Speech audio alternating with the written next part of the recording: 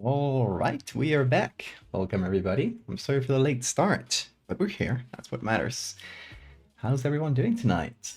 Hey, Beppo, Moonlit, Sora, Siphon, yo. How you're all doing? Yo, Bean was just here to say hi, but he jumped off the table right before I started the stream. Very disrespectful of him. He'll be back, though. Hey, Arky. Crowley, welcome. It's good to have you here. Anyway, yeah, late start today because my sleep disorder hit me. I warned you that this might happen. Yeah, my sleep disorder hit me, and I there was no one home, so no one to wake me up except for Bean, who tried unsuccessfully. Hey, don't do that, Bean. Oh, he's about to go crazy, I guess. Yeah, no one to wake me up, so I slept through every alarm I had, and I woke up at like 11 p.m. or something like that. Whoops. Yeah, it's not fun sometimes, but it's okay. I woke up, made some dinner, took care of a couple things, had a shower, and we're here pretty much. I'll accidentally fall asleep on stream. Thankfully, it's never happened. I've had times where I'm on stream where I'm starting to feel really tired and I'll like end it early. It's happened like a couple times. I feel like streams like keep my energy levels up. Like they force my brain to work. So I'm not usually like getting tired on streams. Sometimes I'll finish a stream and then I'll crash because suddenly like my brain didn't realize it was tired until I finished the stream. That'll happen sometimes. Or I get really hungry. That's usually what happens. Like suddenly I'm really hungry after finishing a stream because I wasn't paying attention to my bodily function. But yeah, it's fine. And I'm not feeling tired right now. Just like a little bit sore from sleeping too much. From sleeping like 12, 13 hours, something like that. And I really didn't really realize the hour I fell asleep at. So I don't know exactly. But yeah, it happens. I'm sorry about that. I'm sorry that you know schedules sometimes are kind of impossible to keep. But me, as long as I do end up making some arts, it's still a success to me. So try not to be too hard on myself. But yeah, tonight we're working on the Fractal series as promised, and I have a very specific idea that I think would look really cool. Like it looks cool in my brain. We just gotta see if it looks cool in reality too. Your late night programming. Hell yeah. I love us late night people. We gotta stick together. I'm so late night that I have to have like American friends from like the West Coast to have people I can speak to regularly.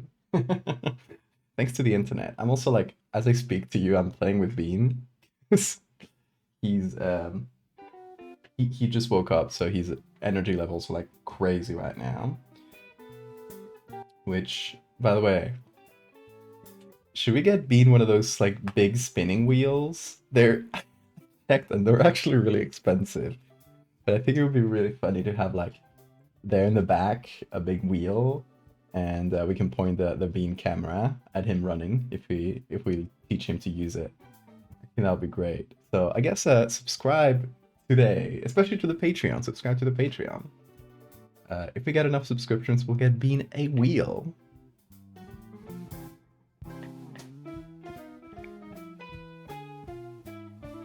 Cardenas for dinner today? What's that? That doesn't sound familiar. Sounds like a Spanish name, but it's a Spanish surname, actually, Cardenas. Vibe Ripple Facts. I hope I said that right. Thank you for the follow. Welcome.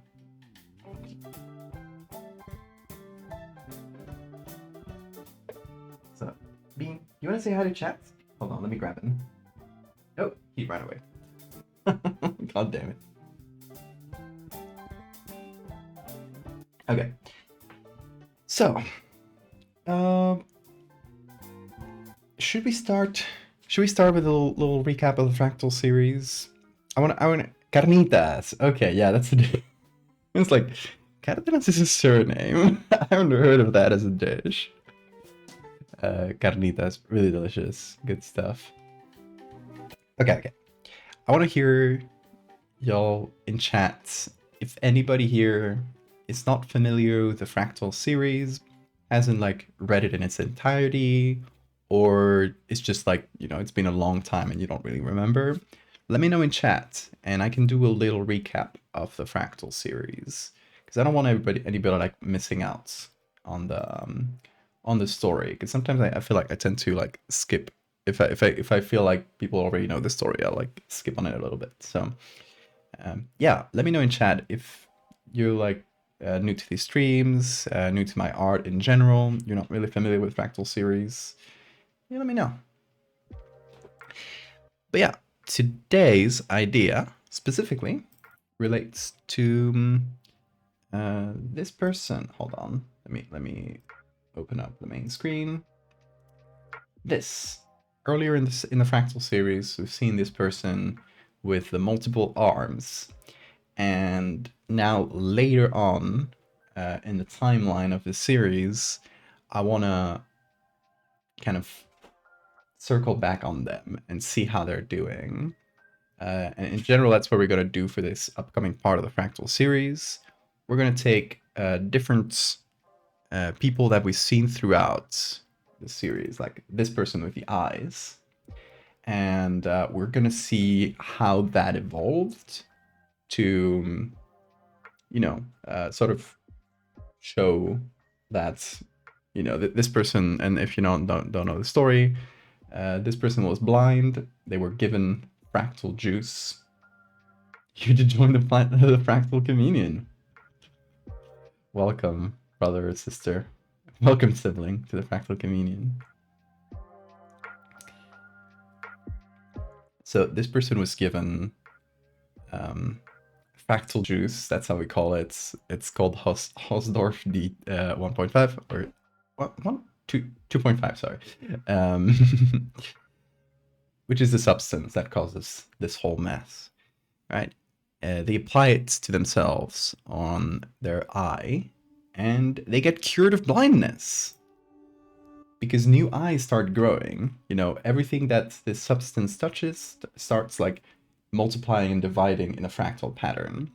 So in this case, it has caused this person to regain sight because they have gained literally new eyes. And why can't I zoom in? Oh, there we go. It's caused to gain like a bunch of new eyes. So it is, in this case, I would say it's like miraculous in a way, right? But everything comes at a price because a fractal never stops. It'll just continue creating new eyes until there's so many eyes that the brain pops out and this person dies. Like it'll eventually kill them. It'll take years probably. Googly eye.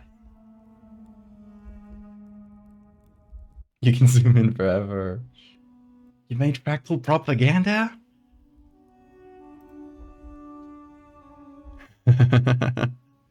Drink the liquid. Get fractalized. Oh, that's tiny. There we go. Where's that from? It's cool. That's a cool panel.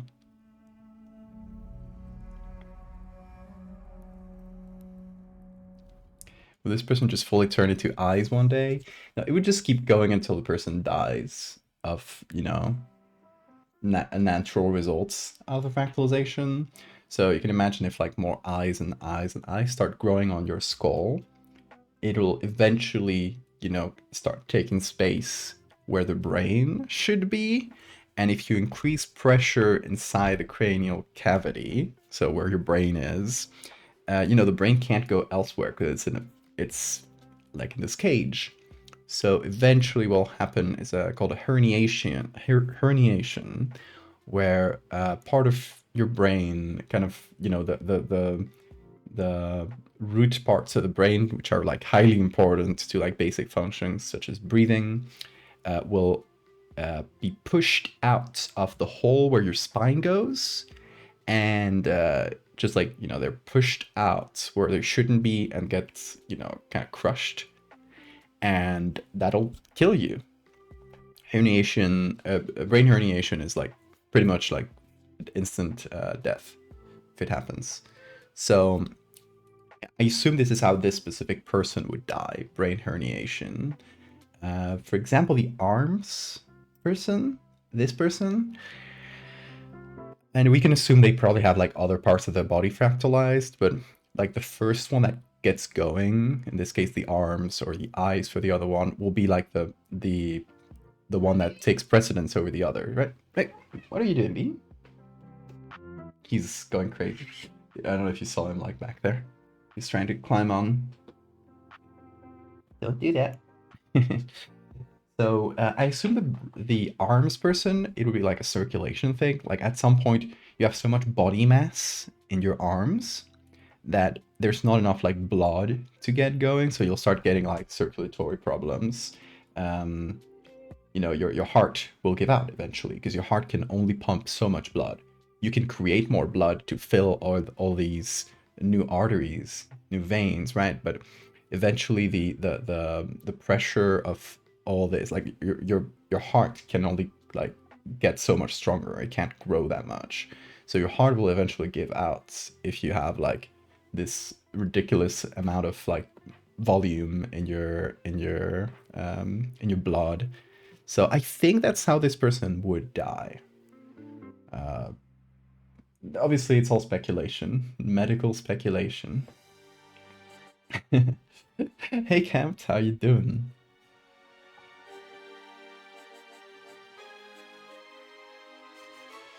Very hard to find glasses if you're fractal, that's true. Fractals take up a large part of your brain anyway. Hey, Kutabi. Art stream, yes. Hi, Cryptid. Welcome, everybody. What's getting fractaled today? This person again, we're revisiting for the first time in the Fractal series.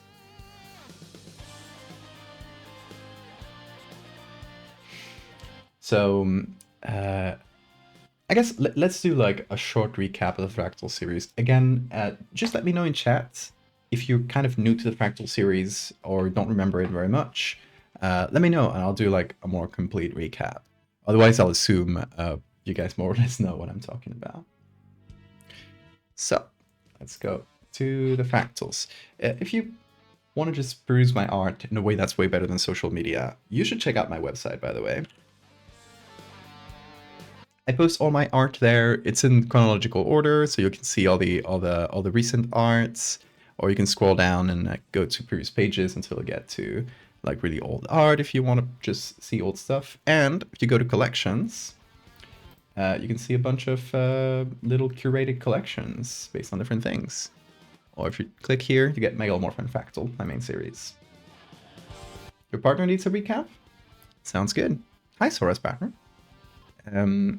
Okay, so here's a Fractal series. We start out in 2006 when a ship capsizes in the ocean and something is spilled out. Some kind of oil is spilled out and starts making fractal patterns in the water.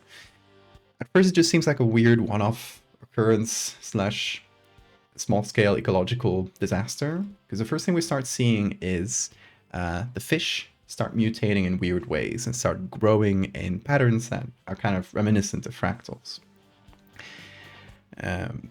You know, so far it's just a local thing. But what happens a few months later is that a hurricane, you know, it's hurricane season starts.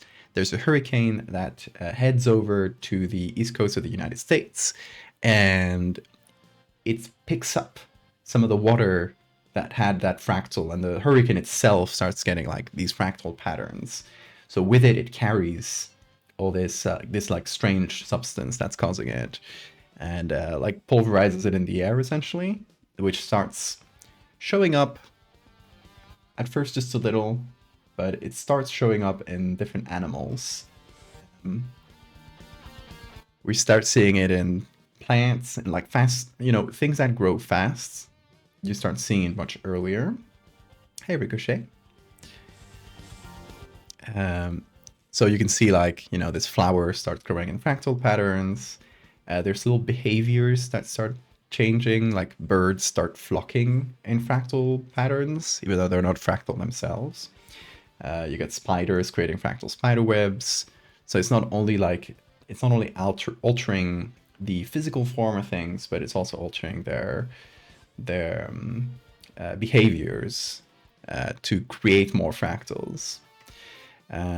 Soon we start seeing the first affection in humans. It's not directly in humans, but in our bacteria, which, you know, they're fast growing. So it's like the first way you'd notice it is bacteria that seems like normal and benign in your body start growing in or like suddenly start growing really fast in these patterns. So suddenly, like, bacteria that would be normal in your mouth would become infectious, or would start behaving like an infectious bacteria. So we keep going. It's been a year since the first fractal spill, and we start seeing like actual like fractal disease in people. So it's starting to like mutate people. At first, it's subtle though. So fractal syndrome is defined as a new entity by the World Health Organization in 2007. The first symptoms appear in growth areas such as the skin, nails, and intestinal lining, slowly spreading to the iris, teeth, and eventually limbs. Transmission occurs through unknown mechanisms, and no treatment exists. So you start seeing teeth upon teeth upon teeth, or strange nails that grow in different directions. But eventually, it reaches the brain. The fractal syndrome eventually takes hold in the brain. Strange behaviors start to occur. Though the changes are unconscious at first, they are visible when crowds spontaneously form into self-repeating patterns. Children start showing fractal conducts earlier than adults. So we see a scan of the brain, and you see the wrinkles are starting to spread. And people are starting to like self-aggregate. Instead of this would be a normal queue. This under the Eiffel Tower, actually. The queue is supposed to start here, but instead of creating a queue, people are just like loosely forming into fractals, just like the birds before. And these are kids just doing a hopscotch, normal hopscotch, but their brains are affected, so they're starting to do like strange things like that. We jump up a couple of years. So, you know, fractal has been in people's blood for quite a while. At least some people, right? It's not affecting everybody. This is not a worldwide everybody's affected thing yet. It is affecting some people in some areas. So it's seen as like you know, like an epidemic of sorts, but it's slow growing. It's not like directly infectious. So like it's not really known. Not that much is known about it. Hey, Ham. And the horror is math. So 2009, we jump up a couple years. A major religion is formed around the fractal. It's called the Fractal Communion, and they start having like millions of congregants around the world. They voluntarily expose themselves to the fractal, which has now been identified and kind of purified as a chemical substance, which has been called Hausdorff D2.5. And they see this substance as a sort of elixir, and I've shown you this a few minutes ago. They pour it on this blind person's eye, and this blind person has just recovered the ability to see because they're starting to form new eyes in this fractal pattern. Will this come back to bite them? Probably. Anxietus, welcome. Stayed for lore. Always gotta stay for the lore. The secret allegory of the series is microplastics in your bloodstream. Did you see that they found like microplastics in people's brains, and it's like, you know, becoming worse and worse too. Like they've done a long study of people's like autopsies, and they've analyzed microplastics in different tissues, and it accumulates in brains, and it's actually accumulating more in brains of people with dementia, which is, you know, kind of sus. We don't know if like the dementia causes by physically affecting the brain causes more macroplastics to accumulate there, or if the macroplastics might be not really causing, but maybe like making dementia worse. We don't know. In any case, it's probably not good. Yeah, I love having microplastics in my body. It's great.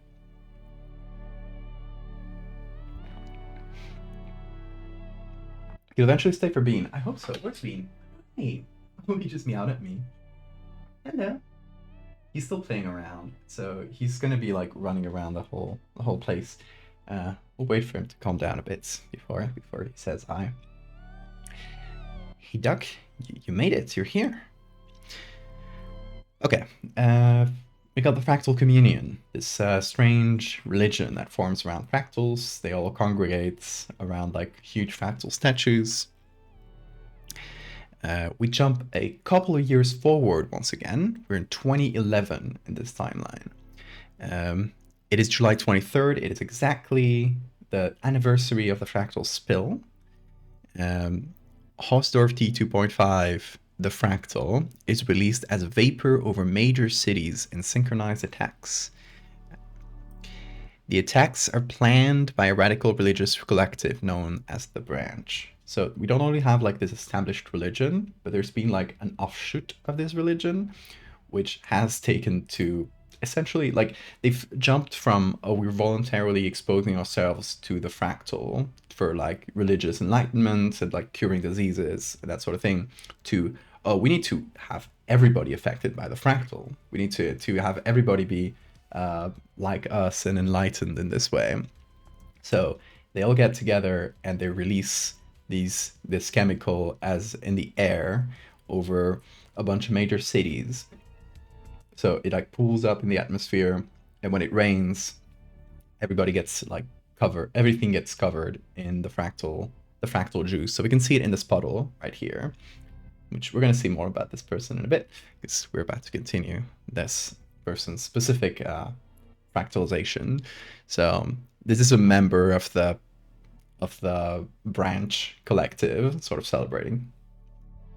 And these are more members here celebrating in the streets.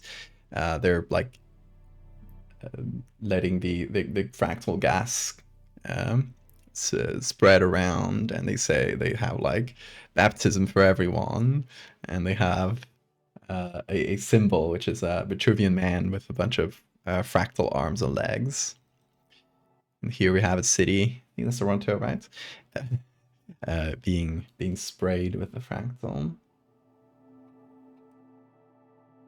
Pathological fiction, hell yeah. You have to make something to eat, keep doing small meals and get hungry again. You gotta get something filling. Go nourish yourself. Spaghetti-os? Is that a type of spaghetti? Putting on a shirt takes an hour. Oh yeah, I can imagine how hard clothes must be for a person with fractalized arms. Thank you, Arky. So yeah, we are in 2011 at this point. Here we keep jumping in time, no specific dates, but we keep jumping in time. You know, all these big cities have been affected by the fractal, so all the people inside are slowly being fractalized. And many places around the world. Obviously, we're not telling the story of any specific place. I wanted it to be like a sort of a global thing. So more like focusing on specific places throughout the series. So authorities start reacting to, you know, all these huge population centers being affected by the fractal. Whoa, that was a screen bead. You wanna come over? Whoa. Hello, here's Bean. Bean, say hi to chat. They're right there. Yeah. Hello. Oh, yeah. You've been playing around, have you? Yeah. Yeah. He's been going a little crazy.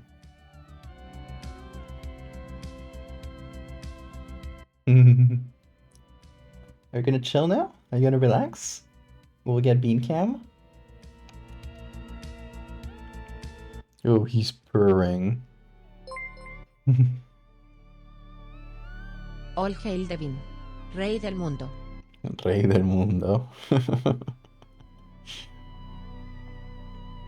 See, Bean, look right there. That's chat. They're saying hi to you. He's looking at chat. He's looking at the little uh text to go up.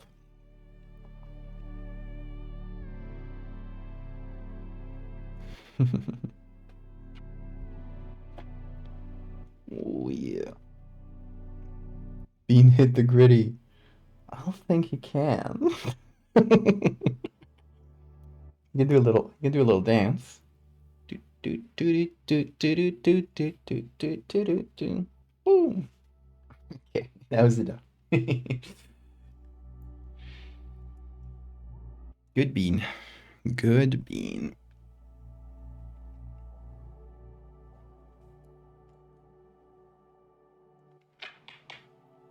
Okay, so we're going through a fractal series. So we get major population centers being affected by the fractal. Authorities start quarantining these areas, and people start rebelling against that. So we start getting like actual conflicts between people on in the basis of them being fractalized or not, because they're trying to like contain the spread of this chemical and this disease, right? So people start using the fractal juice as a weapon to, you know, contain this and to fight against authorities, which only spreads it further, obviously. So it's a lose-lose situation, obviously. So we keep jumping up in time, and we start seeing in these like major like fractal affected areas. There's like a bit of a calm after the storm, uh, as people like single-mindedly start organizing to build enormous fractal megastructures, and it's completely purposeless, right? It's like it's not haphazard. It's like professionally constructed, but it's just to create giant fractals. No other purpose than that. So we got the megastructures, and for this is a Sierpinski triangle. There's a huge Menger sponge being constructed. And here's just people lining up in these just regular run-of-the-mill people, right? It's lining up in the streets with just like beams and construction material to bring it over to the megastructure, the same one we saw before. Oh, Bean, don't do that.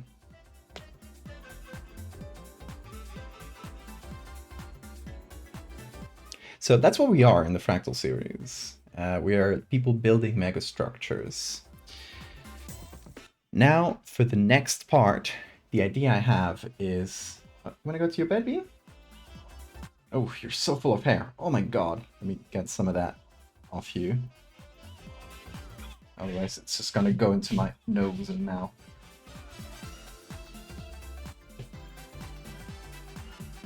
Where do you get all that hair? Bro.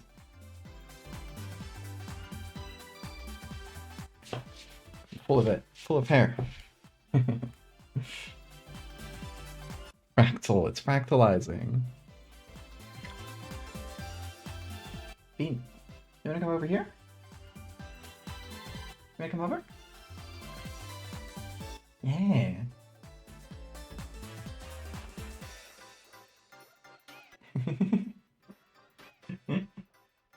There you go. Relax. You can chill. You can chill. There you go. Good bean. Good bean full of hair.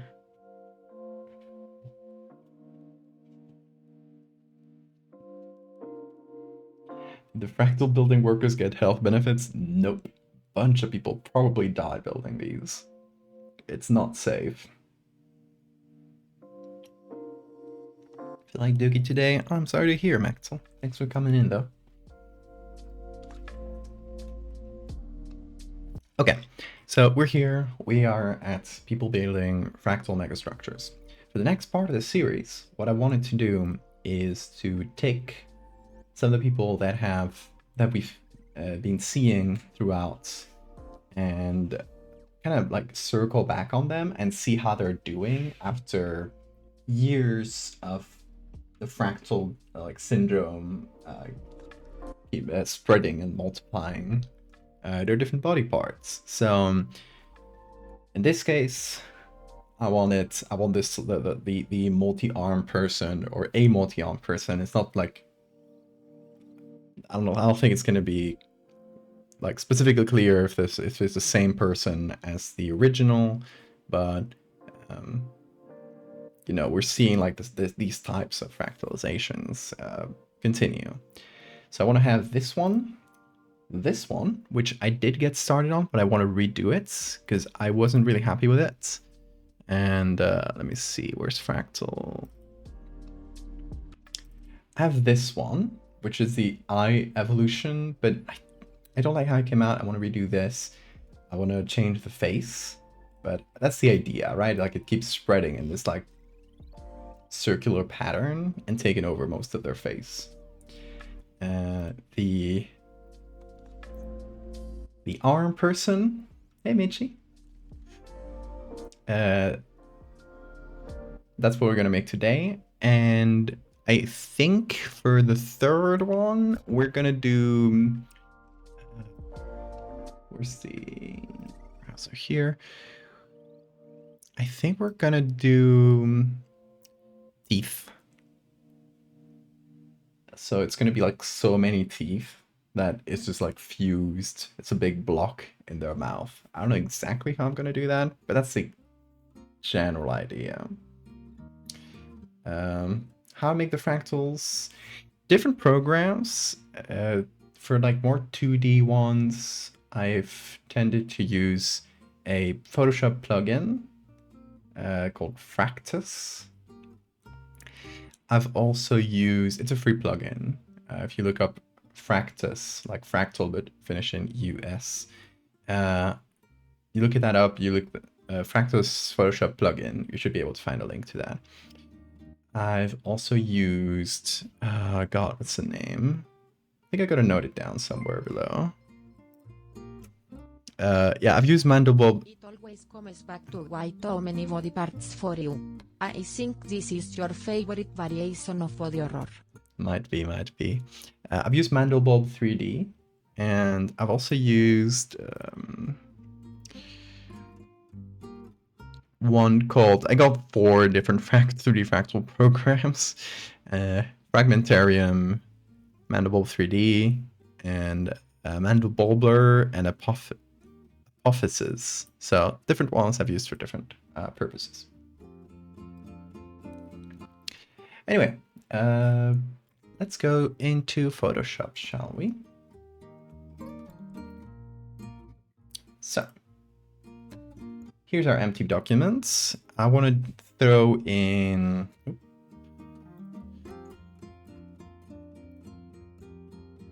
I want to throw in our reference. So the arms person. We actually got 2.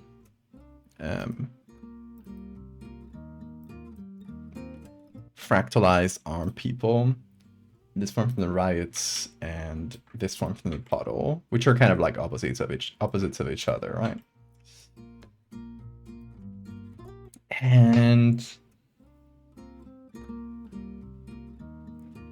it doesn't matter which one of these it is. I mean, this person also has like a fractalized head. You can see a head growing from their head. So it's not only the arms for this person. I think we're gonna go single head. So we're gonna probably continue this one specifically. And here's what I wanted to do. The idea is to use a basket star. I'm gonna show you what a basket star looks like because they're kind of awesome.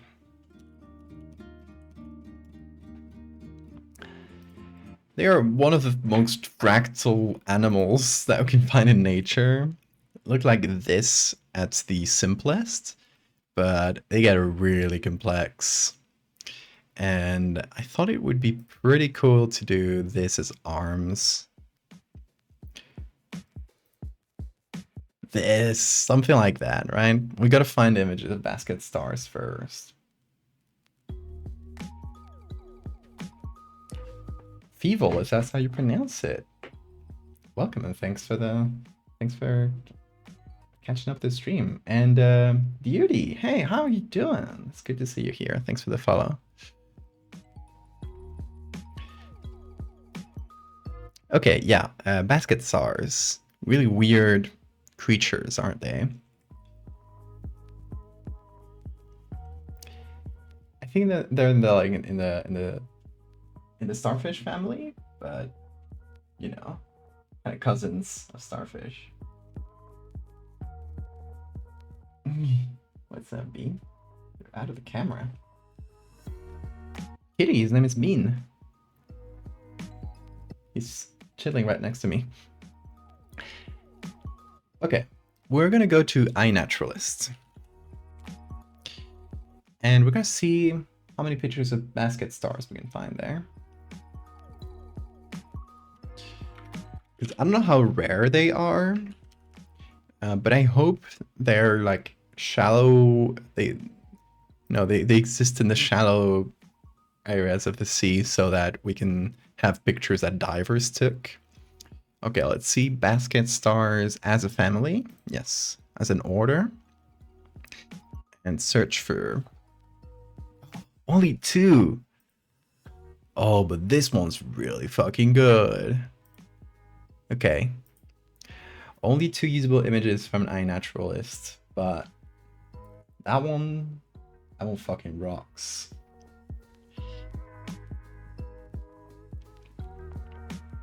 We're gonna have to like select. I don't know exactly how we're gonna apply this to arms, but we're gonna try.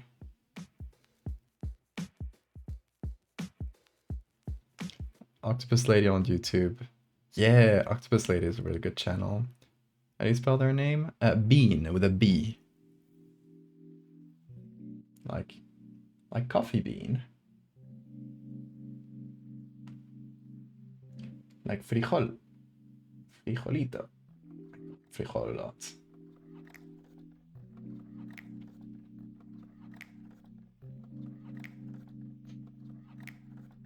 Okay, let's also look it up on Wikimedia.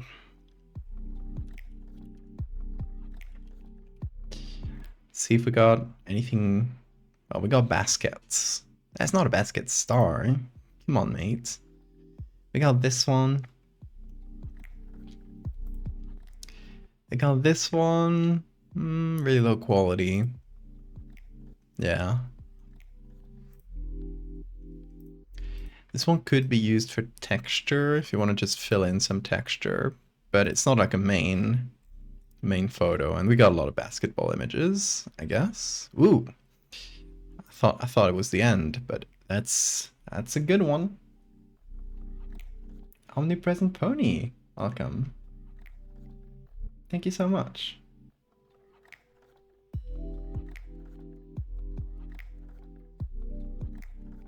Using the scientific name, that'll depend, because like basket stars is the name of the family.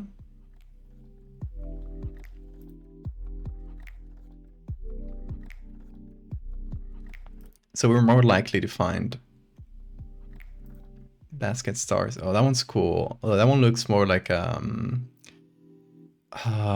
brittle star. That's their name in English. Ophiuta. I love brittle stars too. Not for the Fractal series, just in general.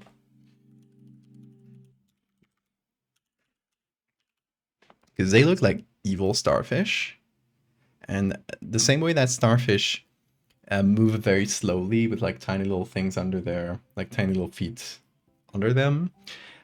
These ones are like fully mobile. So they'll just like flail around. They're great.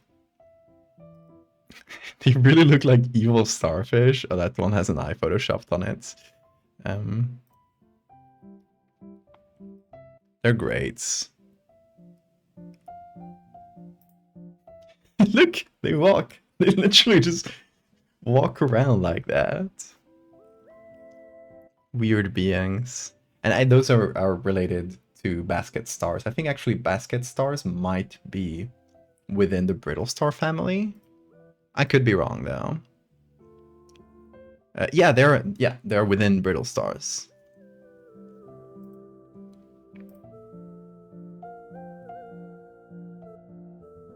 So there you go. They're both in the same group. What? Insane colors. Really cool.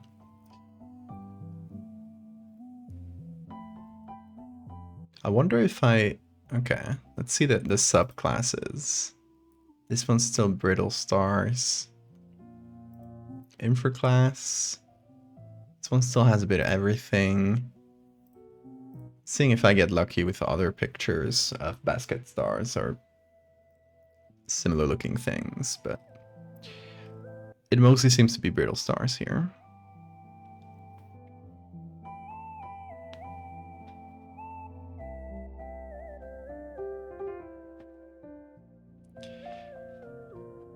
Omni, I am working on the next part of the Fractal series, and we're gonna take this case of fractal syndrome. We're gonna see its advanced version. So we're gonna see what happens to a person after enough years of being fractalized. They will just like get to a point where it's pretty much incompatible with life. So that's what we're gonna show with some like heavy body horror.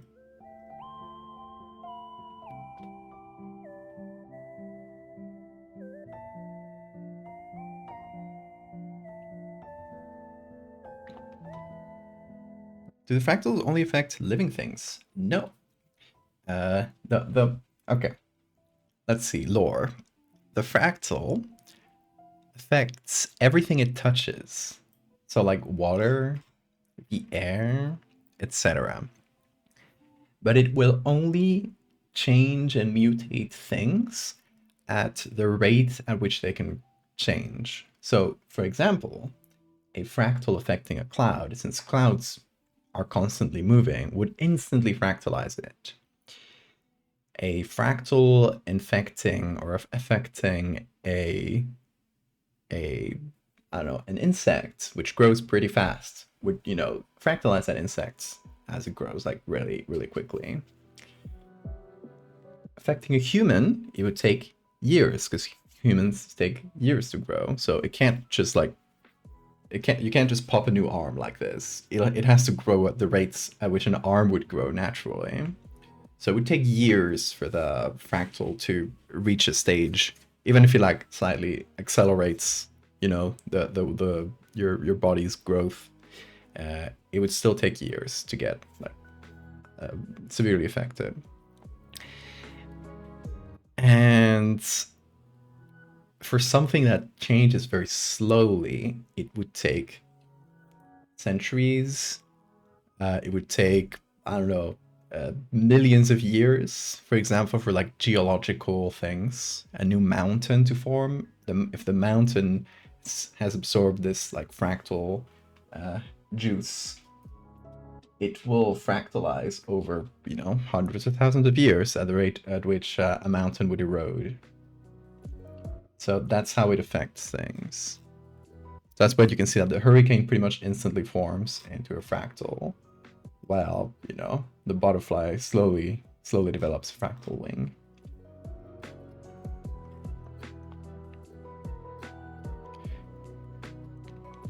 Okay, let's keep looking for our brittle stars.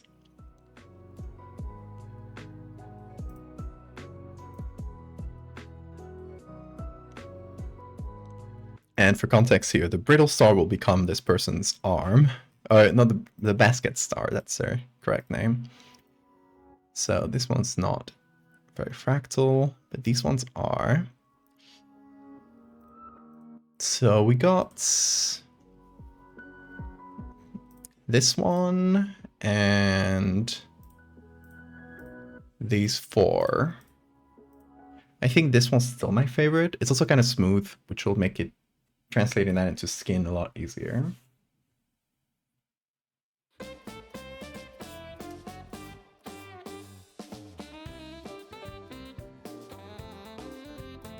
What if you make fractal fire? Already done that.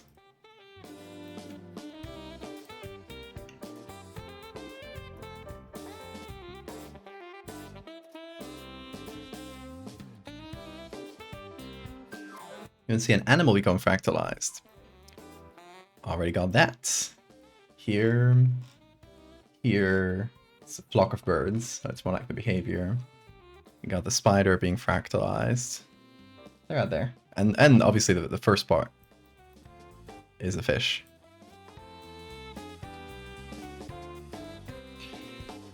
A newborn will fractalize far faster than their mother, exactly. To be honest, it'll probably mess if you become pregnant with fractalization, it would probably just be non-viable. Like the fetus would probably not survive because that sort of mutation at a really early stage would create like structures that are incompatible with life. So it would probably like destroy the rates of childbirth, I guess.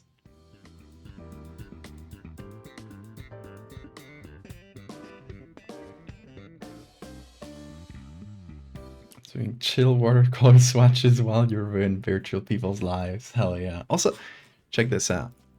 I got this one in real life.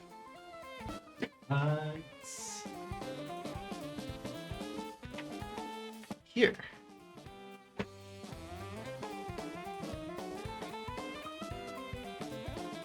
Huh. I got defractalized butterfly. This one was made by Mitchie. I don't know if Mitchie's is in chat right now. But yeah, amazing little creation.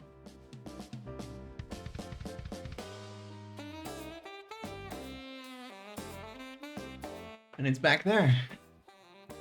Oh, it's kind of in the dark right now because of how the light is on. But if I turn the light on, you can see it there.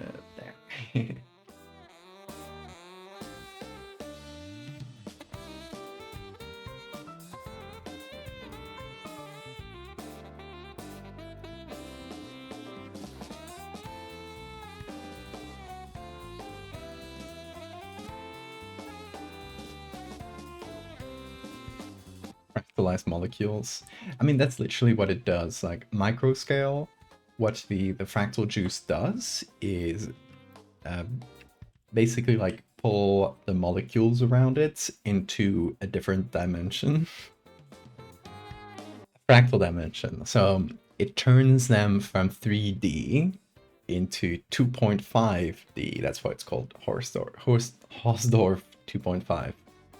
Because it pulls things into a dimension that is not quite 3D, not quite 2D. That's where like the fantasy comes in, obviously. That's not realistic like chemically, but you know, that's where you gotta like put a little bit of suspension of disbelief.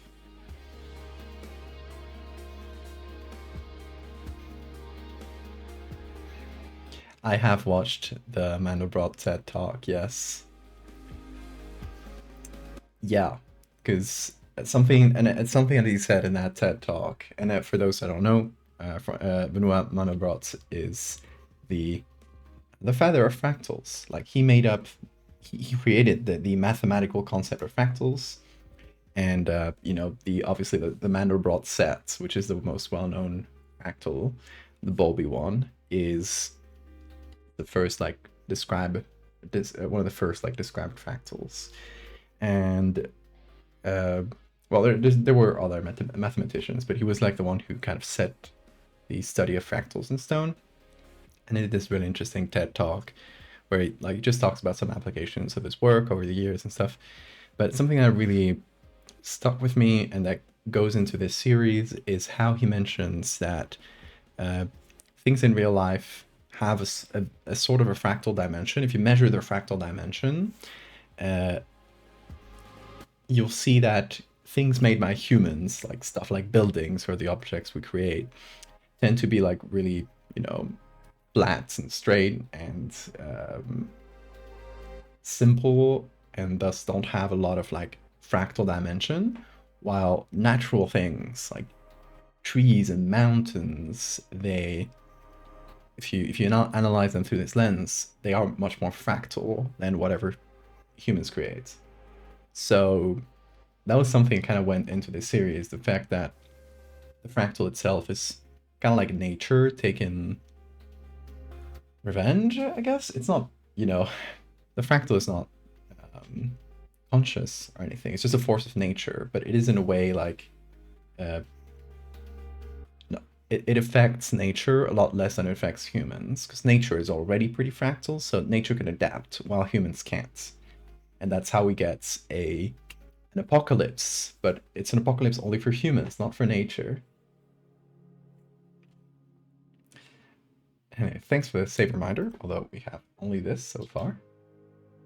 But it has been saved.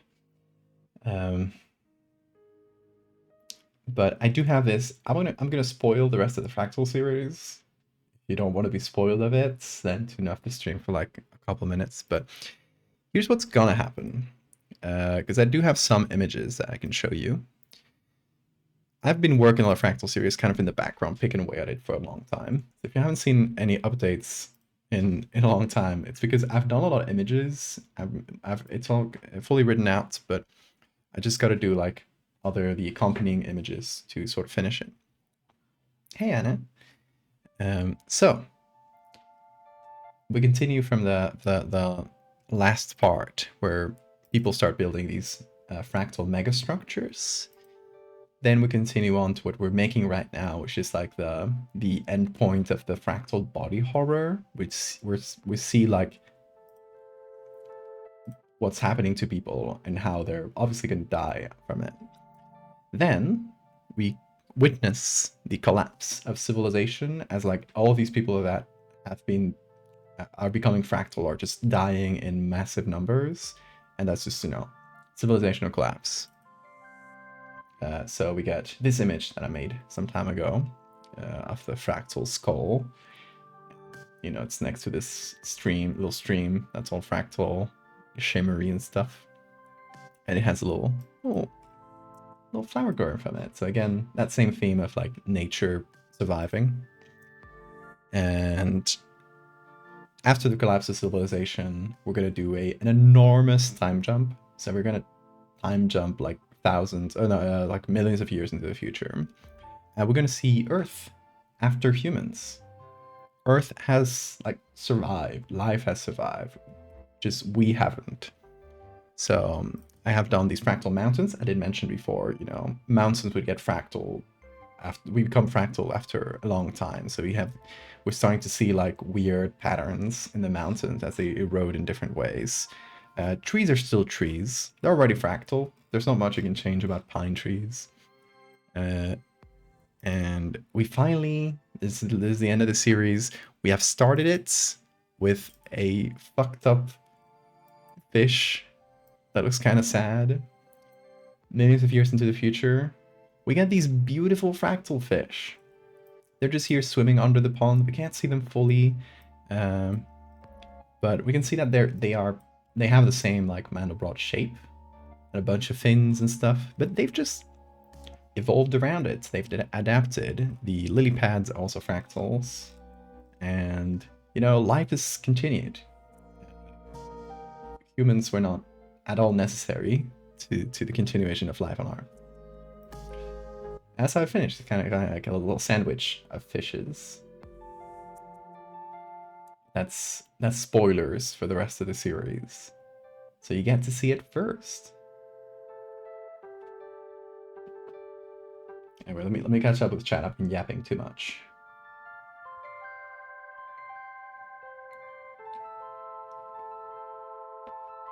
The SpaghettiOs were corrupted with unexpected blandness. You gotta add spices, Hammy.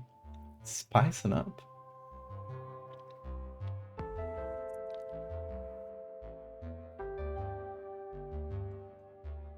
Nature having that fractal dimension influence your own creative work a lot. Nice. Same hats.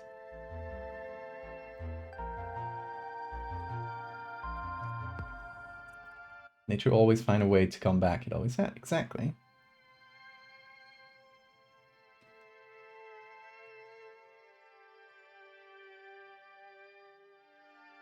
Thank you. I'm glad y'all like the fractal koi.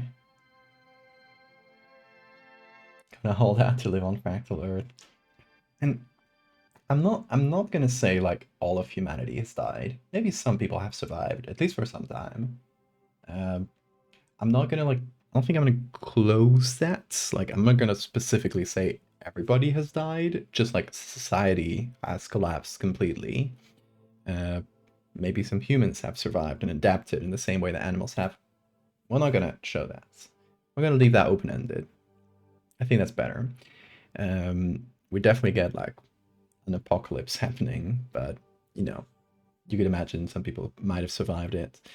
Because after I'm done with the Fractal series, I was thinking of maybe doing little stories set like in the middle, in the in-betweens of each of these parts. Exploring more specific things, exploring more personal story, because this whole story has just been a bird's eye view of this apocalypse. We're just like jumping through time, going with this magical camera that can take pictures of like super wide lens or scans of people's brains or just get a really close up on an eye. That's kind of the setup of the series. It's never, if you notice, it's never taken as like found footage. Like nobody has taken these pictures. They're just there. We can imagine there's like some kind of like magical eye moving through this world. So I think like after I'm done with like this bird's eye view and the whole timeline is set up, I might do little stories that take place within it, because I think that might be nice. And maybe a book later, like a big coffee table book with all the images and little stories that happen throughout. I think that might be a cool thing. I need to sell it to someone who would print it for me, but that might happen. Well, that's future plan, possibly.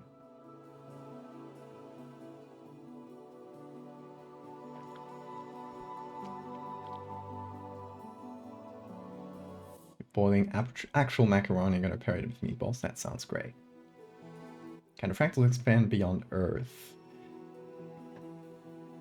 I mean, it would be unlikely. You'd need like maybe an asteroid to hit Earth and like release a little bit of fractal Earth to somewhere else, but I think it mostly stays contained to Earth.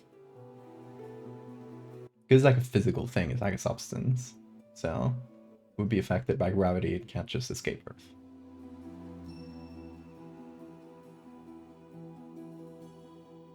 The fractal just wouldn't kill me because I'm built different. We'll see about that when I release it. Okay, I want to make this someday. I'm gonna put this question up to chat. If any of you knows how to make cocktails, I want someone to help me figure out a cocktail we call Fractal Juice, and I make it on stream one day. It has to look shimmery. That's the thing. It has to look like my background right now, like the screen here. It's like uh, pinks and purples and blues type thing. I don't know how you'd make that, but I'm sure somebody out there knows how to make a shimmery cocktail that we can call Fractal Juice. I think that would be great.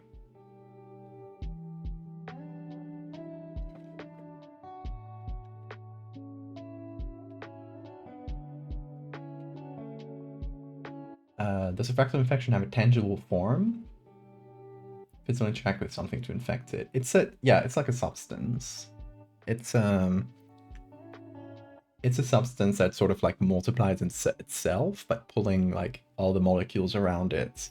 I don't think it's like a specific molecule. It's just like a molecule that has been turned into that it's been like put in a different dimension, in a fractal dimension. It's in 2.5 dimensions, and everything that's around it sort of gets pulled into 2.5 dimensions, and that's how it sort of creates that fractal effect.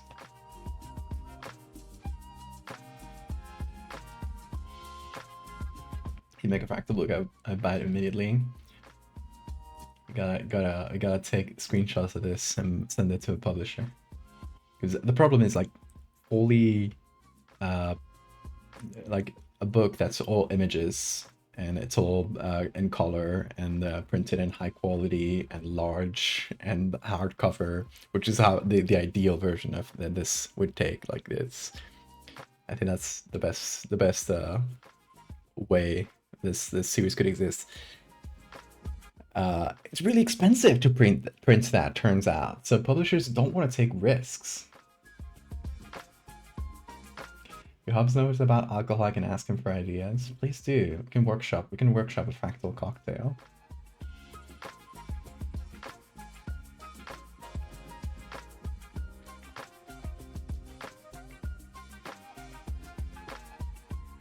Will being fractalized fix your connective tissue? Maybe, yeah, like, worth a try, worth a try.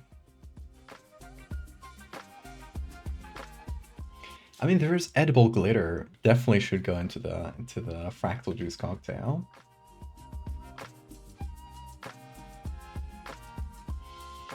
It becomes a staple drink, exactly. Syrup to thicken the liquid a little, and also suspend the shimmer. See, yeah. You guys know. I gotta make this real. Kickstarter can be really stressful for book publishing. Yeah, it's always an option to like self-fund it, but you know, it would be like probably smaller projects if we're gonna self-fund it rather than like a big coffee table book, I think. I don't know, I would need to look into it. First thing is finishing the Fractal series, so. Anyway, let's get into it, shall we? I've been yapping for so long. We need to get all these pictures of basket stars.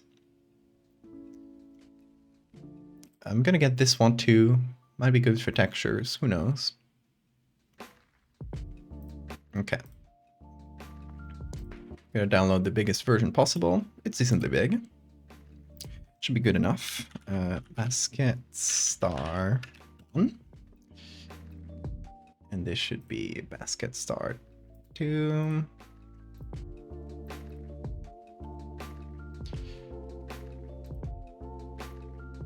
And here we have a few more from Wikimedia.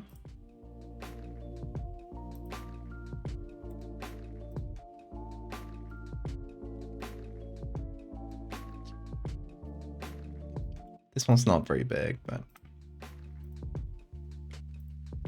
this one's spiky too, so it does have like a lot of texture that wouldn't really fit with skin. So I think I'll at first I'll use this one, or I mean the other one, this one here, as the base.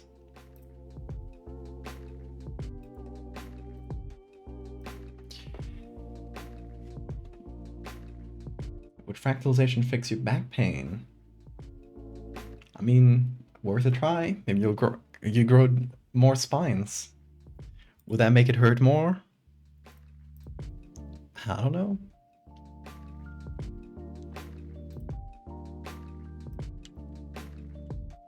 Okay, I got all these pictures. All our beautiful stars. We're gonna take these two, gonna hide them, put them on top.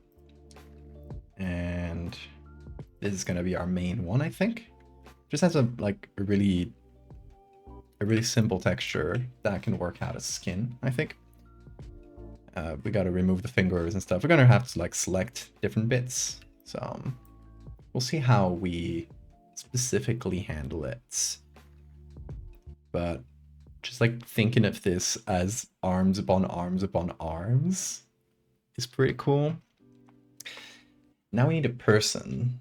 And what I'm thinking, and if you've noticed, we've never shown anybody's like full face on any of these images. If you go through the Fractal series, it's actually the Fisherman, but other than that, it's like pretty impersonal. We just get really sterile, I guess, views on things. If we get people, we get either a really big close up, so we can't see their full face. They're really far away. They're facing away. There we can see a reflection. So it's never really clear. They're wearing some kind of mask. Again, facing away from the camera. I want to keep that vibe of like impersonality, I guess. So my thought is we take all this jumble of arms and we make it so jumbly that it covers the face. Like there's so many arms all around that it sort of creates a shroud around this person, and we can only see like their lower body essentially.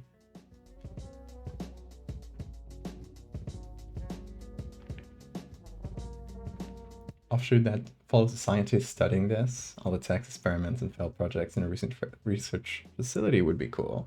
That's a good idea. Kind of going into the lore a little bit more, and then we have like I always if when I do like specific stories within this fractal universe, I want to do like really personal stories because I think it's the opposite of the whole series, which is like really impersonal.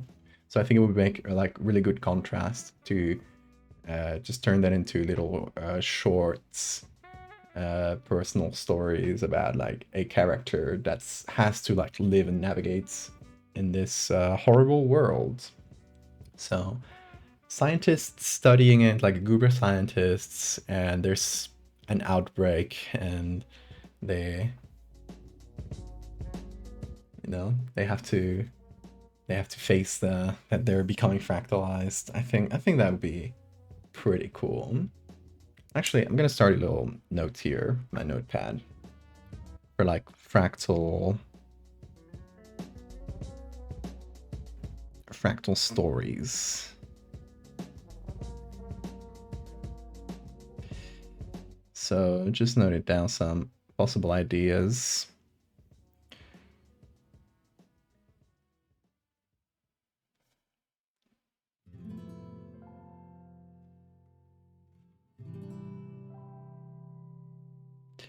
So scientist team that discovers Hausdorff.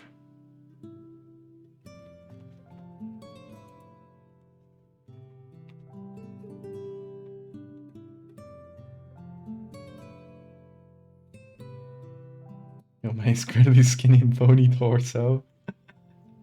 I'll make it sound like that. No, we'll look through, we'll look online. I think it's gonna be, I don't know how much of a close-up it would be.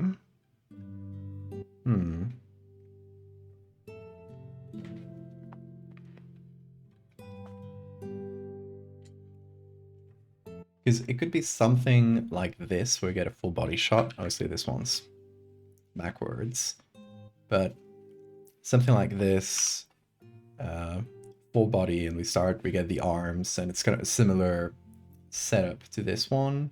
Or we could get something that's cut to around this height, so we only get the torso.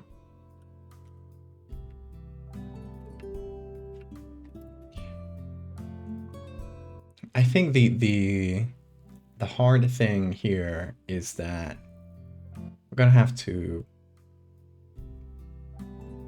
Is this person wearing clothes? Is this person naked?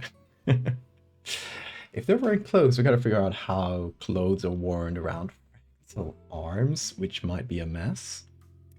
Although I guess if there's enough fractal arms to sort of cover that, it might be fine.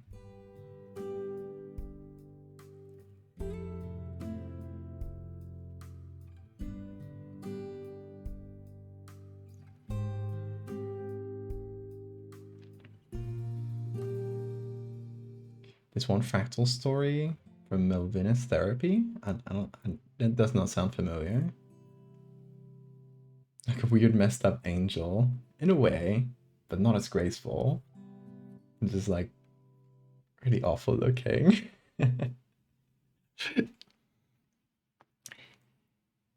Here's the thing.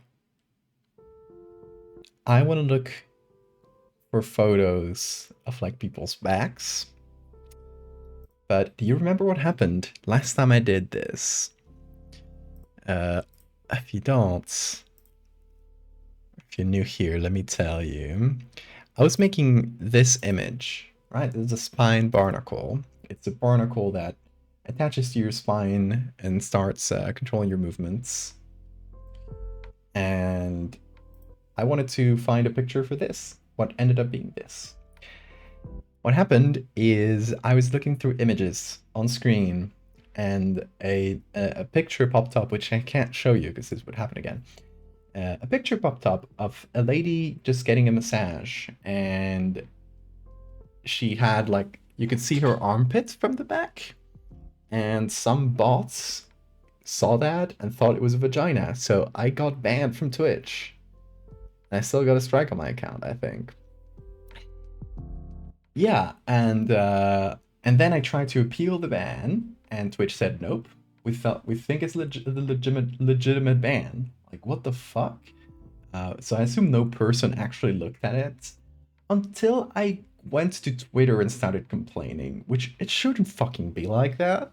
You shouldn't have to go with Twitter and have like a big audience to get shit done that should have been like flagged as, oh, just like a bot mishap from the beginning. But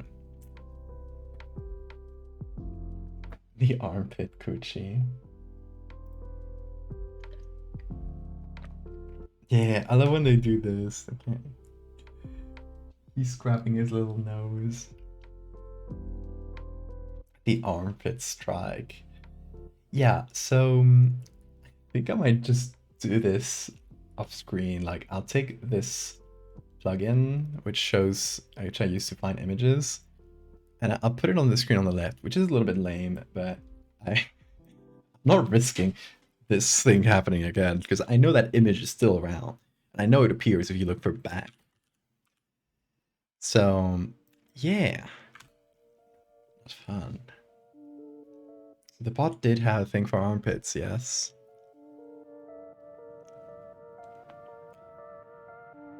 Okay, oh,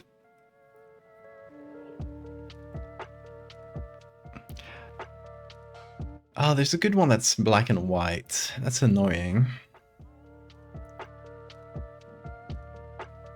But yeah, I was thinking maybe something like this, and we get all the arms kind of popping out from around.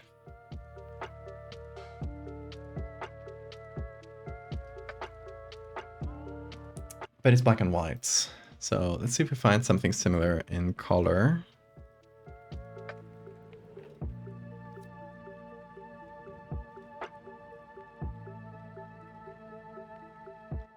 Could also just search torso, I guess.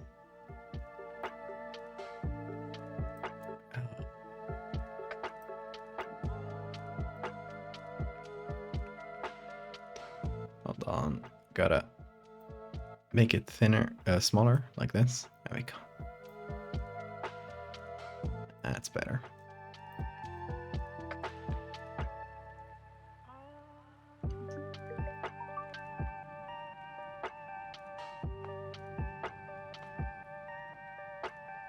I'll let you know, Kempt. Let's see what I find first, and you can see based on that. Okay, this one's pretty good.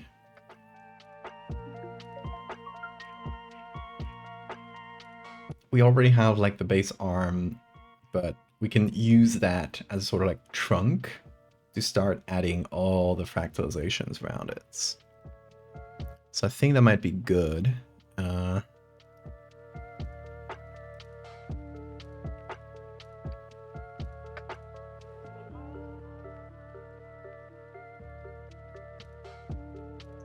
I'm also seeing if I find the forbidden image. I know it's around. I know it's somewhere. It's not on screen, so I'm not worried, but...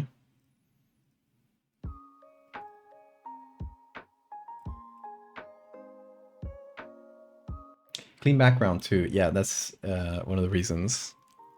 I think it's good. We get some exceptionally horny images when looking for backs. But it's all good, because I'm not showing them, so I'm not a risk.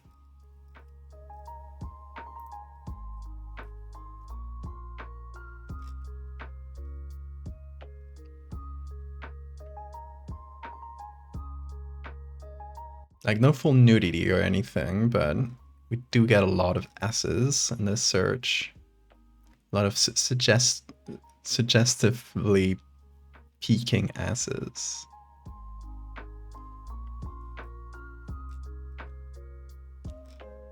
And people with cool back tattoos, but no, we don't want tattoos.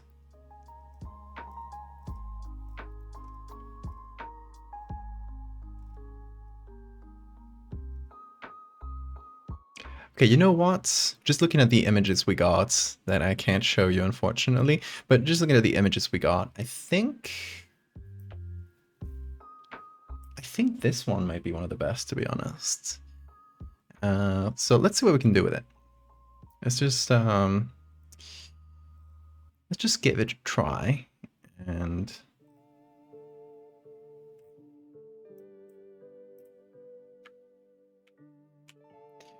let's just go back to an empty search or something, and we put these back there. Let me do your thing. Thank you, Photoshop. Okay.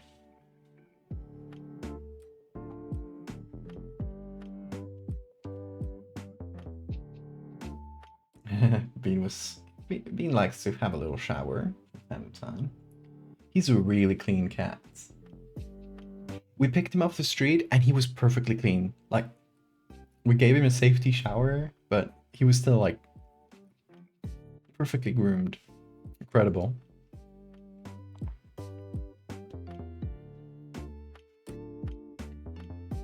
Fractal tramp stamp. Okay, let's see. How should I crop this? I might make it vertical, actually. Yeah, that might be good. Okay, so... Gonna take this image, rotate it 90 degrees, take the canvas size, pixels, and remove 1000 pixels from the top and the bottom.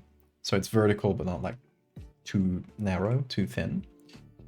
It is 5x4 right now, instead of 2x3. Then we take every image and we do swoop. There we go. Now we take this, and I think we might have to like expand the background a little bit to the sides. I'm not sure. I'm not sure if that the dimensions of this image. I think we might crop it like this. So I'm sorry about this person. They have pretty whack hair, but we'll cover that in arms, I think.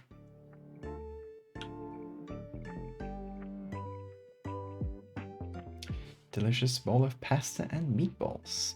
Sounds delicious. Enjoy. And we have our basket star. So I don't think select subject is going to fix a lot here. No, not really. Like, it successfully selected the C out from some places. Like, it's still there in a lot of places, but we can start with that, I guess. And I can add this in, so hopefully it'll know the sleeve. Nope, with minus, there we go. Hopefully it'll be able to select the sleeve out, very good. And then there's a bunch of little parts here that a little bit of patience. We should be able to remove it with this tool and then just like manually fix up. It's probably not going to do like the really thin things, so we got to do like the bigger spaces like this. I don't know if this is too, yeah, that's too small.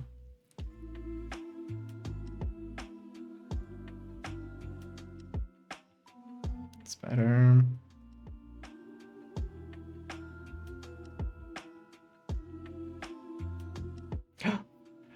I'm getting JPEG'd. No.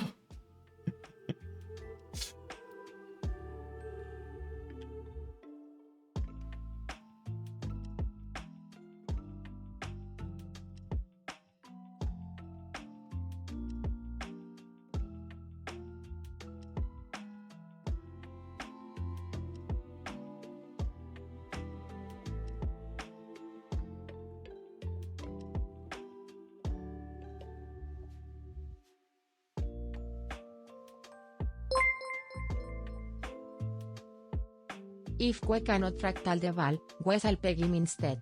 Test the rules. Oh my god. Keep being pegged on stream.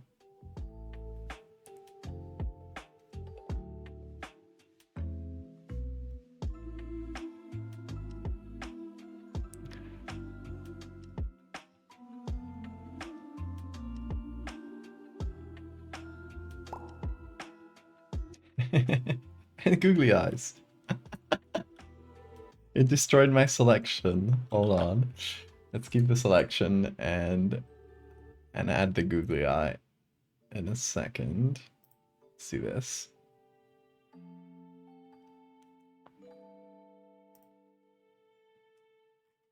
Googly eye.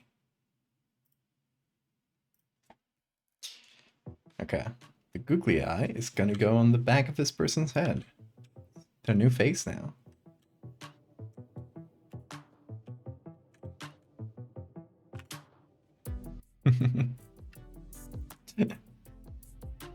Only one? No, two. They go in pairs. Unless it makes more sense to just add one, like a profile or something.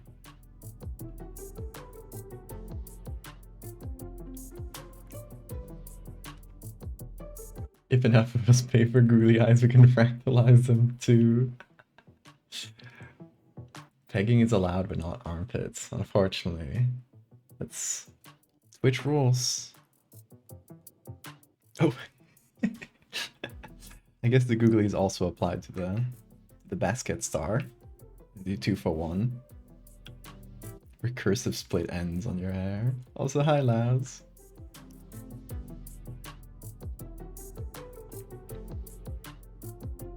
Okay, let's keep selecting these little spaces away. Oh. Should press shift. Come on, Photoshop, you can do it. Yes, thank you. Not great there. We'll have to do that bit manually. I guess I kind of got myself into this mess by wanting to do a basket star. They have really complicated edges. So thankfully I have pretty decent Photoshop tools that can select them out because the background is simple enough. If on top of this the background was like complicated, like a rock or something, I think I would die. It would probably take hours instead of like probably minutes, which is what again it's gonna take us now. So after this we're gonna do some cleanup of the edges, but oh, that's already, yeah, like this.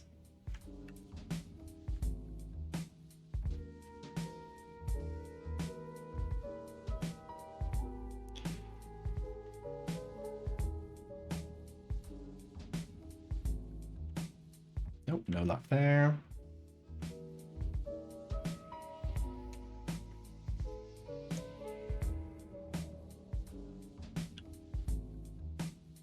Photoshop Smart Selection, yeah, it hates very specific pixels.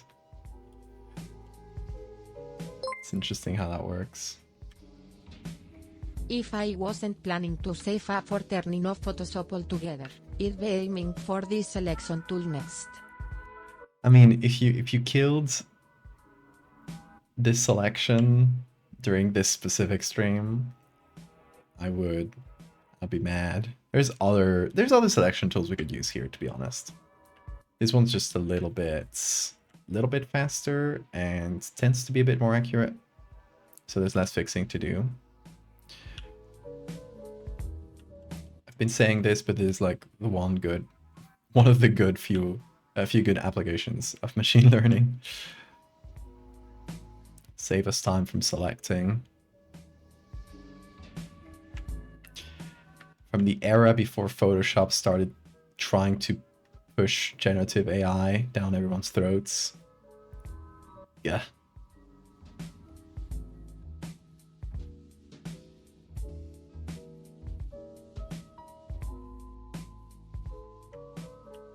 You know something funny? You know something funny about that says a lot about Adobe? I'm not going to be mean, though. It make you save first. If you make me save first, you lose the points. You know something? Want to know something that I think says a lot about Adobe? It is a publicly traded company. It's worth a ton of money. It makes insane amounts of money from subscriptions. The Photoshop team, as in the developers that work on Photoshop, and thanks for the save reminder. The developer team for Photoshop is like, I think it's like 20 something people. Just like, that's like one of the standard tools of graphic designers, photographers, a lot of artists and digital painters. And they have a tiny fucking team. They can't even bug fix properly.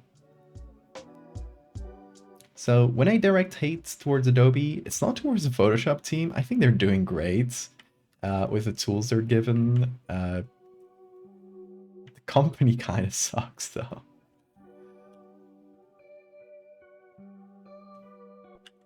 I wish they just had more devs and spent more of their silly amount of resources into adding features and fixing bugs in their programs rather than trying to push their shitty AI, generative AI product on everyone's throats and trying to like shoehorn it into every program.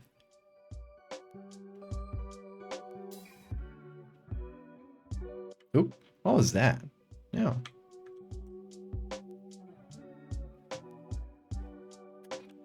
Oh my god.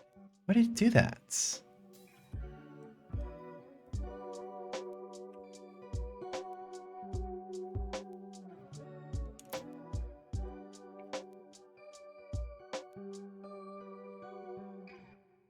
I'm gonna get a fractal tattoo, kind of terrified to take the kind of one to an artist. Yeah, that you need a really good artist who's down to do something fractal for a tattoo. But that would be a really good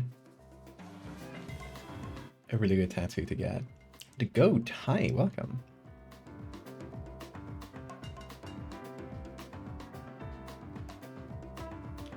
Going black and white threshold color select and suffering on the layer mask. I haven't really done that technique. I usually go through channels to do that sort of selection. But you need really good edges or a really clear background.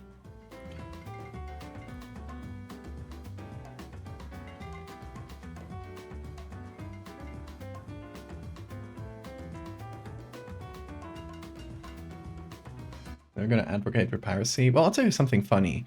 Photoshop condones piracy, or Adobe condones piracy, because it's actually kind of good for them if individuals pirates their software, because they're not going to make that much from individuals. I don't know if this is still their MO, but at least it used to be like this. They're not going to make a lot of money from individuals.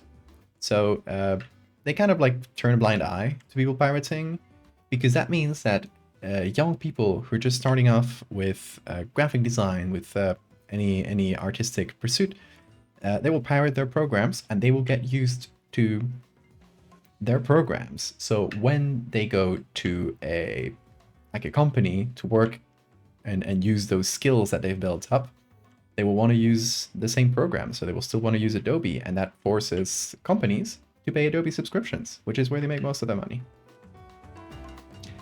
That's kind of conspiracy theory hats, but it's been said many times, and I really believe this to be true. I think they like really benefit from piracy, and I think they're quite aware of that.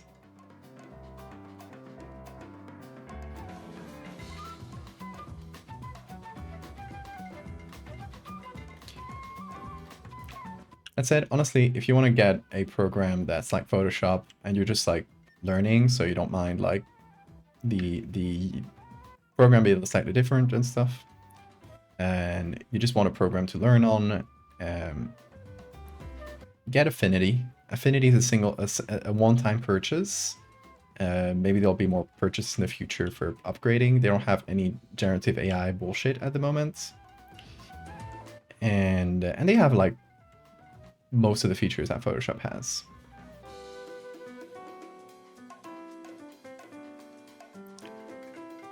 I think they just got bought out by, I think, Canva or something. So I'm not sure it's like, I can't promise it's not going to switch to subscription models because they just got bought out by a shitty company, but that's how it is. Thanks for the follow, the goats.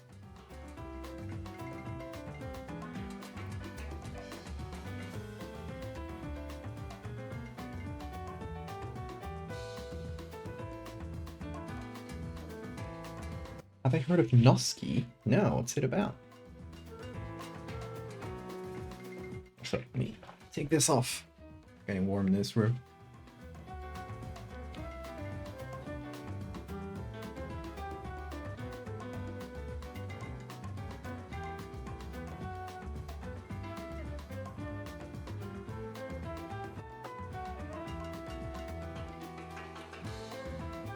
Yeah, honestly, Affinity is not that different from Photoshop. It's really easy, even if you're used to Photoshop, to relearn that program, and it has some different things, but I think mostly in ways that are better than Photoshop. Like they just took it a slightly different direction in some things, but it's features that you see and you're like, oh, Photoshop should have done this years ago. Like it makes a lot of sense. So for example, if you do a filter, like a Gaussian blur, if I do it, hold on. If I take this googly eye and do a Gaussian blur, it gets applied to the layer itself. And if you're in a smart layer, it gets applied as a smart filter, so you can actually, you get a lot more. You can move it around or change it to different layers, copy it, etc. So it's still pretty useful. But in Affinity, the way it works, I don't know if it's specifically with Gaussian blur, but with a lot of filters, it gets added as a separate layer, so you can, it's like a lot more versatile. You can actually, move it around, apply it to a whole group of things without having to like edit these layers individually. I don't know, stuff that makes a lot of sense.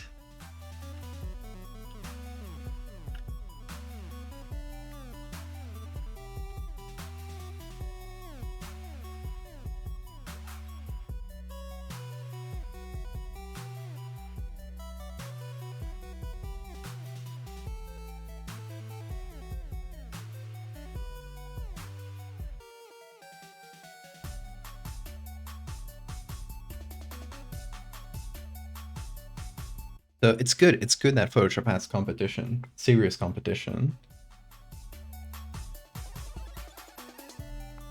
Because as much as people have talked about GIMP being Photoshop's competition, it's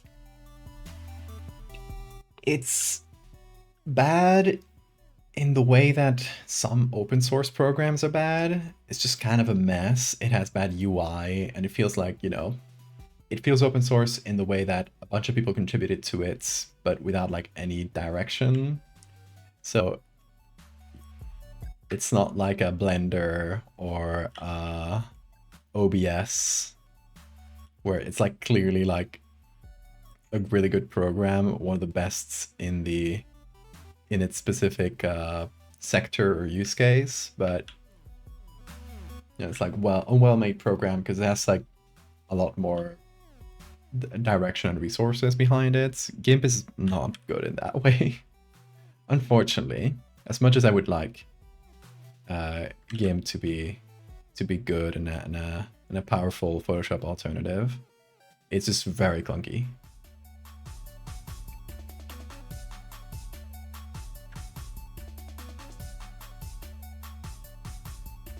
What is Affinity? When can I get it? Affinity is like a whole suite of programs, kind of like Adobe is a whole suite of programs. The Photoshop one is called Affinity Photo, and the latest one is Affinity Photo 2, which came out, I want to say like a year ago or so. I have it somewhere around here, so I can show you. Oh, I don't have it on my desktop. Hold on. Affinity Photo. Got it in Spanish. Oh, see, I haven't updated in a while, but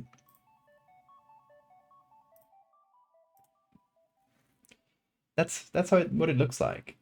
Pretty similar to Photoshop. You got your layers here. I think, does it open PSDs? Let me try opening PSD with Affinity.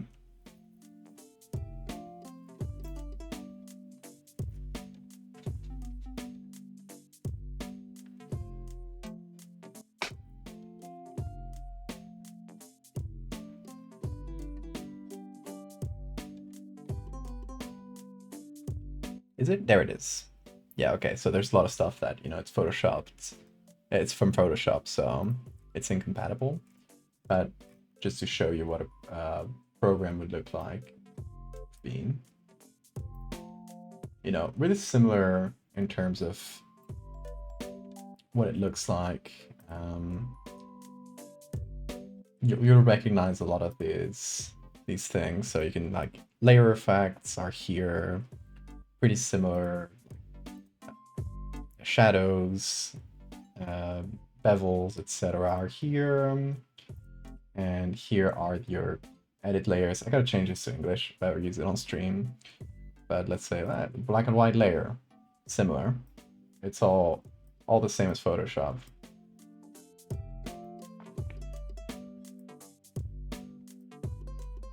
But yeah, I definitely, like, I haven't used it enough that I'm like really familiar with the specific UI and changes, but I still paid for it because I want to support like competition and like a good alternative to Photoshop. So I still paid for it.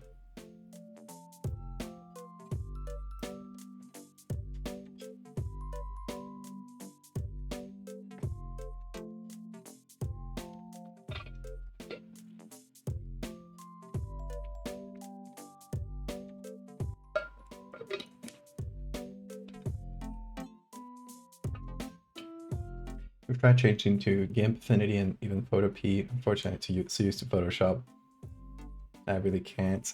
Yeah, I'm still waiting for like Affinity to add a lot of my like main features that keep me using Photoshop, like a good. Sorry, bean cap. There we go. Like this tool I'm using right now, the object selection tool. On a good Affinity alternative to it, but that'll probably take them some time to develop. But I'm rooting for them. What got me into art? I don't know. I've been doing art for ever. Specifically Photoshop is like this. Photo manipulation is my mom is a graphic designer. She doesn't work as one right now, but when I was a kid, she used to do a lot of things like magazines, and she would design the whole interior of the magazine. She would do a lot of little things like that, and she had the entire Adobe suites, like all the all the programs, or a good chunk of them, but I just started playing around with Photoshop.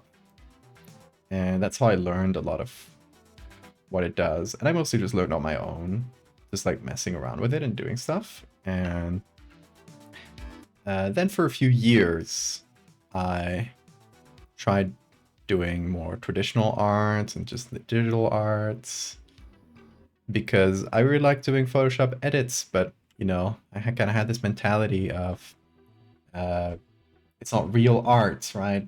Like, oh, like this stupid mentality of, oh, you can't use references, uh, you can't cheat. Photo bashing is cheating, and that, you know, kind of was fairly common around the internet at the time, and I fully believe that. So I said, okay, if I want to do arts, I can't cheat. I gotta learn the proper way. So I did that for a few years, and then eventually I realized, what the fuck? No, that's stupid. I wanna try Photoshop as like a medium, like really explore it, and that's what I started doing.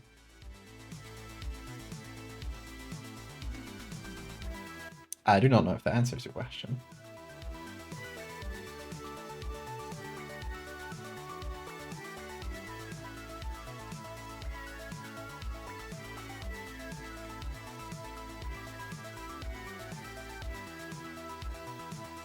Yeah, no, GIMP is really clunky. Affinity feels like a lot more purposefully made, which is you know, something GIMP is so messy.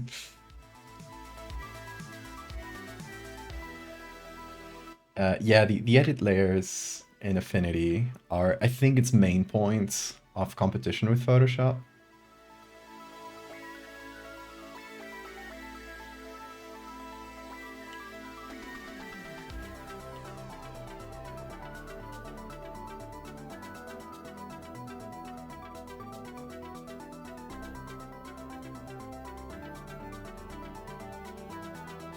Trying to make signatures in forums back in 2008, 2009.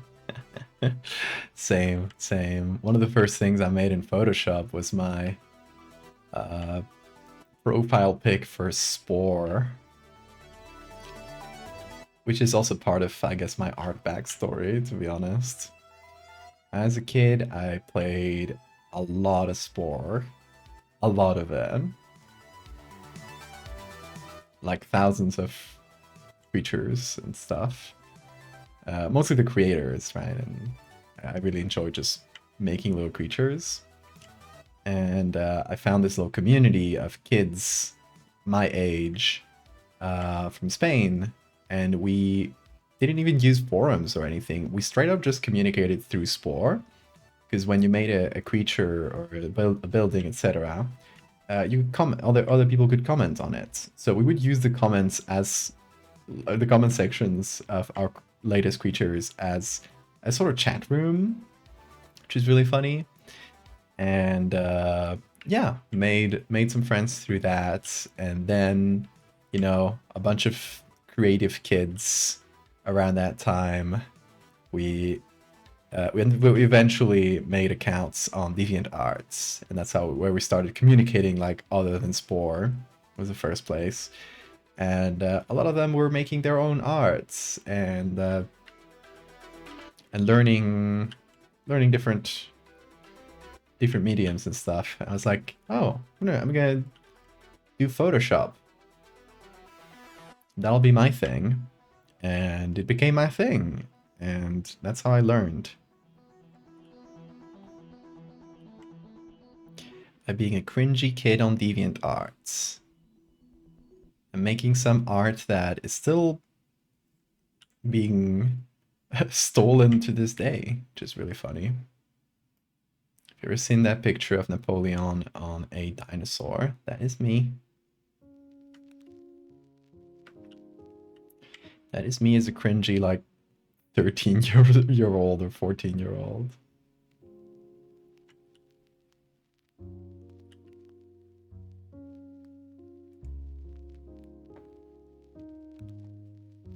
EA gave you the expansion packs for free out of nowhere? Well, not bad.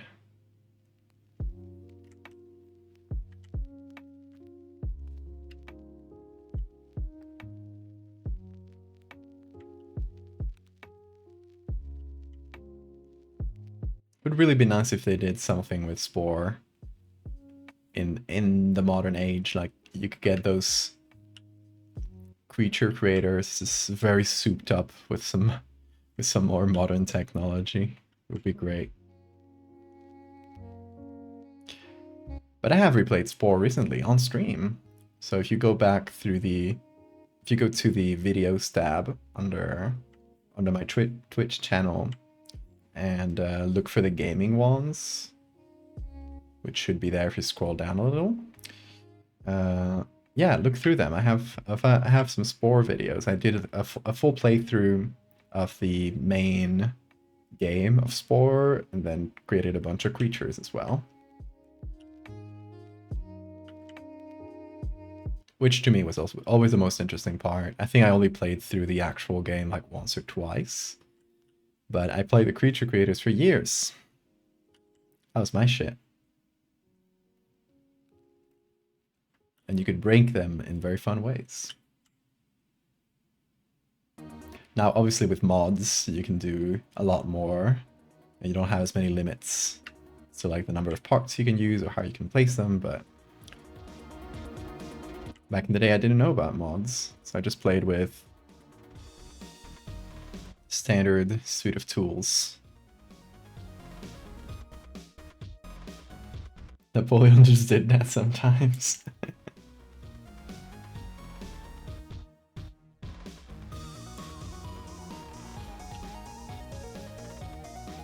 You made a cringy silhouette of yourself with motivational nonsense. Does that count? Absolutely, of course.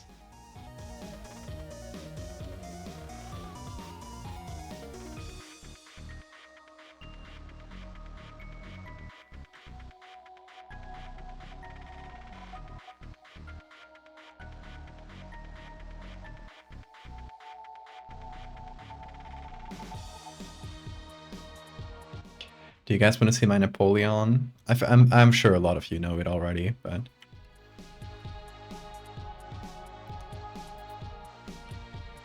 still got it. I still keep every single Photoshop edit I've done since I was a wee lad.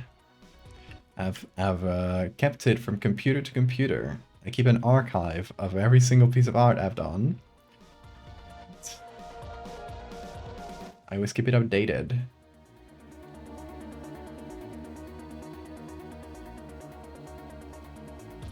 Like whenever I finish one of these pieces, it just goes into the big archive with the dates and the year and the month it was made. And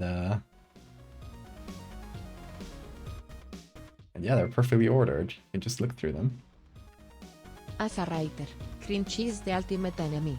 Find what makes you cringe about your own work and make that your muse. Your best work happens when you stop worrying if you're going too far or being too weird. That's true. Embrace the cringe. Be free.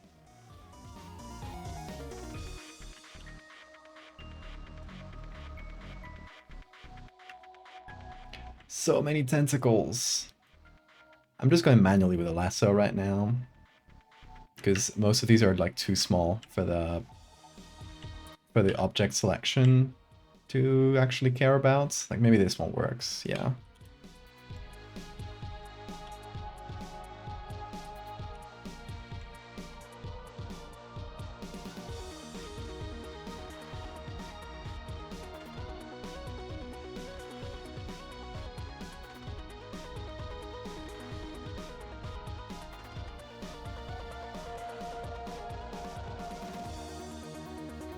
It's tedious work, but I kind of enjoy it.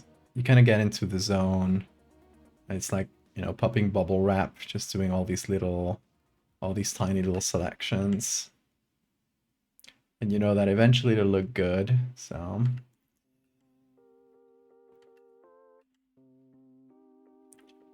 It's not that bad.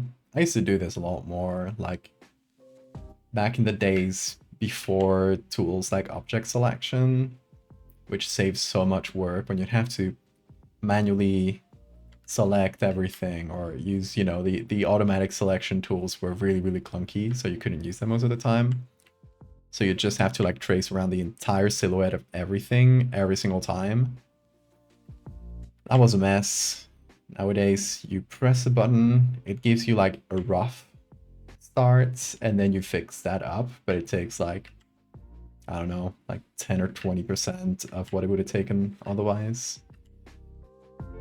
It's really the reason I can't, I'll really move away from Photoshop yet, but when Affinity has a good answer to that, you know, I'll be there.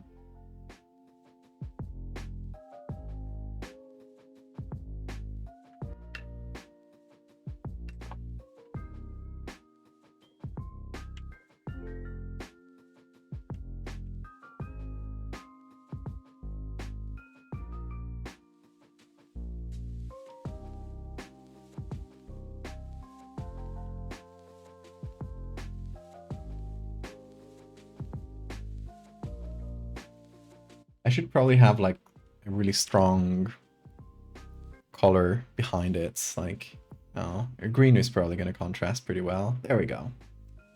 That'll help us do the selection a lot better. Oh, wrong tool. There we go.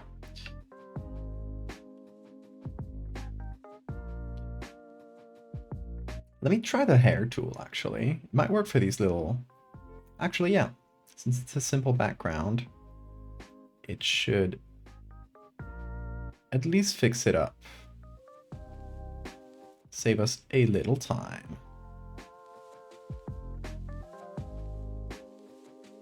And it might mess with some other smaller tentacles too, but...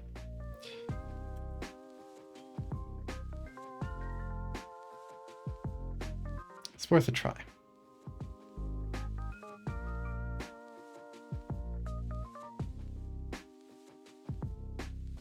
Especially like around this area with the dark background.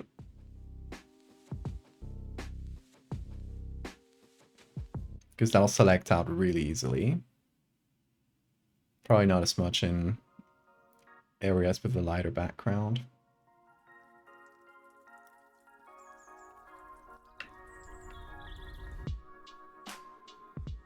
Oh, not good there. Okay, that's not useful over here anymore. It's kind of useful if the tentacle is really light and the background is pretty dark. Once you get like darker tentacles like this, starts being less useful. Let's see there. It's better than nothing, but it's not incredible.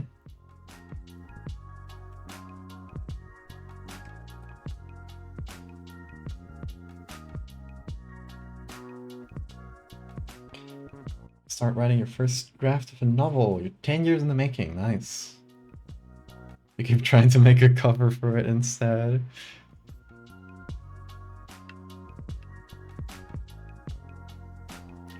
I bet it'll be much easier once you actually get started. Once you don't have a blank page in front of you. These blank pages are terrifying to our little monkey brains. Something I recommend is like write something, even if it's bad and it's like a really, really quick first draft. Because that way you don't have a blank page. And it's much easier to start from a page that already has something written in it. And fix that if it's badly written. Than doing it perfect from scratch. It's kind of intimidating. I don't know, it depends on how your brain works specifically, what kind of, what specific brand of brain worms you got, but...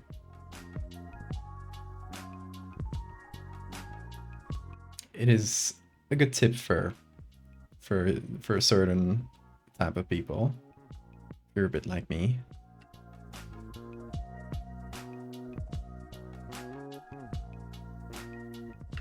It's one of the reasons that streaming helps me do so much art, because when I stream, well, like I gotta do something and I'm gonna try to finish it within this stream, so you put a little bit enough pressure on yourself that you just get it started, otherwise you don't.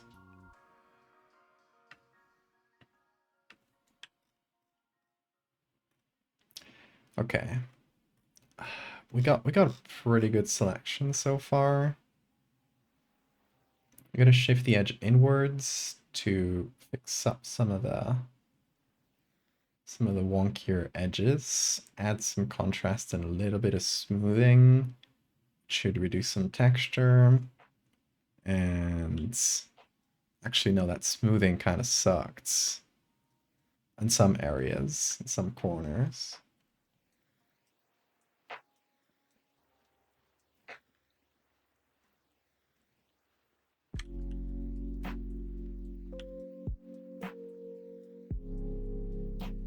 Oh, but now we got something we can put in at least. Oh, so green.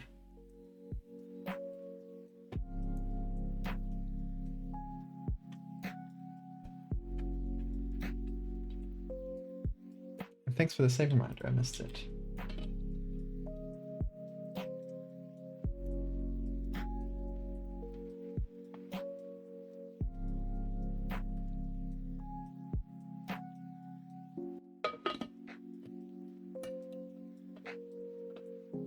You once worked with a group of fourth graders around 10 years old. You annoyed one of them by reminding him of the rules of our after school group. He responded by taking a free write portion of the afternoon to write a mini story where I was a monster with laser eyes. And he had to beat me up to stop it. We're all laughing by the time we got done reading it. That's cute.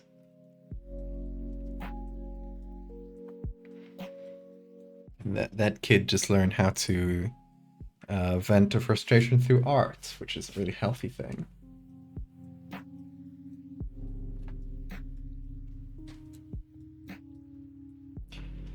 The hardest part of getting anything done is getting started, yeah. Self-motivational rewards, good. I was so proud of him.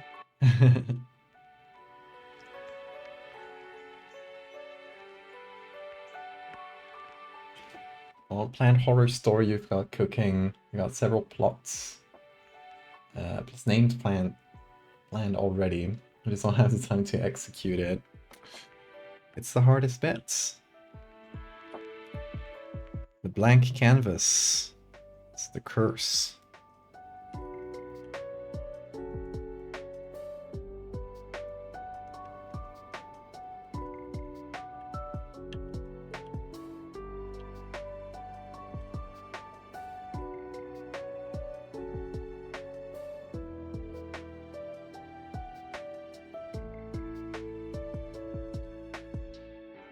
All right, let's see. I'm gonna do a copy of this and just select out a bit that I find interesting.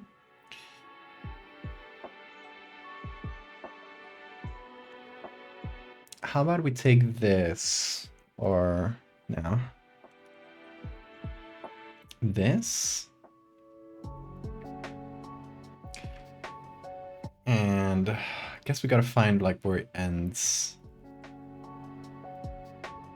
These little branches. It's gonna mix up with other branches, which makes it into a real mess. Then we keep going over here. You take these branches, and actually this is good too. All of these, it's like this branch in the middle. We'll have to figure that out. So we do, wait, this, and that's our first arm branch. First of how many? Who knows?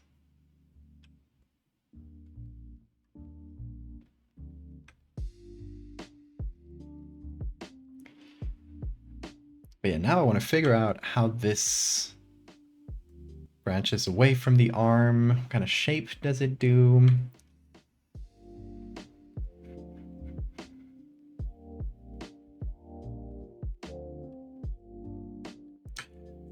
Should it just start at the shoulder and then continue, just like directly branch out from the shoulder?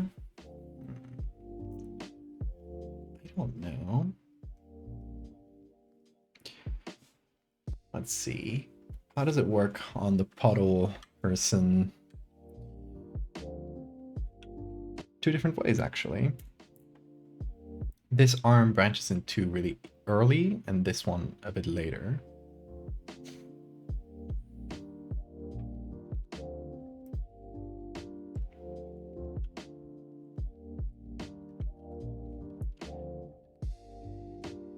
So, I guess, is this the same person?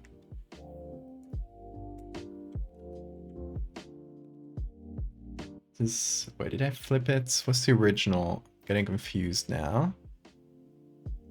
It's the original orientation. It's this way. Okay, it's flipped. It's flipped. So if you're looking at it this way, it is their left. Wait, no. Reflections are confusing. It is their right.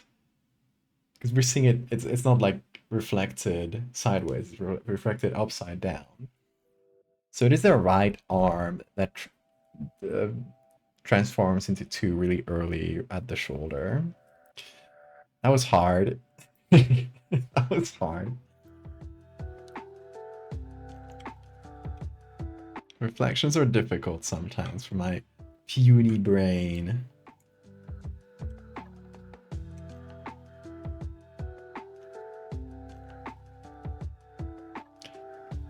Okay, so that can be our main arm. I guess it should be thicker, right? In which case, I guess we wouldn't see a lot of it. It was like actually arm thick.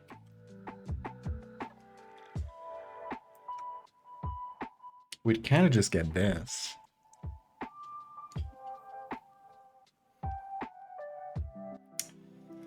Channel love.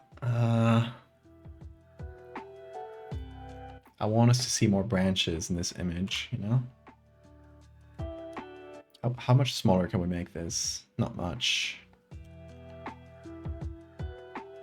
For now, we are going to make it a little smaller.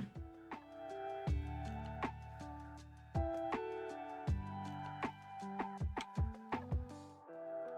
you read the story, one of the child characters consistently neutral phase of active happy siblings. What's your first thought? That it's a sad child, it just doesn't emote with facial expressions. I guess a lot of it is how you write it. Like, is it written from the perspective of that child? Is that child like secondary character you meet? How much you get to interact with them? I feel like that's what would mark the difference there for me.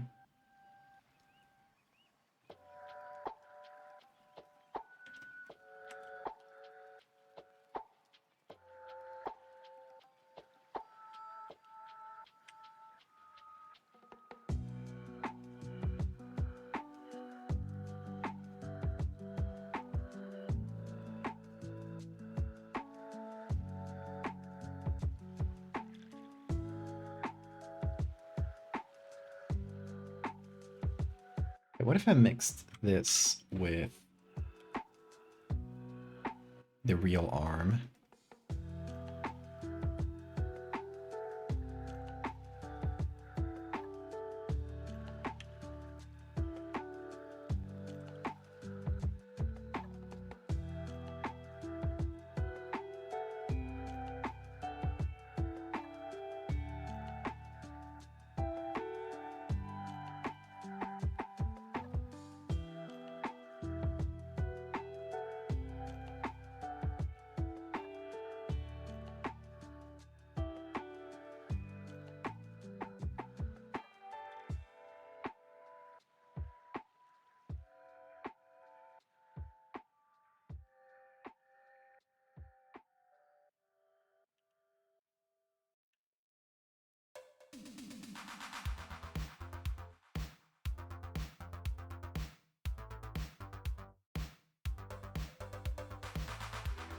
That could be.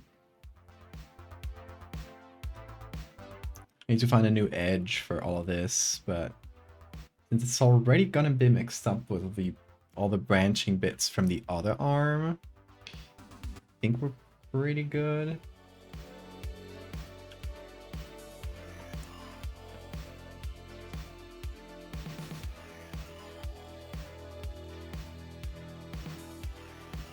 Someone's setting off fireworks in your neighborhood?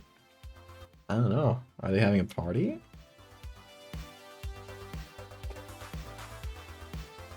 Couldn't dive into the characters as much as you wanted.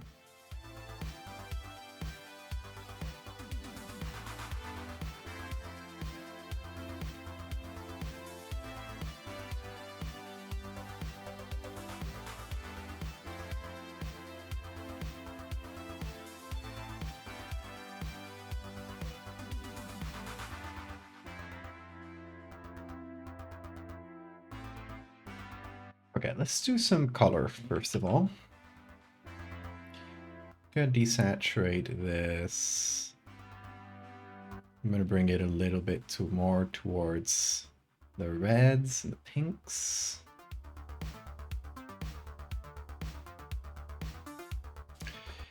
We're gonna do some color management, adding. Oh, wait, please. There we go. Nope. Oh, Photoshop. You're annoying sometimes. There we go.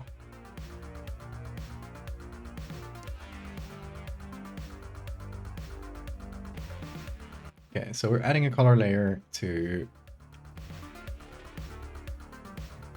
add some of the skin tones from the actual person in here.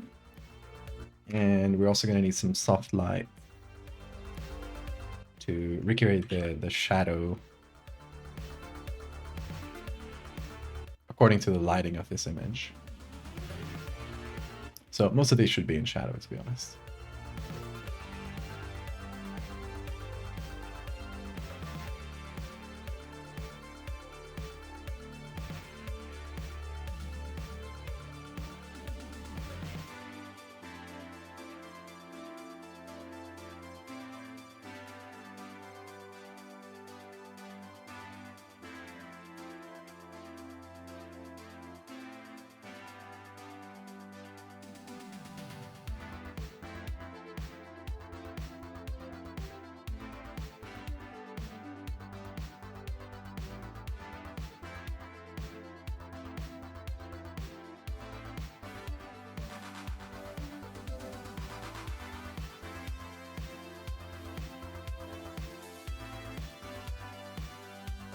A bit less placeholder because we're definitely going to get more into the lighting, but I just want to sort of match it up to the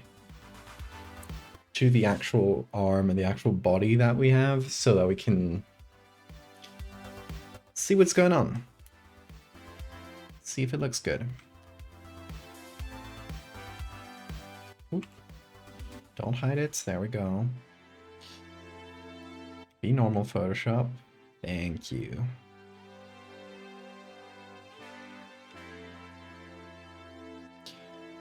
Okay. I feel like I'm gonna do a bit of this so we can see more of the shape, the basket star shape.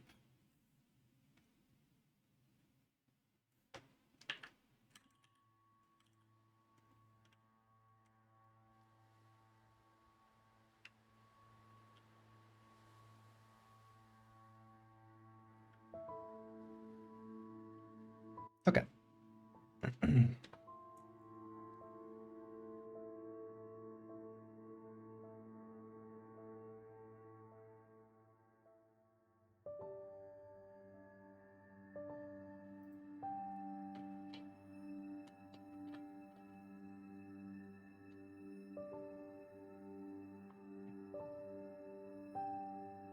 The thing your teacher said always runs in your head. She told me to kill off his mom, who was sort of the narrator half the time. I'm an essential to the development. That's stupid. That's cliche.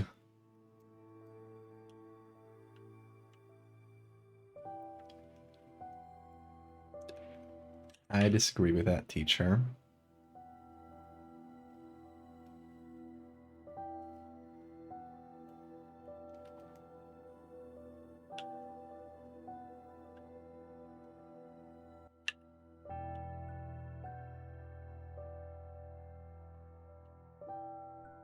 Who doesn't need trauma? Or you can have trauma, but like killing off their parents is such a overdone trope at this point. It kind of feels tried. I don't know.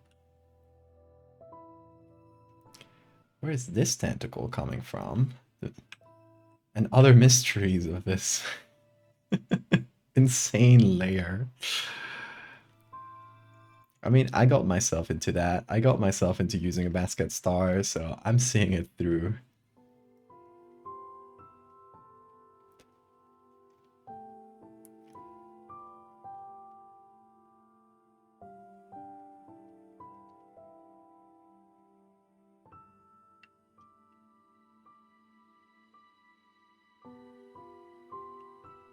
I'm gonna Gambler's Fallacy my way into cool edits, you'll see.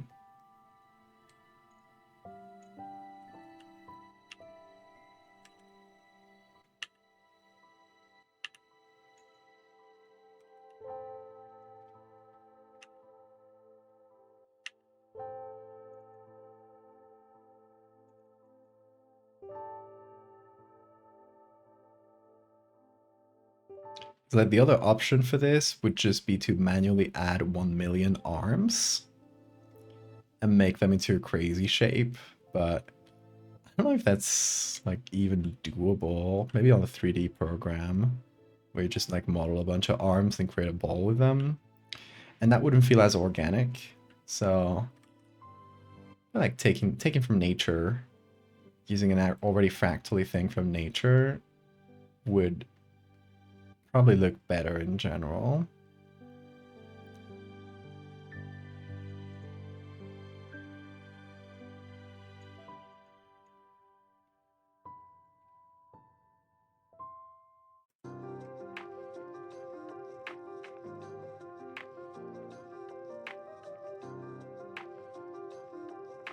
Just because. Hello. Welcome. From Blue Sky. Hell yeah.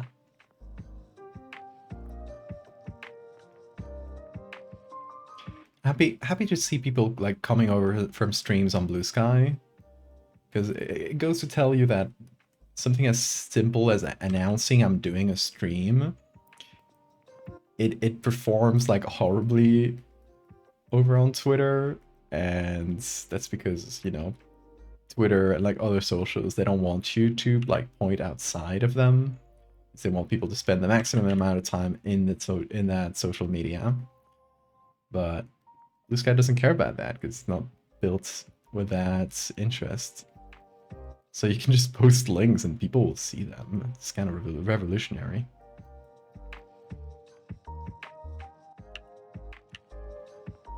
And it's gotta work because it just only this stream I've had a bunch of people come over from Blue Sky.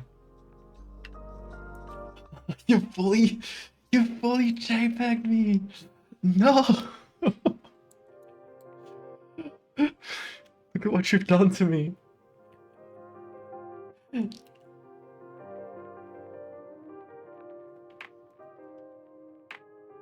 It turns me into a JPEG. It does.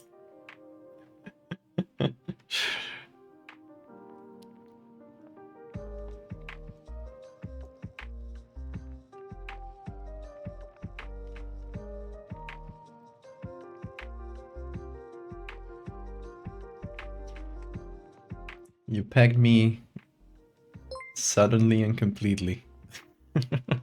Vin, your human has been pegged beyond recognition. Save him. I cannot hear us. Esto epi. He's too epi, yeah.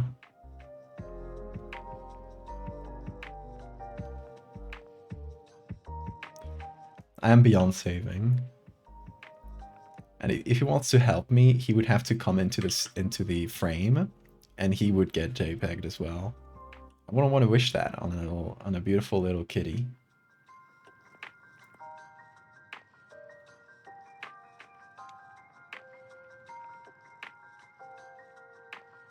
Oh, thank you, Just.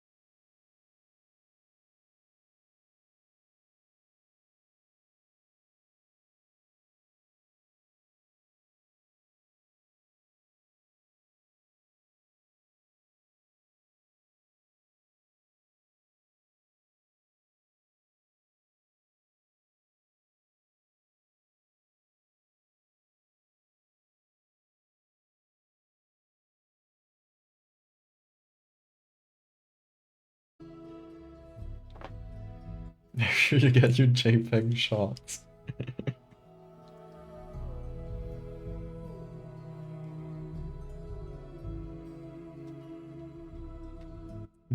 They're making a new JPEG vaccine. You can just get it at the same time as your flu shot.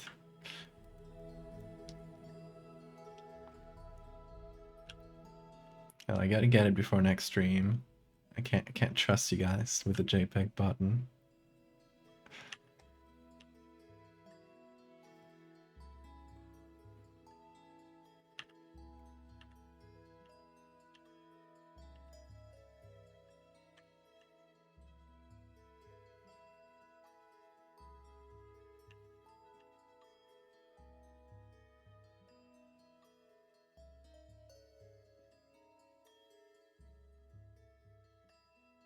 This edge is really annoying.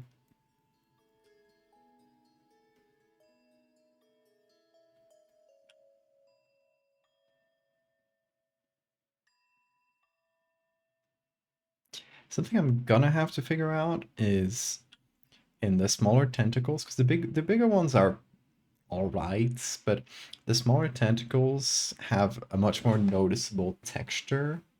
You know, this like striped looking texture, which I should get rid of. That doesn't feel too human. So J1N1 is this year's JPEG variant.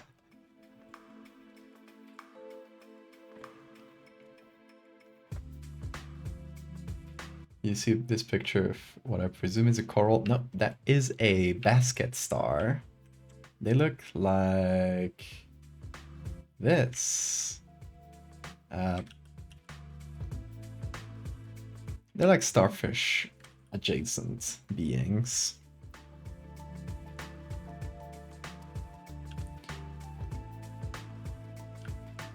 So yeah, the skin color was my own doing.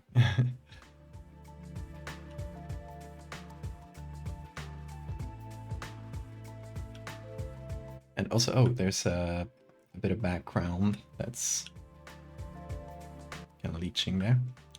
Let's see. I guess I'll just move everything down.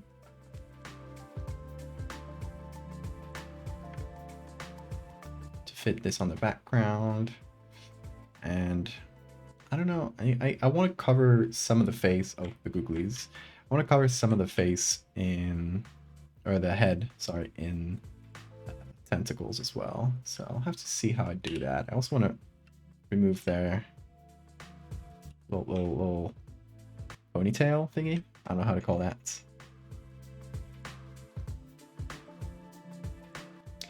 Because it'd be distracting me.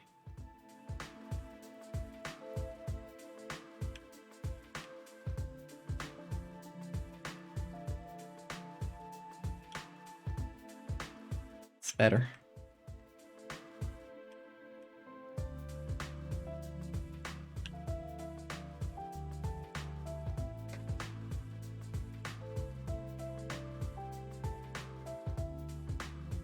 Can a dog perform an MRI? No, but cats can. It's good. Farewell, Mamboon. You look like a tiny feather duster. It really did.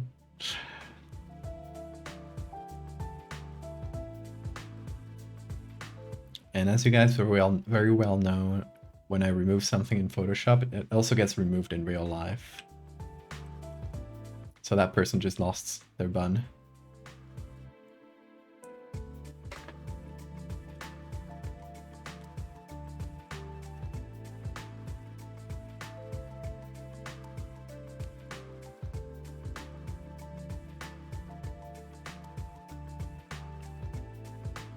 The actual arm is there. And I'm gonna leave these fingers actually. I think they should be popping out of the. There we go. Out of the tentacles, which will also be a nice little way to match colors and lights and stuff.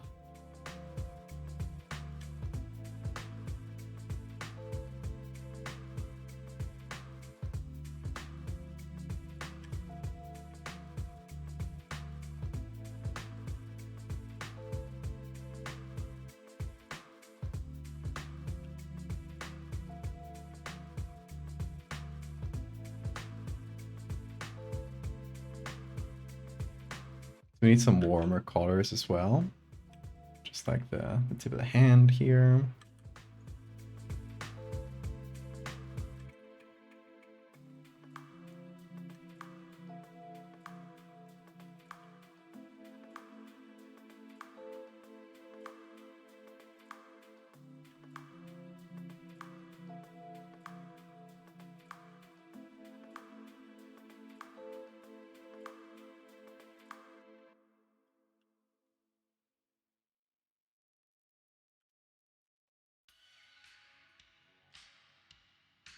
Yeah, I was thinking of making the tips of the tentacles look like tiny fingers.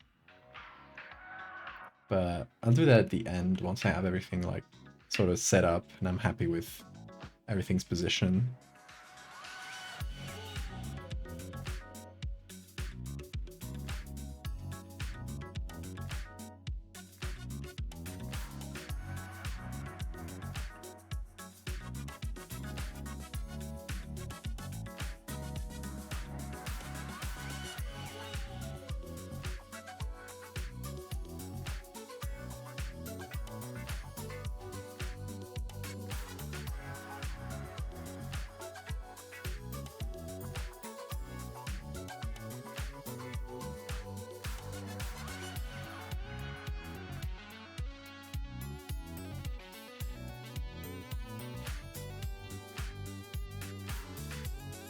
All right.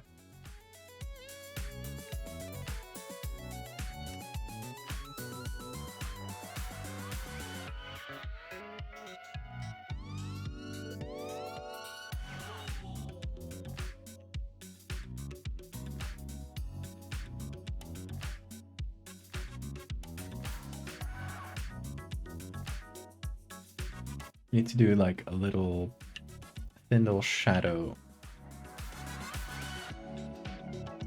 right behind this bit of the arm, like this.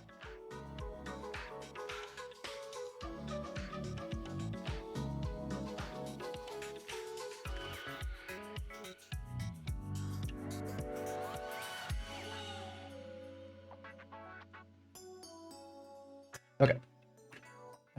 Now for the other arm, we could use another bit of the same basket star, which we have right here with the googly eyes.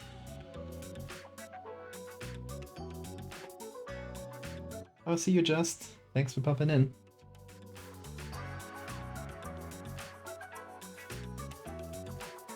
You know, we all put so much time and effort into our creations, and we want to look at their art and think, I feel a parental type of affection towards it.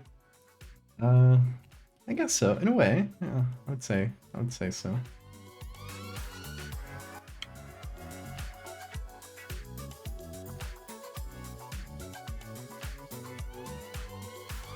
Okay, so where's this little mess?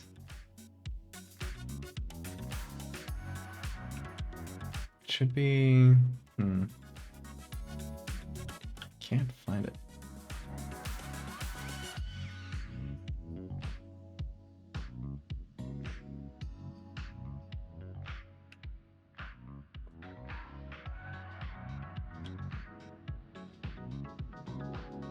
Is it there? Is it on the other side? Oh, that's it. Yeah. Okay, it's flipped. That's why I was looking on the wrong spot. If we want to just continue the same texture, or I guess instead of doing that like a dummy, just take the same here. Yeah, we could use that for the other arm. Although I don't know if it wouldn't match very well, actually.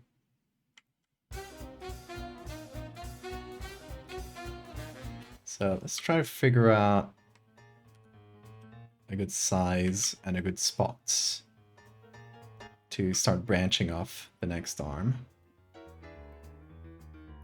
So we could use this. A word in Spanish. We're talking about basket stars. A basket? Kurt! This is what it feels like when you get overstimulated. Thank you so much for the resub, Kurt. 37 months too, damn. Thank you.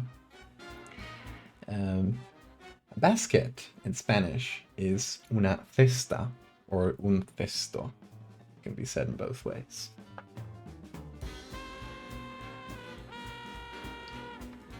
Ryath, if that's how you say it, thank you for the follow. 3+ years, yeah. It's insane. Thank you, Kurt.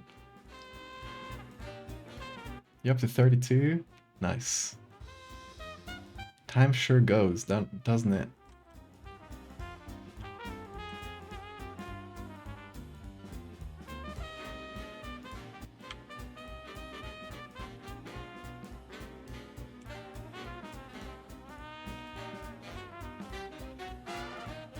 Oh, I didn't hit record on this.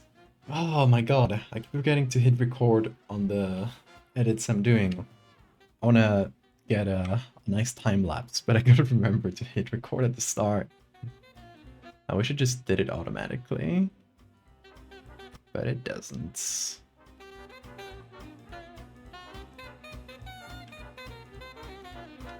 Okay, I could use this. Yeah, maybe.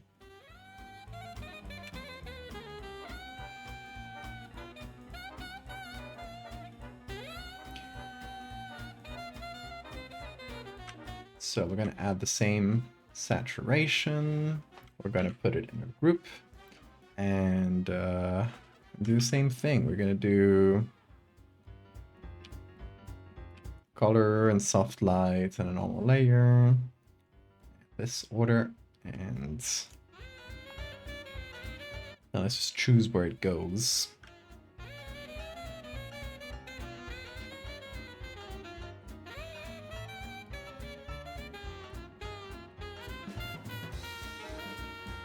Oh, good time zone, Wen.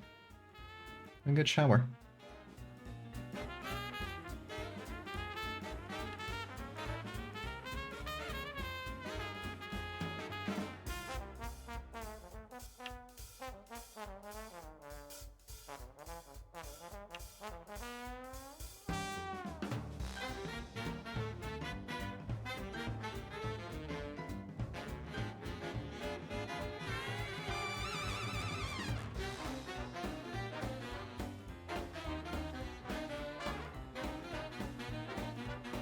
Okay, it's pretty cool. You know, what I like about this specific image is that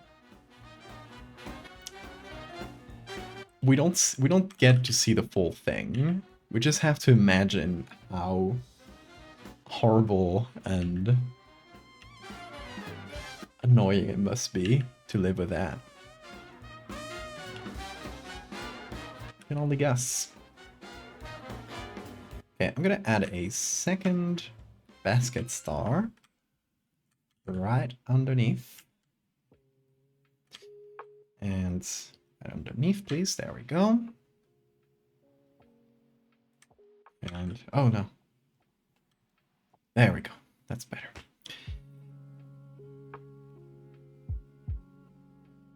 I want to be able to sort of continue the mess that already exists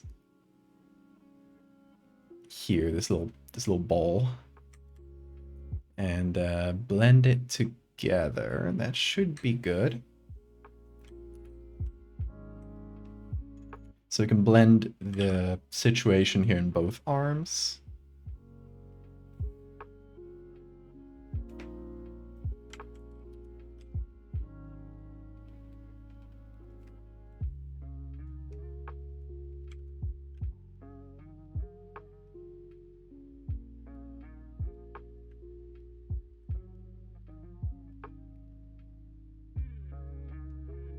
Hey Beppa, how you doing? One of the most unpleasant things I've ever looked at. Thank you, that's high praise right there.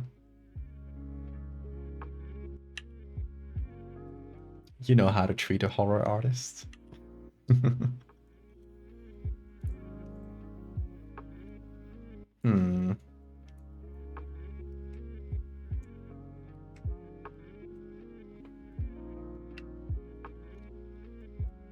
Let's see, let's see some soft light. Nope, not that.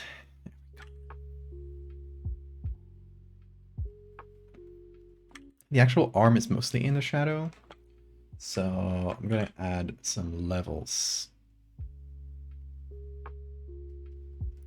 to darken that quite a bit.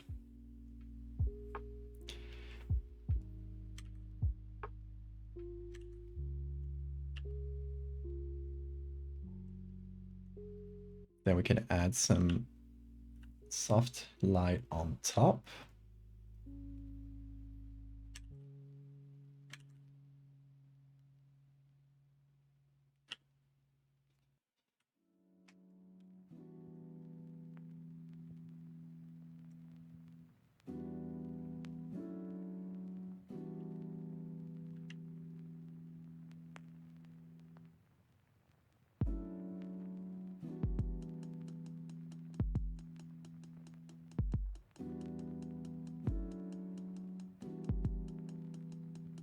And we need some sort of transition in between the real arm and the fake arm, I think. I think that might be good.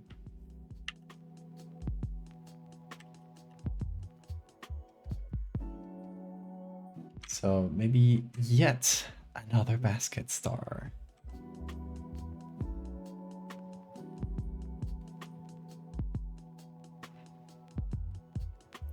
And we add a bit of like swirly textures. Maybe from the edges. Something like that.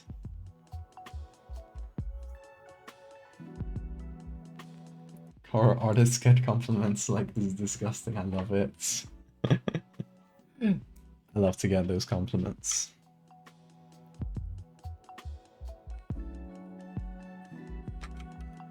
It means I've done something well. Unless I'm doing something cute, in which case no, but doing something horrible, that's the hope.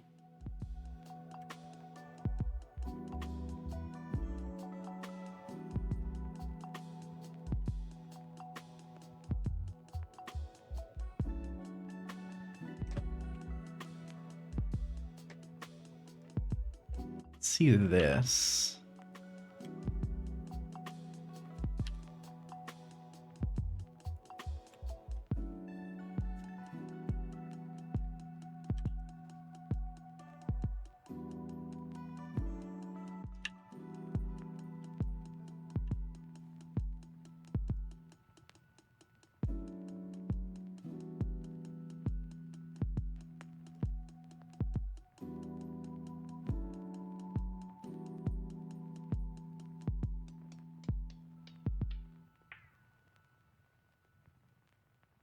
Adding a few little tentacles right there, just kind of smooth out that transition.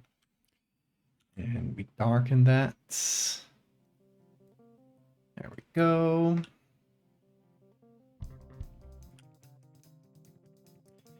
Okay, we got the two arms. I still want more textures, but I think they're gonna be behind this person. So I'm gonna hit select subject. Hopefully it'll get us like at least a good start. Oh, yeah, I forgot about the bun. Goodbye, bun.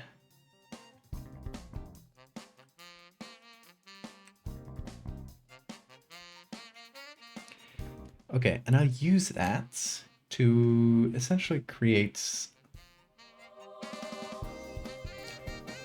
a new layer or a new group of basket stars that'll go under or like in front of the person.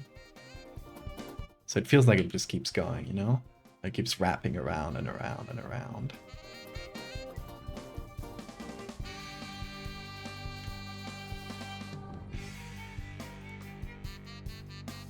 So we're only seeing a small part of the whole thing.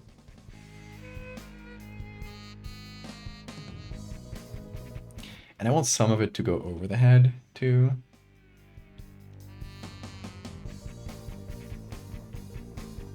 Maybe this? Too messy? Is that too messy to look at? It's kind of like, it's pretty clean without it. Like, this is fairly clean. I still feel like it needs some more. Maybe I'm insane like that.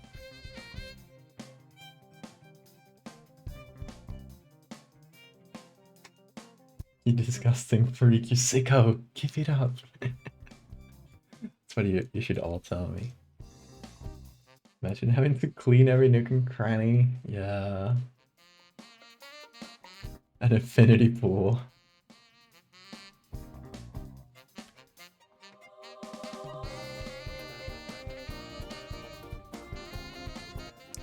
Infinity pools are like... it's a pool that kind of finishes in a piece of glass, and it's usually like set next to the ocean or something, so it feels like the pool kind of continues out into the ocean.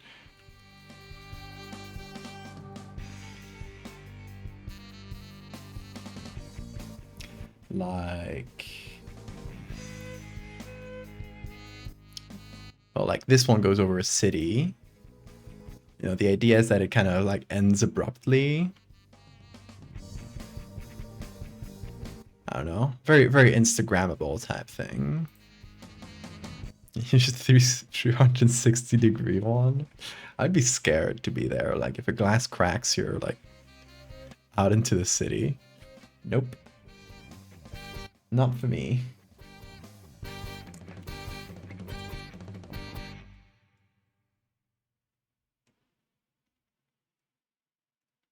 Nightmare fuel. I would be scared.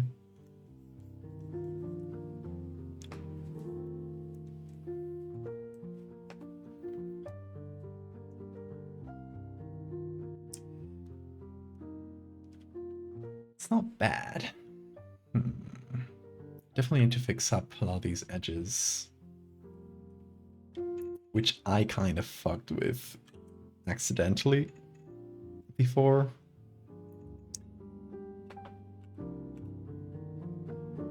See object aware here? Nope. Does not do a great job. Color aware should be better. So I'm gonna try and remove all these little corners. All the little spots. It'll take me a minute. But it's probably gonna be easier to do it this way than to go over them manually.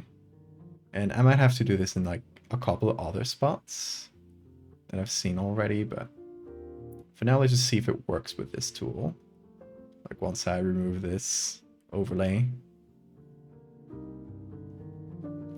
It should be decently fine, especially because it's going to go against a light background. So it's going to blend into the background, blend in with the background a bit more. I got some parts here that I did not cut out before because I just wasn't focusing on that part, I think. Or I just forgot.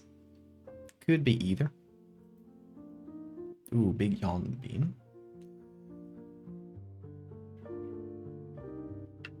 I wonder what bean thinks I'm doing while I'm streaming.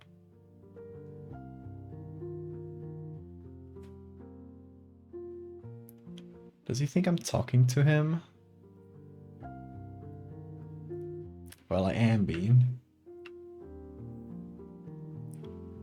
This whole stream is just for you.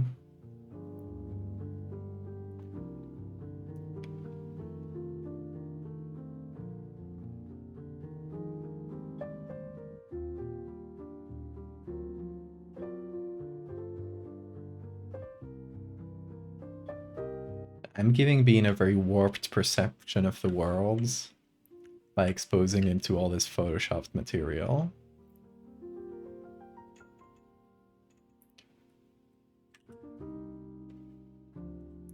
One day he's gonna start spouting conspiracy theories to me, and I'll be like, no. What have I done?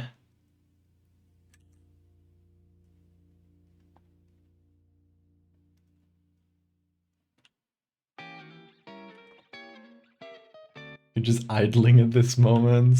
Yeah, it's just normal human behavior. Humans just yap.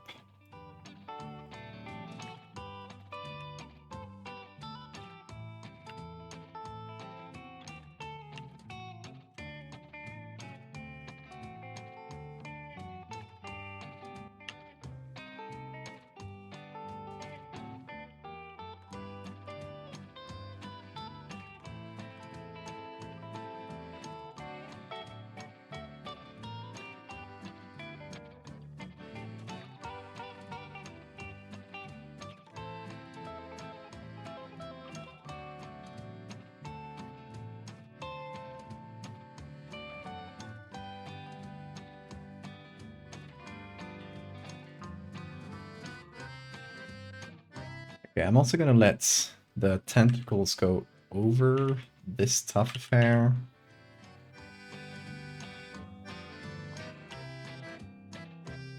Yeah, that's better.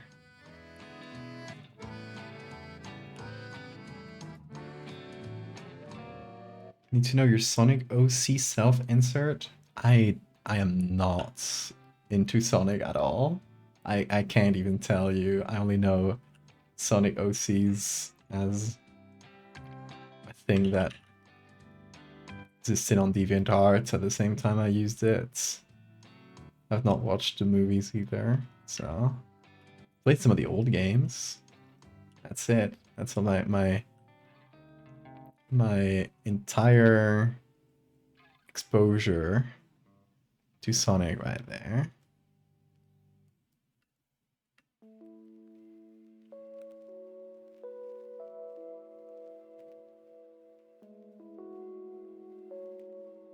So I wouldn't even know where to begin to make an OC.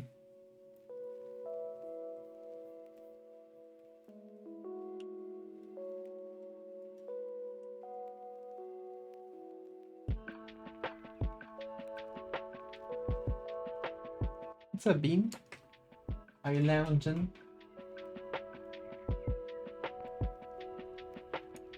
Humans just sit in front of the light square and make noise. Exactly. The keyboard, mouse, and tablet are my toys. They are. He's right on that one. They are my toys. Love playing with my toys.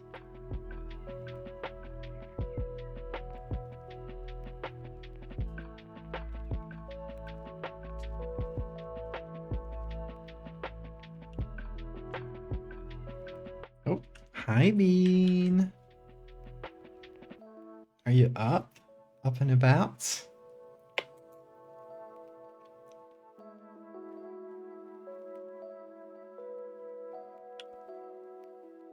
Play with shark toys? Hell yeah. I think Bean would say hell yeah to that.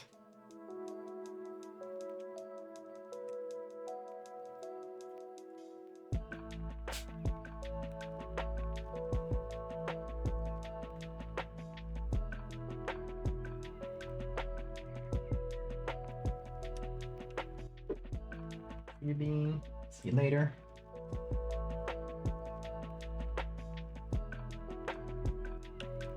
Oh, is that the edge of the screen? Yeah, okay, I need to recut some of this. Because that is the edge.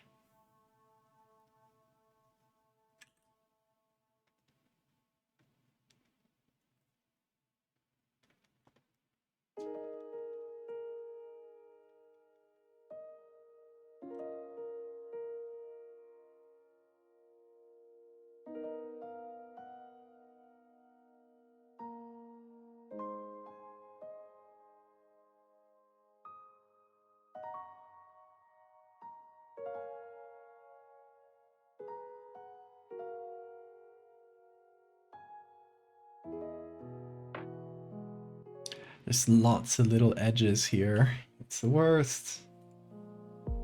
Okay, I'm gonna try Smart Radius and Shift Edge inwards, add contrast, and has that helped?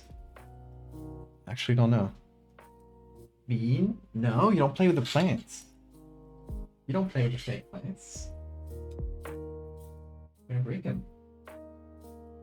Thankfully, they're not alive.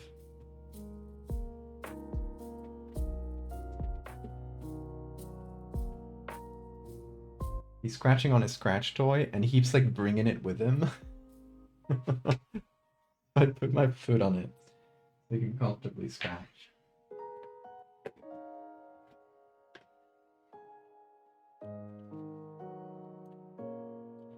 He loves to play with knives. Every time I got something sharp on my hands, he'll try to like scratch his face on it because it probably feels good. And I gotta stop him because one day he's gonna hurt himself. I'm scratching his face with sharp objects. I never tried it with a knife or anything like that, obviously, but he'll do it like a dip pen I have, so it has like a really sharp edge, and he'll try to like scratch himself against it. I'm like, you're crazy. That's a really sharp pen. You're gonna get hurt. I took a surprise nap, so it's time for me to get the actual sleep. We all dream of the fractals within us and around us, Virgulilla. Virgulilla. You have a great night, Hammy. Thanks so much for chatting. I'm gonna open the door for Bean. Actually, you know what I'm gonna do? We're about 3 hours in. Still got a little bit left to go. I'm gonna take a quick bathroom break, and gonna open the door for Bean, who's screaming at me right now. Hi, Bean. I know. Yeah, I'll be back in just about 3 minutes. I'm gonna fill up a bit of water, go to the toilet real quick, and see what Bean needs to do. So yeah, go get hydrated too. It's a good time to take a little break, stretch your legs, etc. Be right back.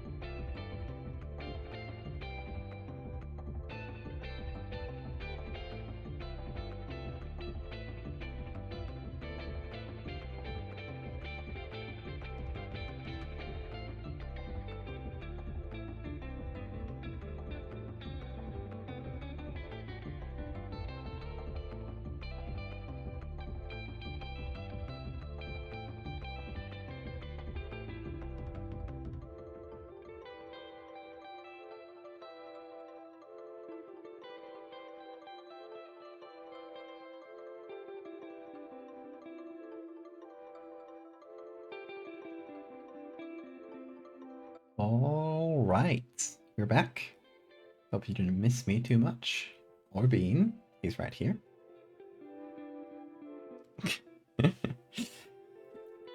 Yeah. Just had a quick break. I decided to make a little cup of tea. Just to keep me company for the rest of the stream.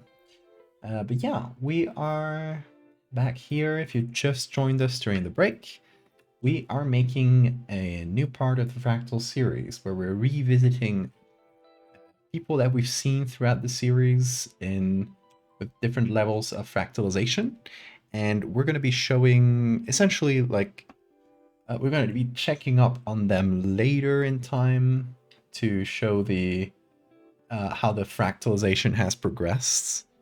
And yeah, this is this person with fractalized arms. And we are using a basket star to make that happen. Oh, bye Bean. Which basket stars look like this. Also yellower. Look like this. So yeah, that's what we're up to.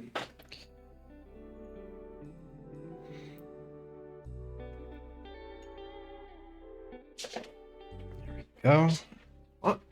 Oh, Bean is going crazy over there.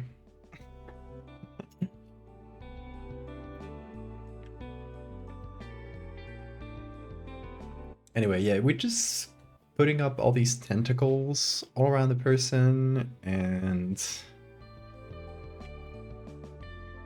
trying to create like a little shroud out of them, essentially. I think next thing, I'm gonna hide the googlies for some time because I want to cover some of the face with, or some of the head with tentacles, like crawl over the head a bit. I think that might look pretty cool. So we're gonna take one more group and let's say I'm gonna copy this group number 2, for example. We're gonna find a good spot in the tentacles. We already used this chunk? No. It's kind of hard to know the ones you've used and the ones you haven't. We're gonna remove all these color and soft light layers because we're gonna be remaking that manually. And now it's just a matter of finding a good spot to place over the head to like partially cover it. Or go around it maybe. Around the neck perhaps?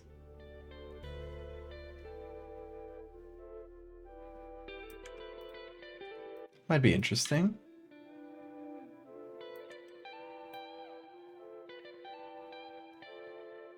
So something like that. Although, this is just repeated right next. We've already used this texture. Annoying. It would have been a good one.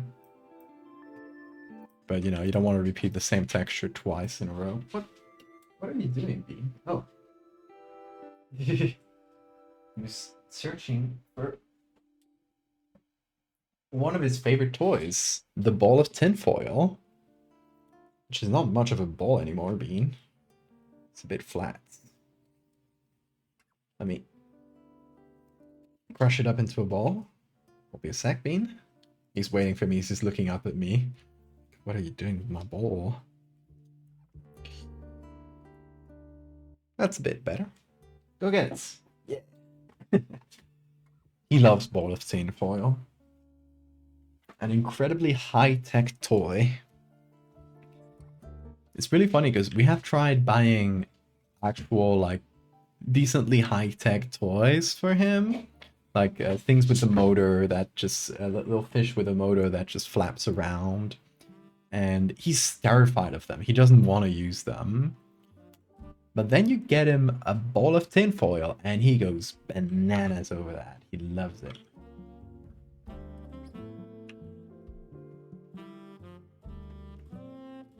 And you know what? I can't blame a man for having for having simple likes.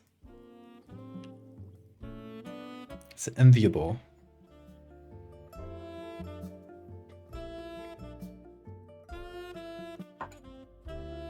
It's going crazy for that ball.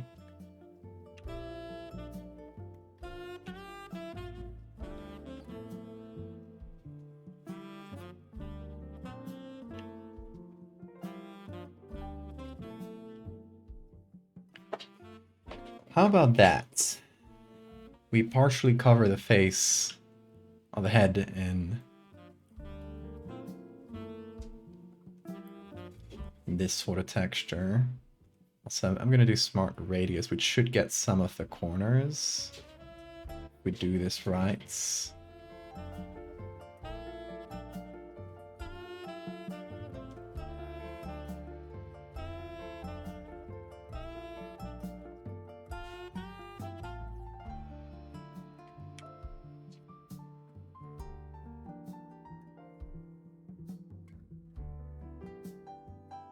It looks uncomfortable. Probably is. Bean, did you use your toy already? Where is it? You put it under there? Like, dude, you got another right there. You can't complain.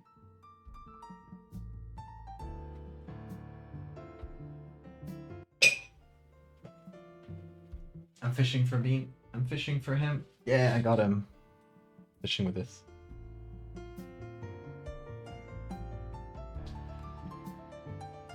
It's got so much energy to burn these past few days. He's just been going crazy in the middle of the night. I mean, he usually does a little bit, but like once shortly. These past few days, he's just been, every time he gets up, it's mayhem, it's pandemonium.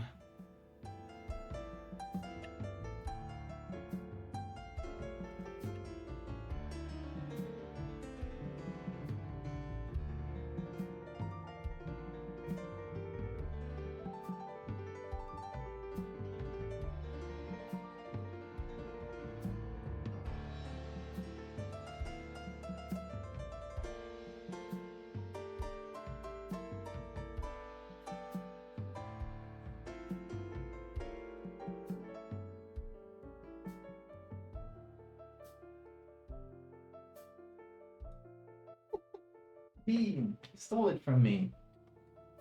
I have this in my pocket, so I'll like, so he plays around with it while I work, but he'll steal it off my pocket. Really funny. You're so talented, Bean.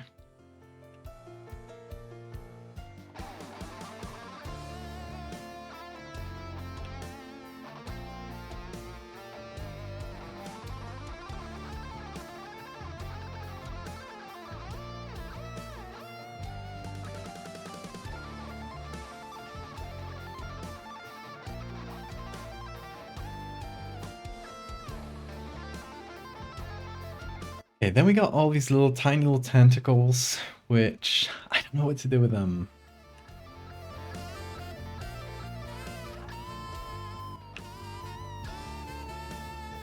Maybe I just make it look like a corner, like they continue off each other.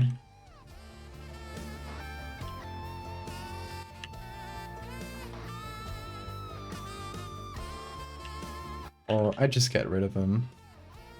I think in a couple cases, I can just remove them.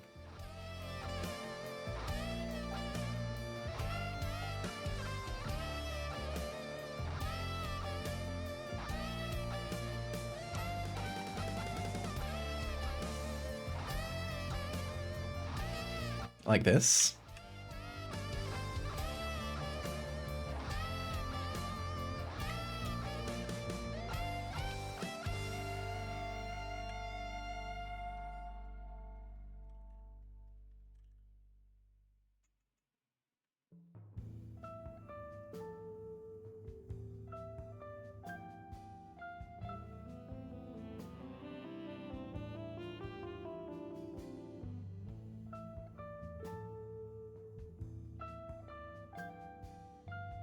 Okay, let's do the same to these two other tentacles. I'm gonna have to figure out how to make these look more like arms, but one step at a time, I think. Let's try. First, let's figure out the composition till we're like really happy with it.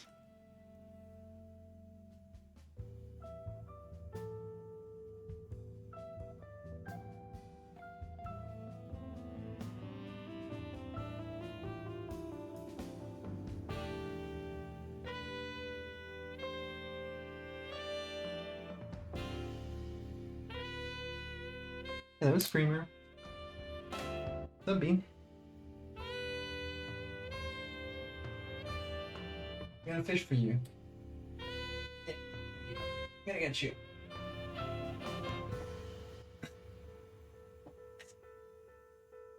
You're so active, dude. There he goes. Aha. Fish cue.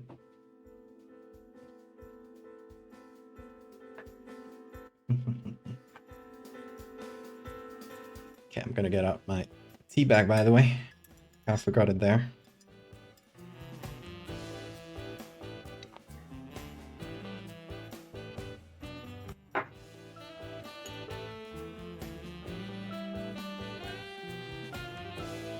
Also, just got an email from the suppliers.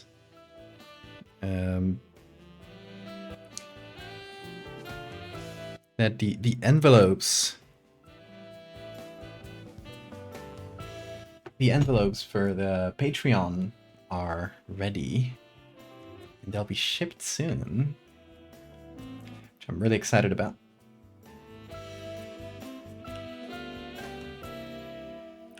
If you don't know, I'm doing custom like card packs for the new collectible Patreon cards, and they're gonna have like a little tab that you can tear to open, kind of like real card packs. It's gonna be fun.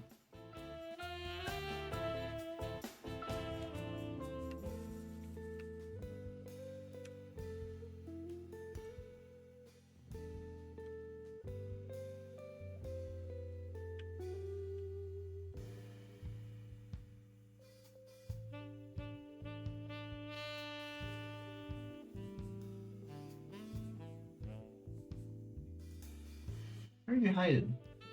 He wants to keep playing.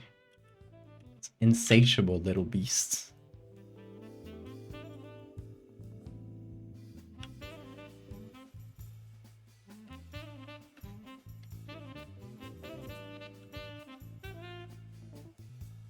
Alright, I think we got the composition down. Yeah, I think we do. Now there's a few things that bother me. One of them is the texture on the actual branches. Gotta figure out what each group this. I'm gonna call this main arm because the bigger one we see. These two are gonna be other arm. Why not? And this group is going to be called behind. It's like on the other side. And this one's going to be called neck. Well, going around the neck. Hope that's descriptive enough. Okay, so we're going to start with the main arm, because that's the main battleground here. Gonna cut a little bit around this. There we go. And how should I do this?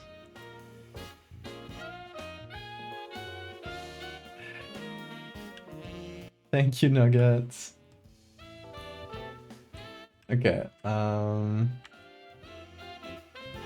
gonna create a copy of the basket star, just a regular copy. And I'm gonna use the blur tool. Maybe smudge might work better. Let's try with blur first. And we're essentially going to try to blur out these little stripes. I don't know if that'll work. Strength is at 100%. Is it doing shit? Doesn't look like it. We go over it a bunch of times. That's barely doing shit. Okay. Let's try smudge then. So smudge tool will do this, which is kind of messy. But if you just like press the smudge tool somewhere and then do these like really little gentle shakes, it's a good way of blurring things without destroying too much detail. That said, you gotta be careful, because it can make it look like a mess if you overdo it. What's up, me? You wanna go out again? Oh man. Station. Okay, I'm back soon.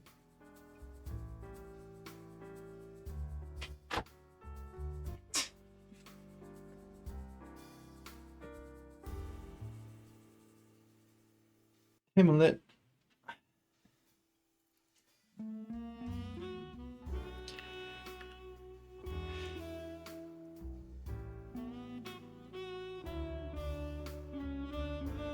Okay, let's keep smudging. Let's see what we can do with that.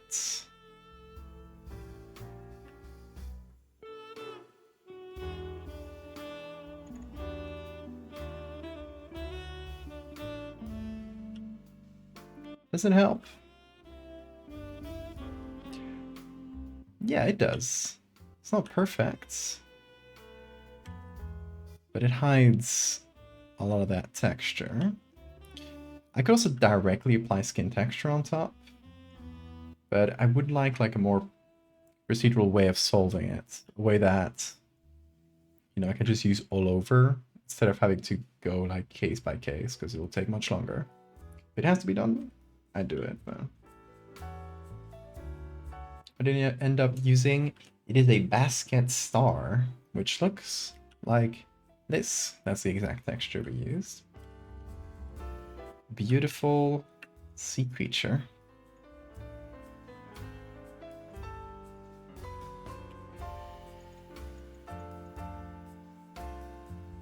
Also gonna have to go over these little corners that I messed up before.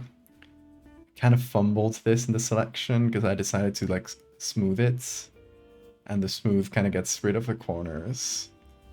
And I realized too late, so I couldn't go back. So yeah, now I gotta fix my fumble. Because now it's full of little corners.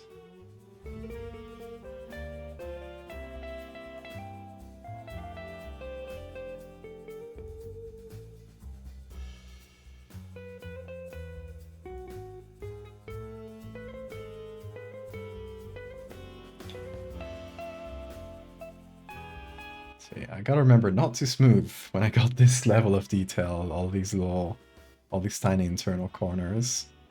Pretty useful tool in general, but in this case, absolutely annoying.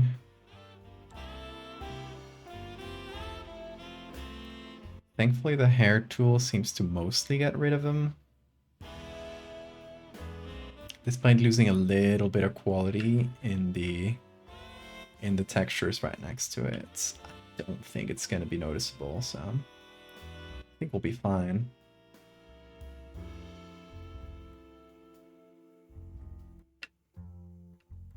Okay, a lot more here. But these ones are against a darker background, so they shouldn't be too noticeable. So we're just gonna go over the bigger ones here.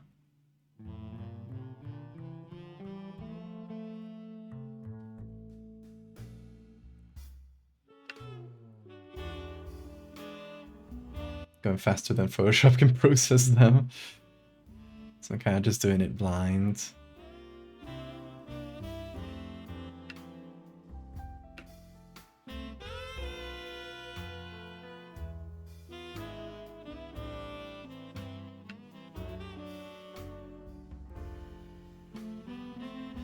Hey, Siphon.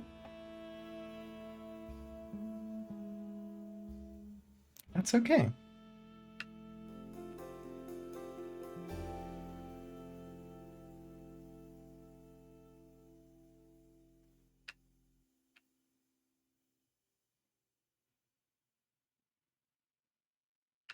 You're doing fine? You're doing okay?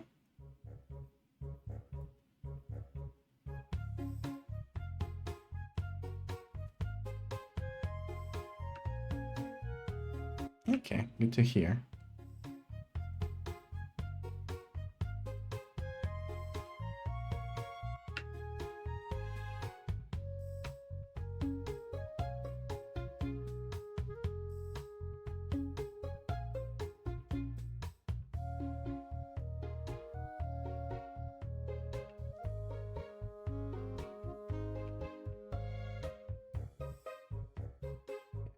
It seems like it fixed a bunch of little corners. It's good. Because you're changing your life. That's completely normal and natural. Don't feel like you need to, like, apologize for that. Still really appreciate your support over the years and your company.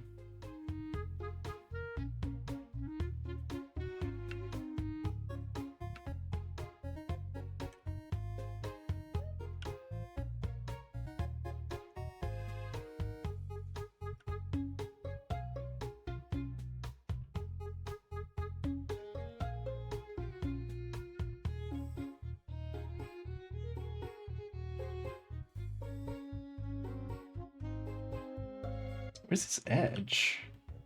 Oh, soft lights. It's messed something up.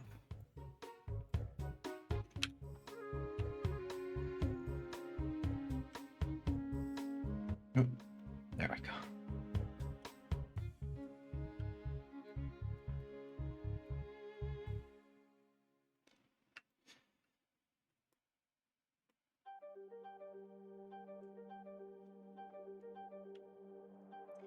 Oh yeah, I forgot about this branch.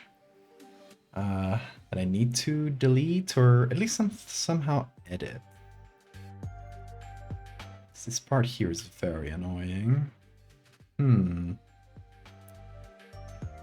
How should I do that?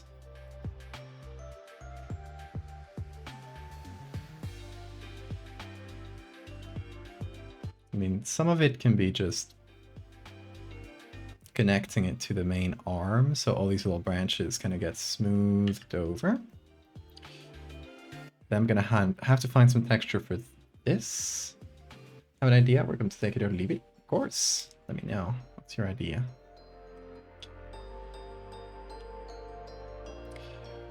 Okay, what if all these little branches come from here?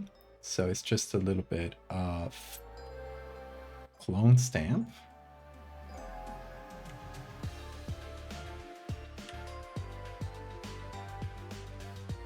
Just realizing this little corner there. There, better.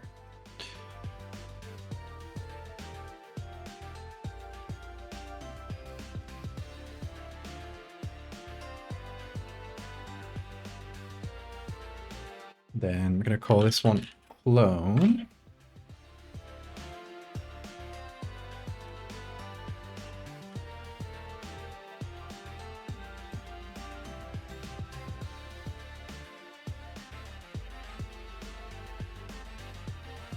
Fingernails to the tendrils. Yeah, I definitely want to add like the tips of fingers to the end of a lot of these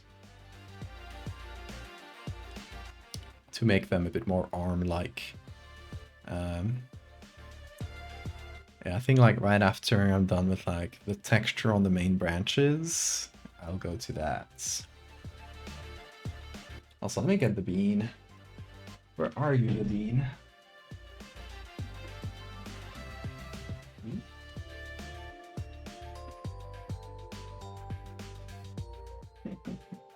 That's oh yeah.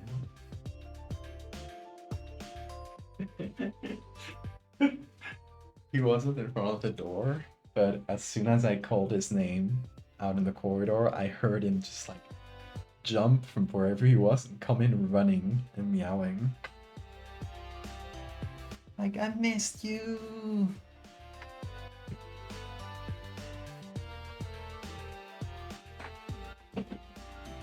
Oh, careful there, Bean. There you go. What are we doing today? We're working on the Fractal series. And this is... Oh, Bean, you're kind of in the middle. This is the advanced version of the Fractal arm.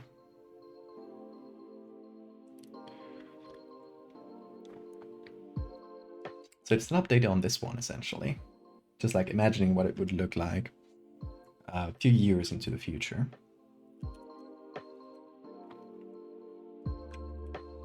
So it becomes more and more and more fractalized.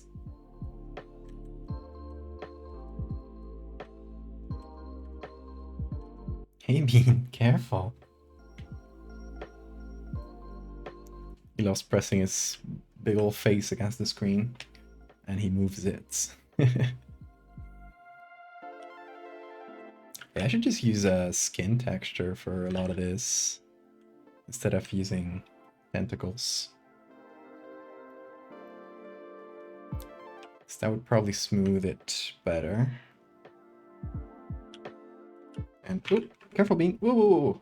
Careful with the keyboard, man. Okay, he just wants a hug. He just flopped in my arms. He's like, no, you pay attention to me now. I pay attention to you, Bean. Of course. Of course I do. What? Are you good? Are you good there? Are you comfy? So according to cat law, I can't move my arm until he decides to go. He's so comfy there. Let me see the tail thing. Do the tail thing. There we go. Tail? No. Oh. Oh. He gone. Where you gone? Over here? No. You don't mind that. Come over here. If I gave him a kiss right now? Like this. Well, I guess you can't see it on camera. That's better. You good, Bean? Are you good? Little kiss? Yeah, thank you. Give me a kiss. Headbutts? Come on. No headbutts? Oh. Oh. Oh, there you go. That's different. He's like a little cup of hot chocolate. He is. Cocoa bean. Coffee bean. Ooh, yeah. Big kisses. Full of love, he is. What's up? Are you good?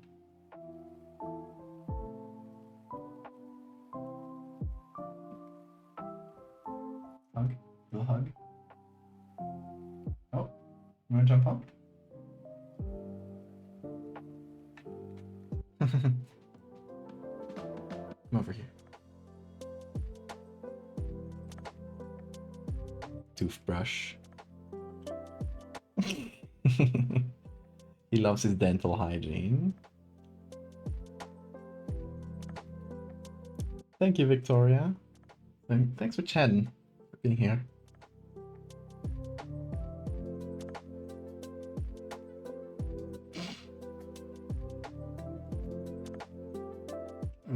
Dental hygiene, really important. Good job, Bean.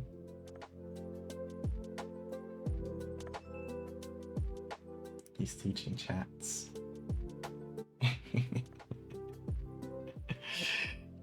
All right. Bean, I'm gonna keep doing art, okay? Are you good with that? Gonna have to use my mouse for a bit because Bean is covering the tablet right now.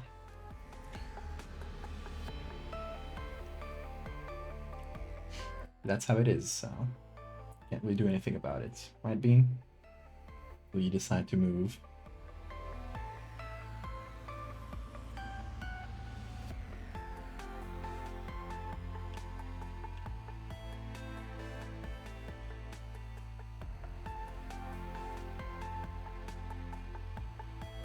Makes it pretty difficult for me.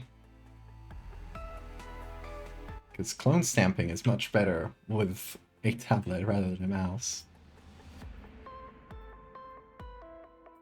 That's okay, because I love you, Bean.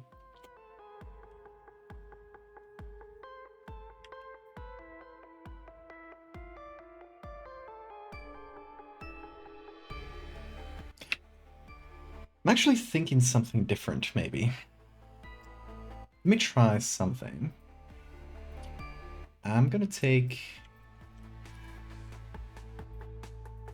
this chunk of the arm, which it's pretty hard to fit. Because it's like right in the middle, like connecting to another set of tentacles, and they just like get in each other's way.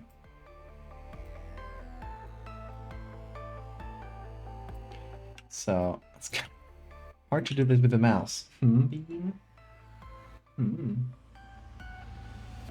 here. I'm gonna try gently suggesting a new place for him to sleep. Now? Now? And over here. Come on. Because if you move him somewhere, you gotta make him think it was his idea. Otherwise, he'll ignore you. You wanna go there? Yes, you wanna. Oh yeah, you wanna.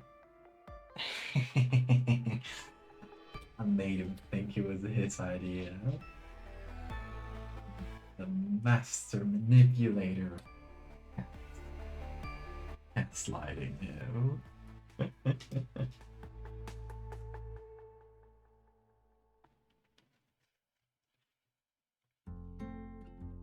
I got my tablet back, folks. I can do clean lines and fuzzy lines. Oh, here's what I might do.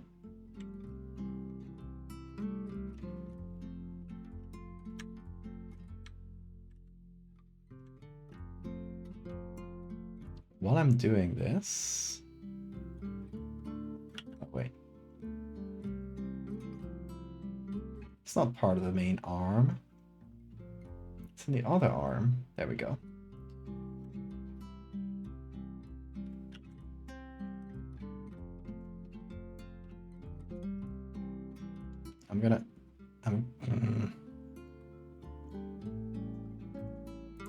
So annoying. There we go. I'm gonna take this.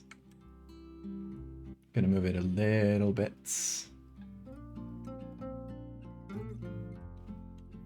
Gonna change a couple things. For example, the hand here doesn't fit.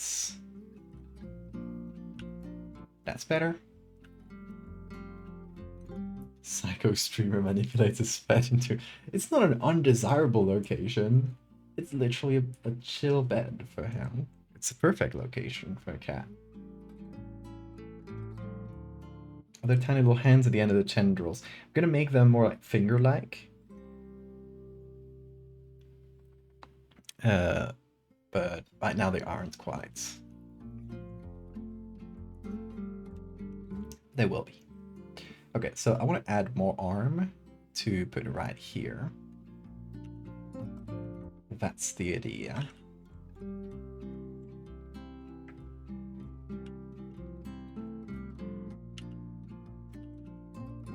Why does it not work?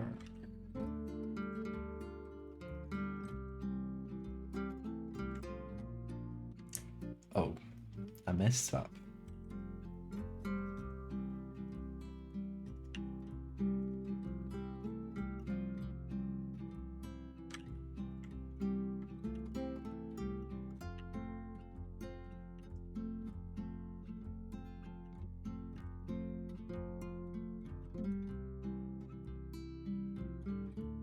Okay, so we find another bit of the basket star. That's gonna be like the what, the fifth bit?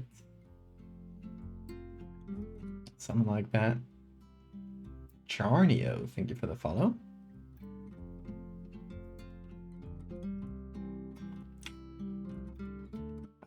Let's see. Gonna take another selection of the basket star. It's gonna go under this main arm.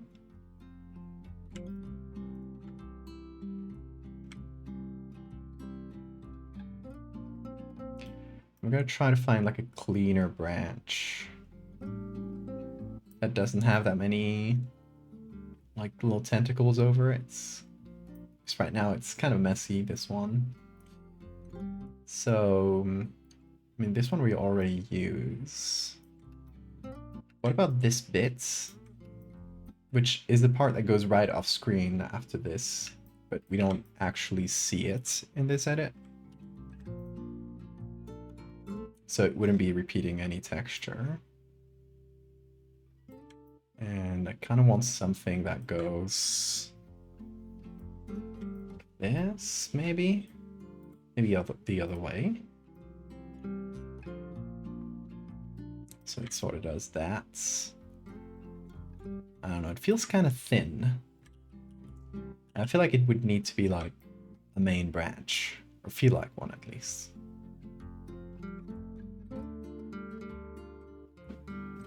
We already got this here. Okay.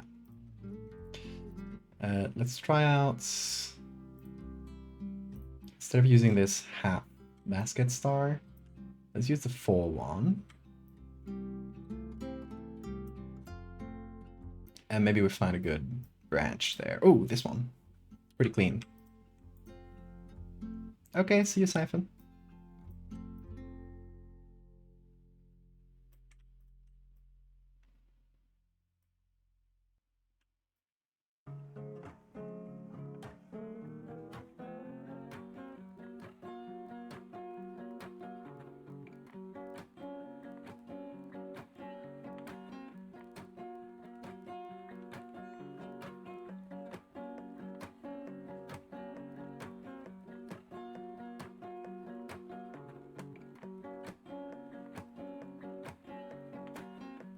Let's try that.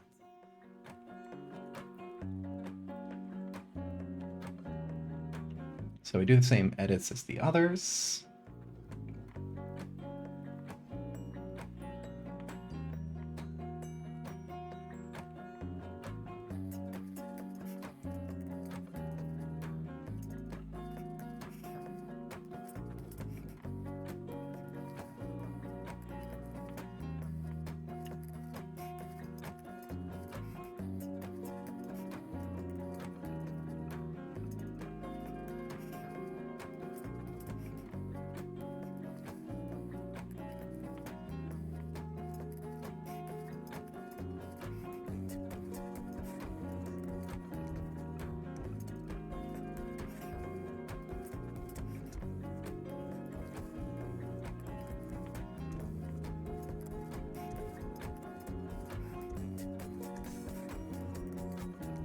That is better, I think.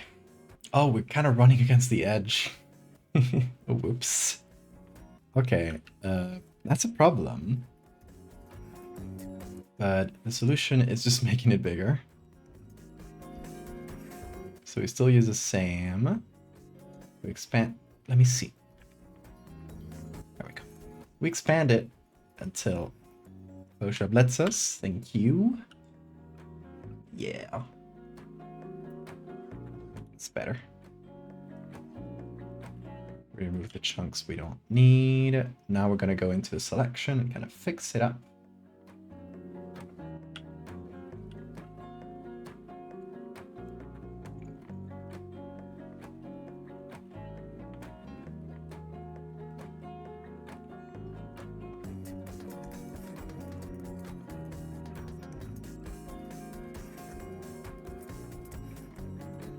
These over-smoothed selection that I did before, that I fumbled. It's okay. this one's not too bad to fix. It's pretty small. This is the area that's affected.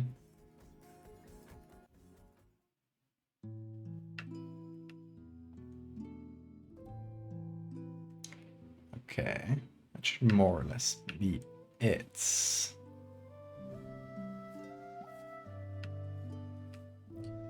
We got this disappearing texture there, which is from this behind layer. So we're just gonna re-add a little bit of it.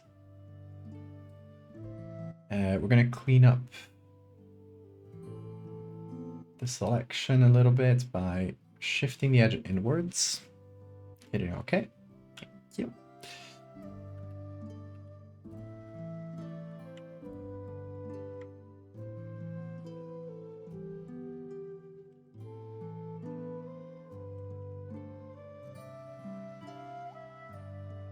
Good, good, good. Now that works way better for the whole arm. Should I add this little chunk? Yeah. Just to complete it. Although it's once again gonna need a little retouch in the selection because I didn't do this bit a second ago. But it's once again not too much. It's not a big problem. This part though is annoying. Let's see if the hair tool takes care of it too. It seems to be doing okay, yeah. Must have forgotten to go over this area before. Or I just didn't care that much about it, thinking it wouldn't be visible, but it was.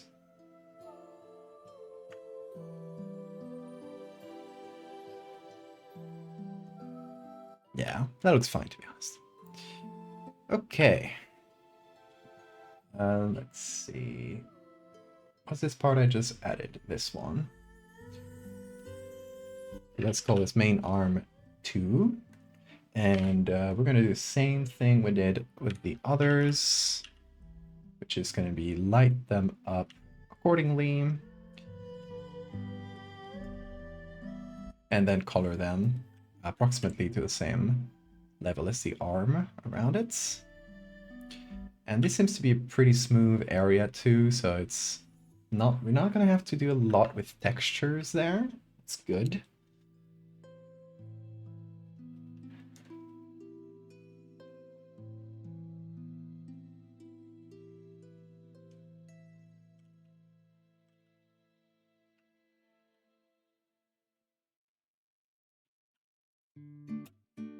Okay, so two main things to do in this one.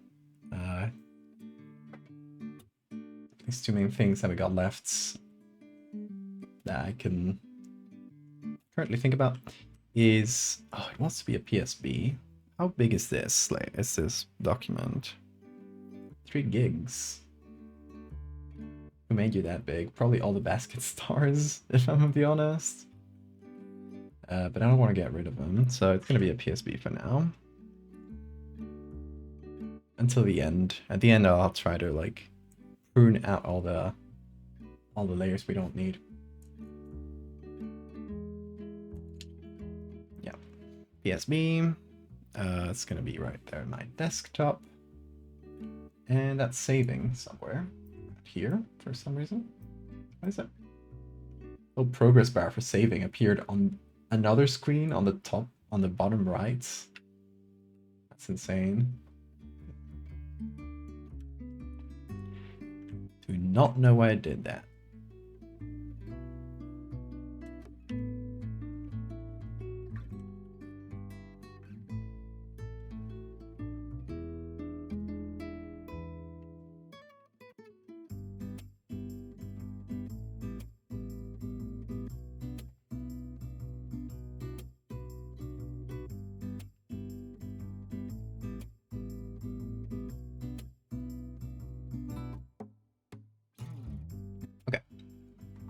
Thankfully, the textures I'm using, the basket stars I'm using, it doesn't feel too slimy, which is a concern if you're going to use, you know, a sea creature for this. But I don't know if that's how I like post-processed it or something, but it doesn't feel too slimy to me, which is good. That's a good thing.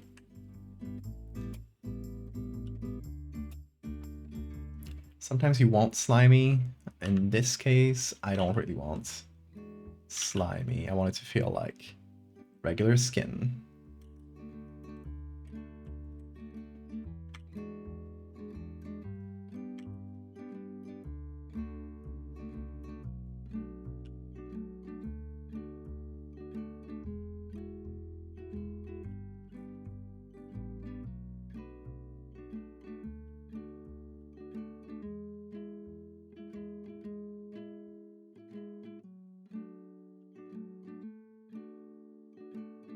Oh, there's this little bit. That's annoying. There are so many little moving parts to this that there's definitely gonna be some mistakes I just don't notice. Like little edge mistakes or it's weird little interactions like tentacles coming from nowhere. Some of those are gonna get completely missed because there's just so much of everything that it's kind of impossible to have a handle on everything at the same time. I'll try to be careful, but inevitably something's gonna slip. That's okay. I'm okay with that.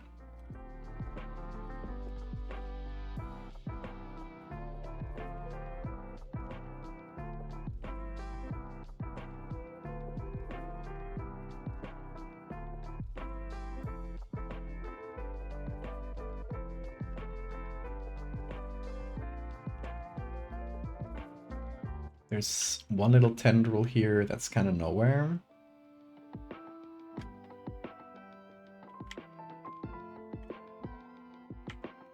Oh, very simple. Very simple fix. There we go.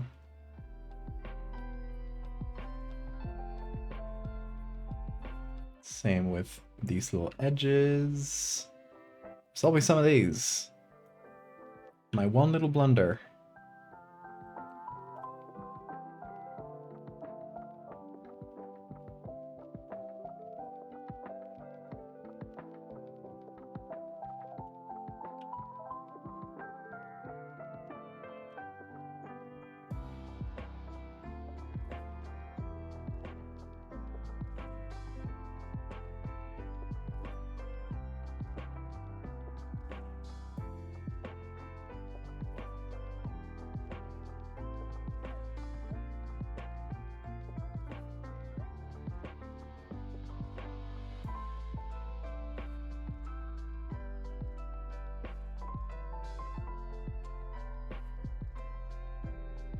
What's going on at this edge? Oh, I get it.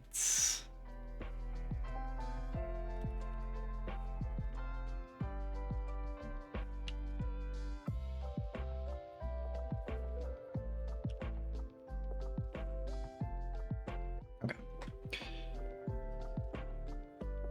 That fits a little better. There's always gonna be stuff.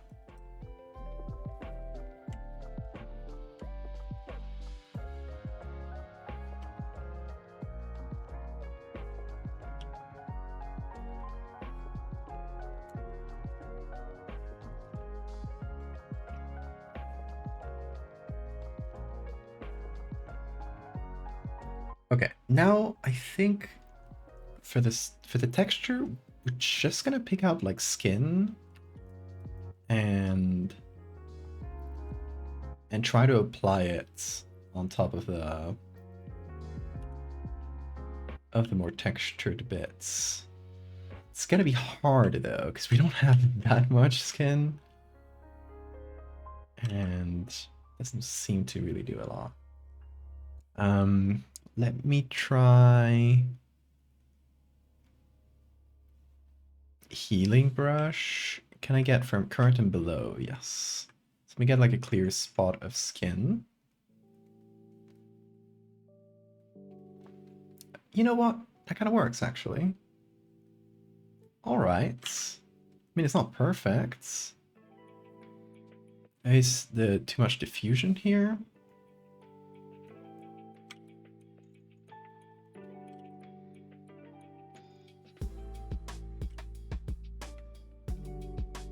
No, I think we need more diffusion. 7? Okay. It's pretty alright. I'm gonna do it on top of this. Texture.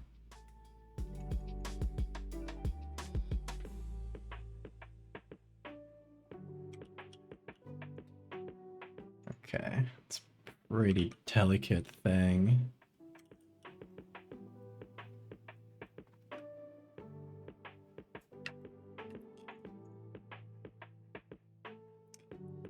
You know, it seems to work okay for like the smaller edges.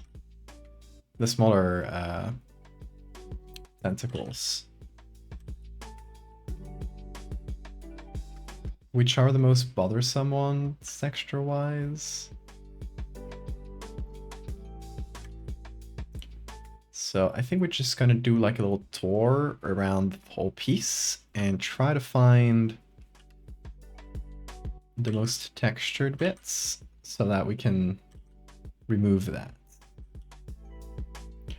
There's another option I haven't tried actually, and it might work pretty okay.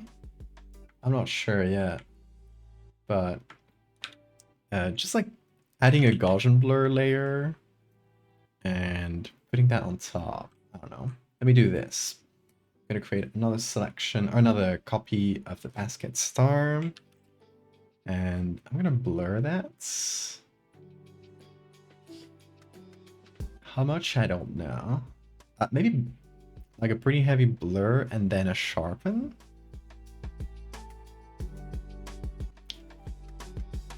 Let's see.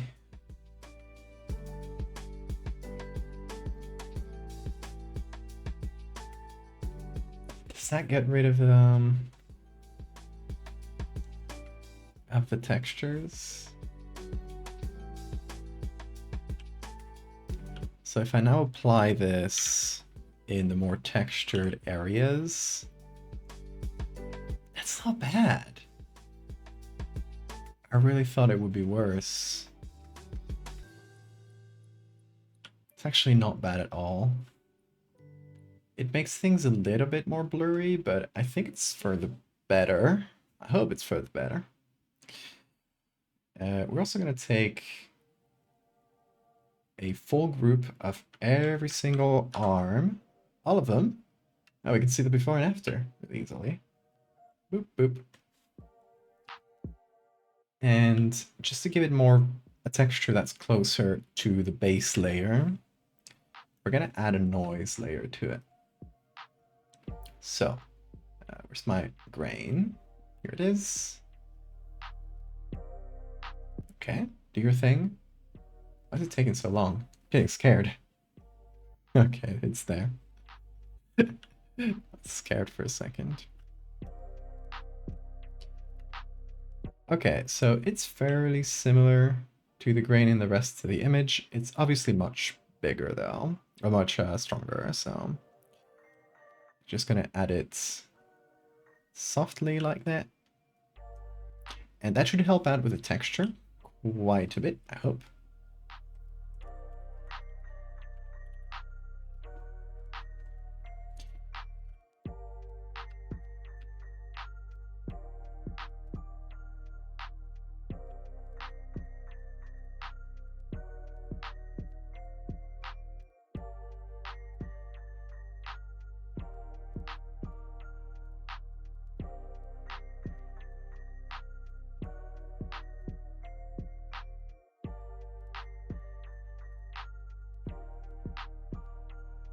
Okay. And then we continue with our blurred layer to get rid of textures. The these like ribbed textures, I guess. How would you call this?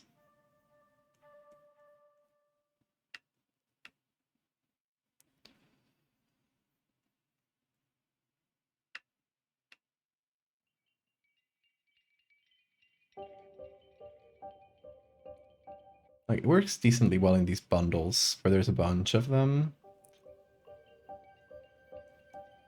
And that's where most of these annoying textures are, so...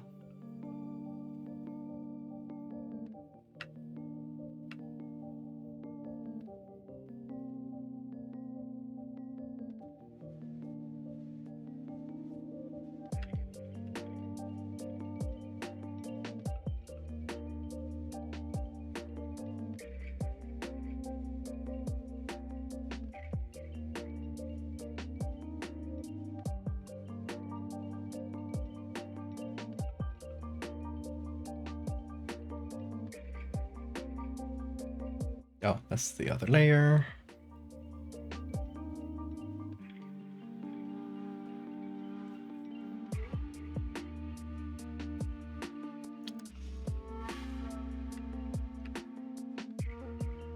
Doesn't really work for like the bigger tendrils. It mostly just gets rid of the thinner, like smaller kind of quote unquote ribs on these. For lack of a better word. Let's try the same thing. Yeah, we're just gonna like reapply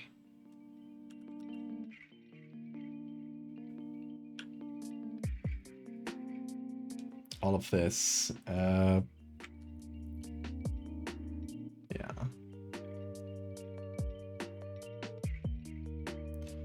That level of blur. We redo the smart sharpen. Ooh, that's too much.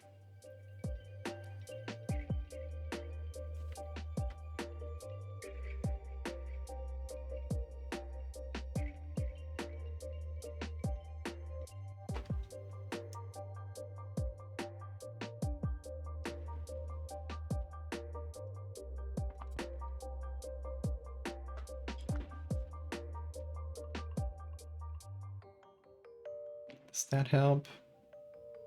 A little bit.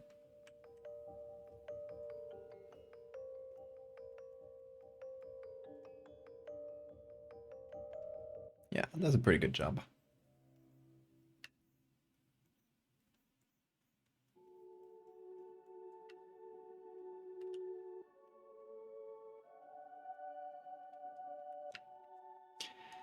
Okay, next bit.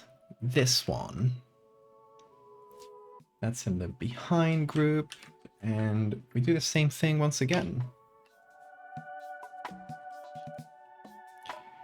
We blur at about 4, sounds good. We sharpen.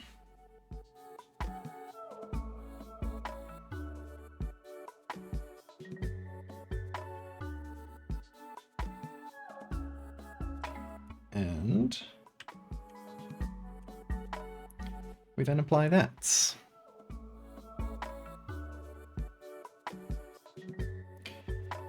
You know, the trade-off is we lose a little bit of detail, but we do get rid of the texture, make it feel smoother, so I think it's worth it.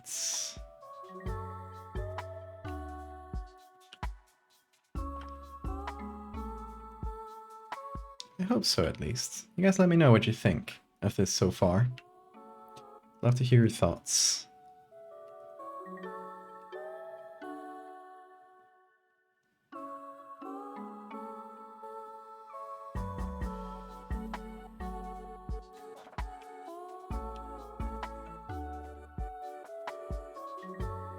Thanks, Mitchie.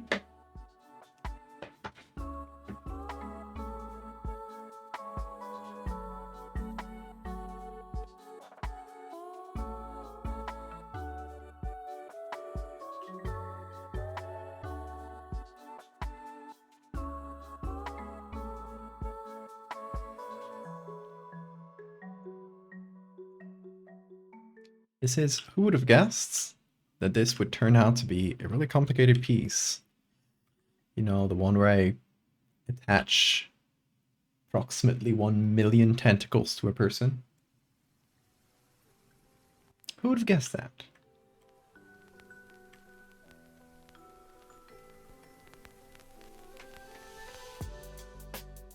Thanks, Galinar.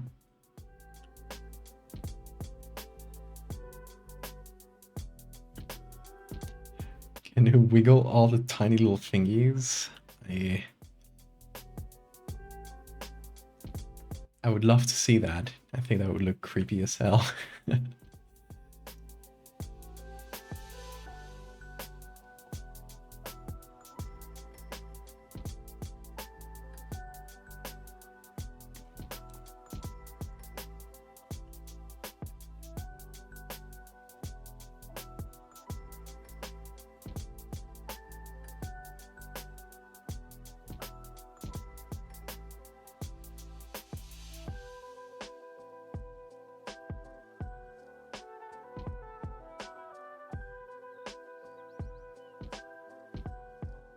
See if we can manage the texture there. Something that bothers me about it.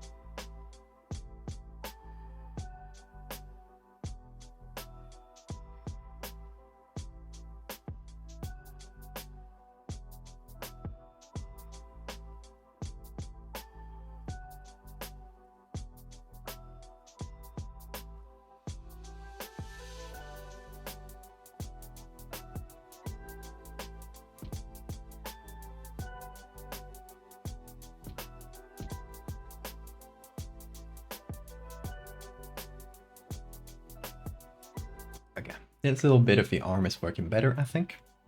Now it really feels like a trunk where a bunch of branches are coming from.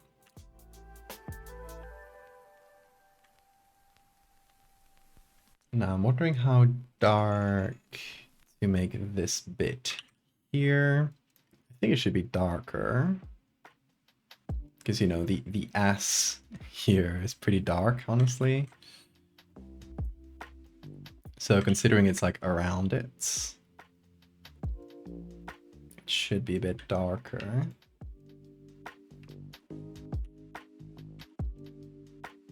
I think maybe we cheat and we give a little bit more lights to these branches here, just to make them easier to see, even though they shouldn't, but...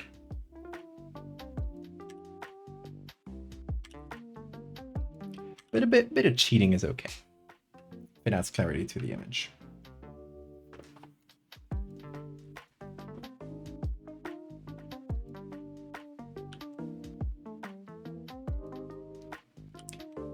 Okay, what is this? This is in the behind group? Yes.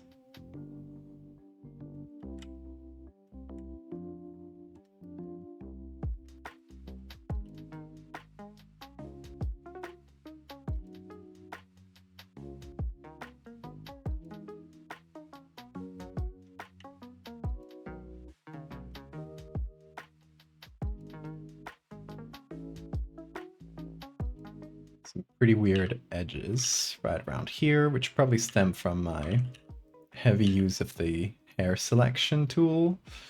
Whoops. That one is on me.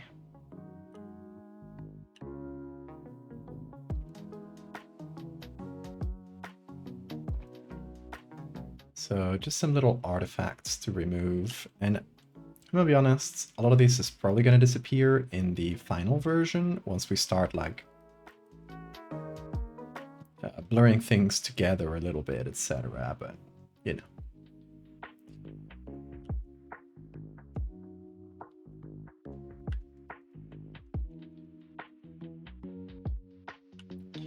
Sometimes just hoping that it'll be fixed at the end doesn't actually fix it. Hoping is powerful, but not that much.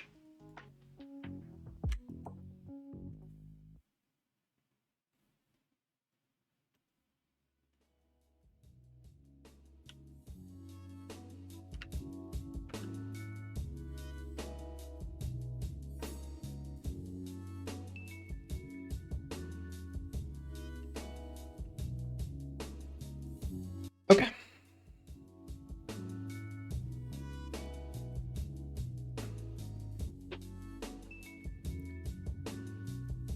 The one texture that sort of bothers me right now is this one here. I think it's the most annoying one.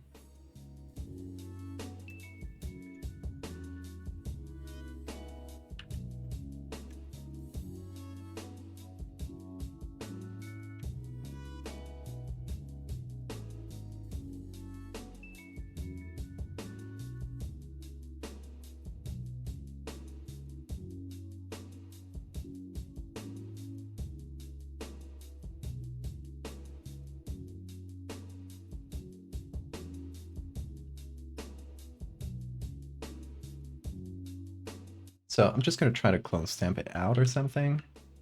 Or even, what's the name? Healing brush. Actually, yeah. That kind of, yeah, healing brush kind of gets rid of it successfully, more or less. It's not the best thing in the world, but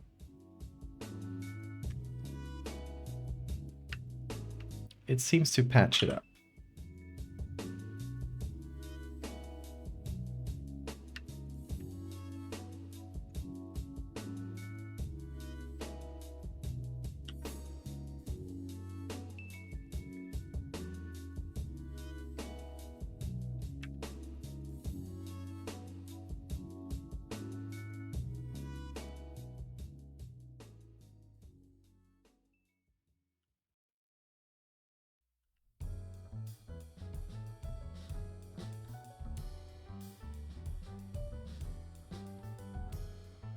Okay, fingers. I think that's the one big main thing to do is kind of finishing these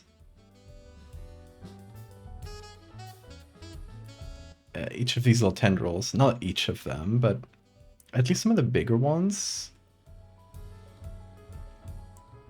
Letting them finish in fingers.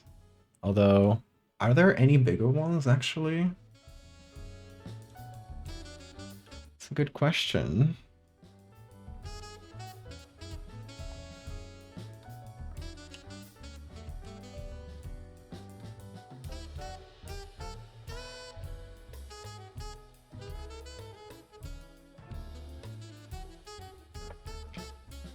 Yeah, every single ending pretty much is, I think, too small to put a fingernail on.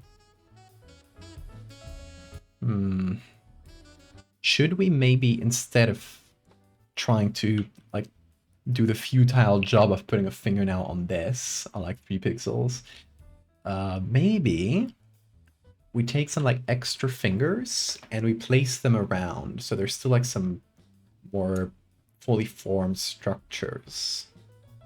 Just like, you know, these 3, which are from the actual hand. I think that might be the best solution.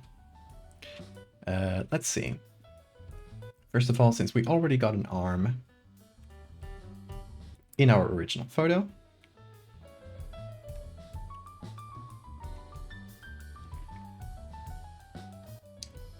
we can try using this. Or actually, let me just hit it with auto select. Let's see how good of a job it does. Yeah, that's pretty okay. Kind of missed a chunk, but pretty easy to fix. And we take that.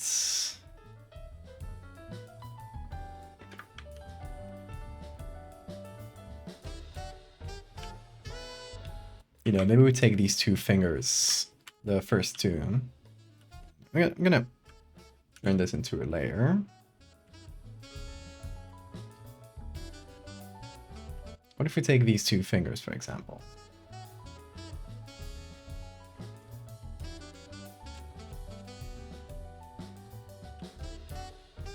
And just place them over here. And you know, this sort of thing will be easier than just like placing a fingernail. And probably look better too.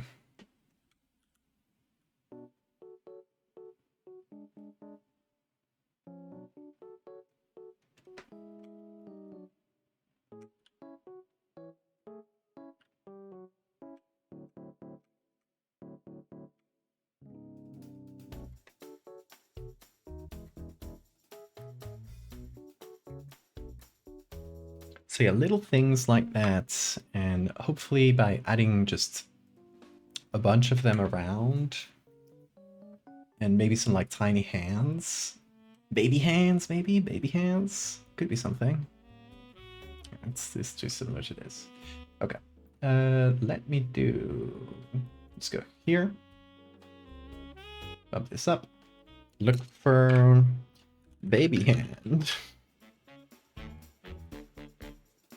See what we got. Whoa, Photoshop. Don't do that. I'm gonna save. I'll trust you.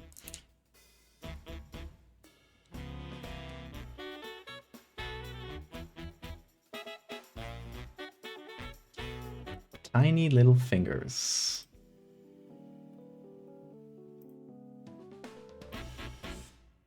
Let's go with these 3 for baby hands.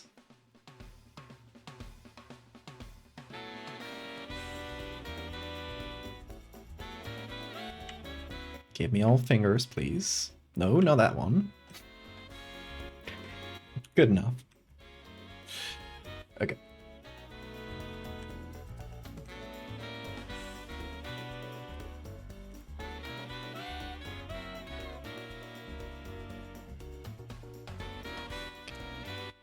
These... Maybe I'll just use fingers individually. That should probably look better overall. Because having them like all in a row perfectly like this feels a little bit out of place.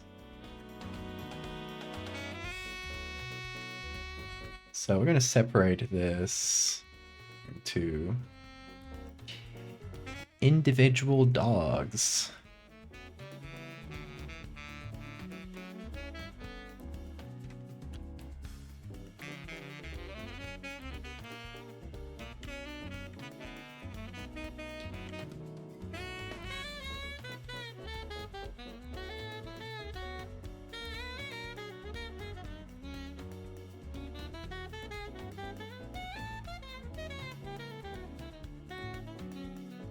Okay, that's pretty much good.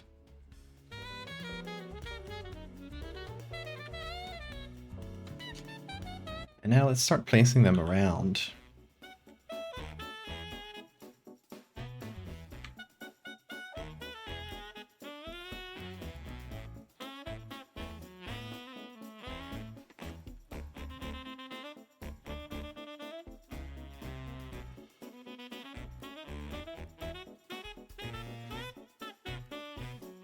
How about here? Come on. There we go.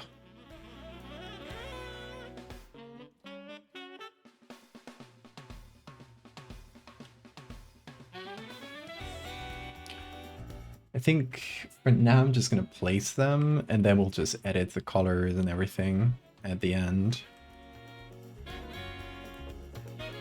Because otherwise it's just gonna take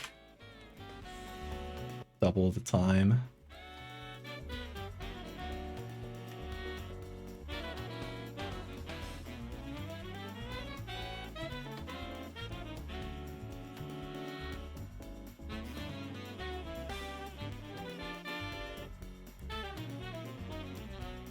Okay, that's 2. Let's go for the 3rd, which can be up here maybe?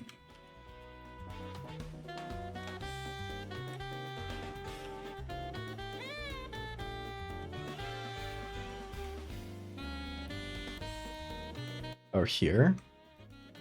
Oops, here. There we go.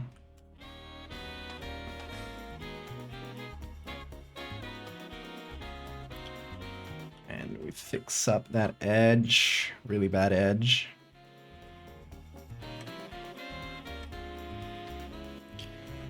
And I think these are small enough that we can definitely reuse them. So we might not end up needing, depending on how much we can get away with, might not end up needing that many like separate hands. We can just get these little fingers just placed all around. Find good spots for them.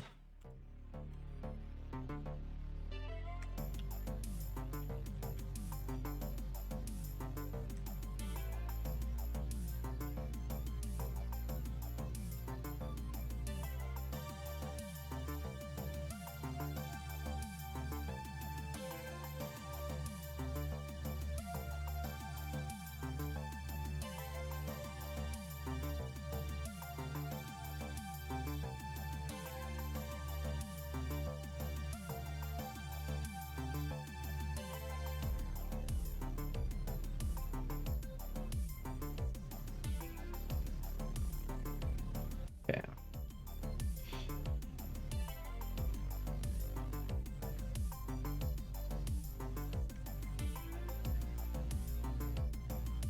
In the interest of not being here all night, I will just do a copy of each of them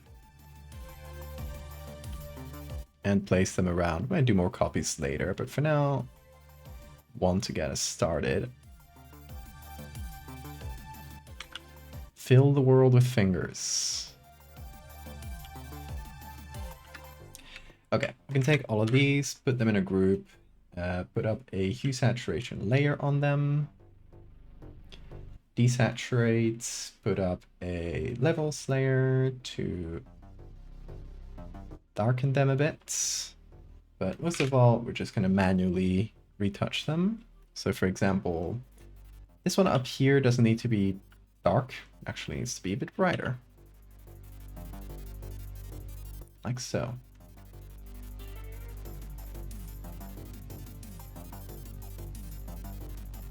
And as for the color, it needs to be a little bit more yellow to match the rest.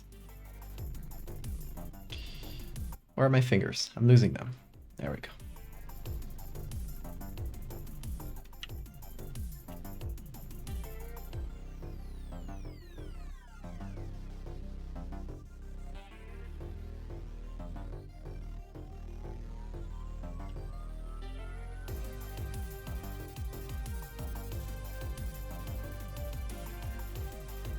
Not one here. They're so small that I might just miss a finger or two. That's a real possibility, but okay. That's probably fine.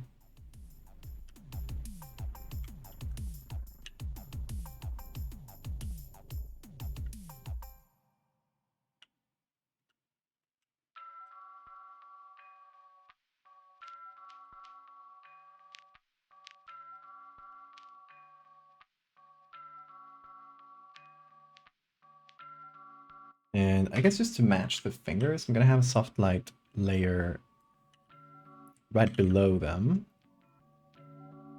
that I can use, for example, to continue the shape of the finger this way. And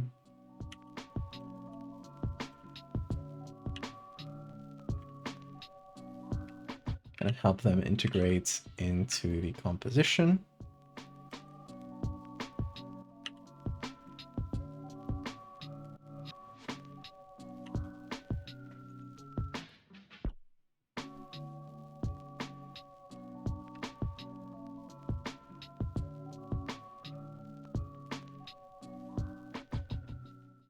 Okay, how many fingers should we add? How far should we go with this?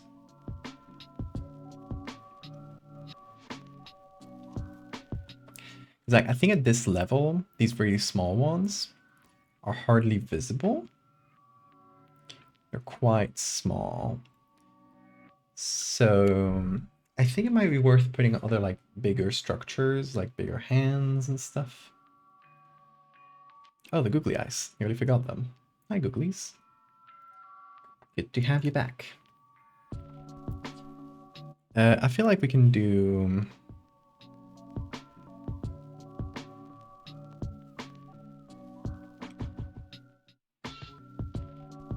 Let's see. Maybe one of these little packs of fingers gripping one of the other branches. Kind of like, you know, they're all gripping each other like this.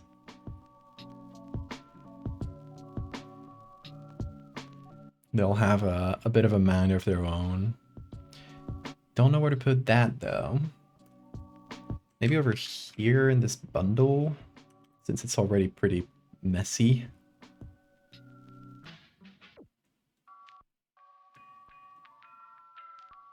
Yeah, that kind of works, I think. Kind of works.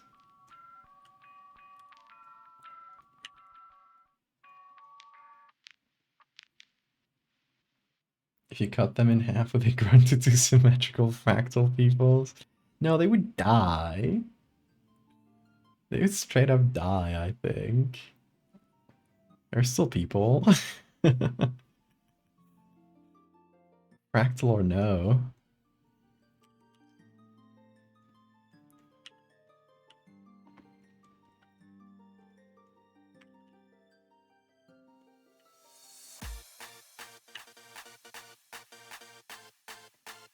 Like, one thing to note about this, the fractal disease, is that as much as fantastical and weird as it is, the people who are affected, they'll still die of very natural causes.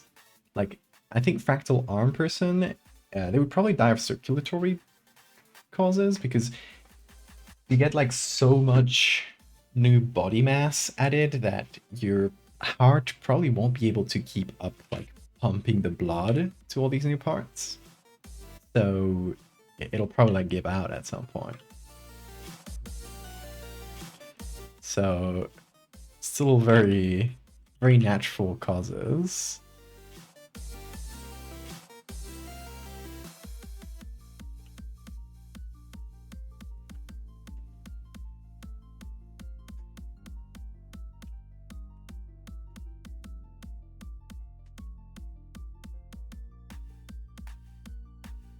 That's why it's pale too, like all these little branches at the edges are pretty pale, because I imagine like not a lot of blood gets there. Fractalized micro hearts. Micro hearts.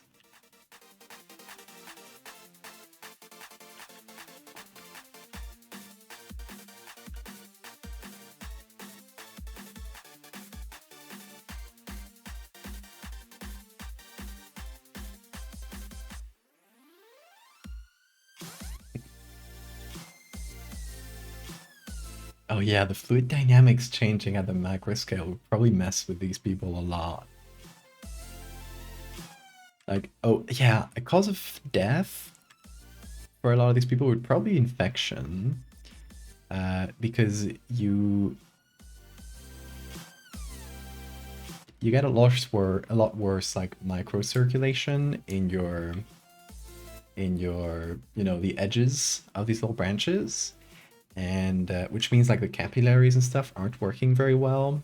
They aren't getting enough blood, and that will cause necrosis, and you know, the immune system can't get there, so any infection just starts taking hold there, and you'd probably get so many like soft tissue infections that I don't think antibiotics would be able to help you at a certain point.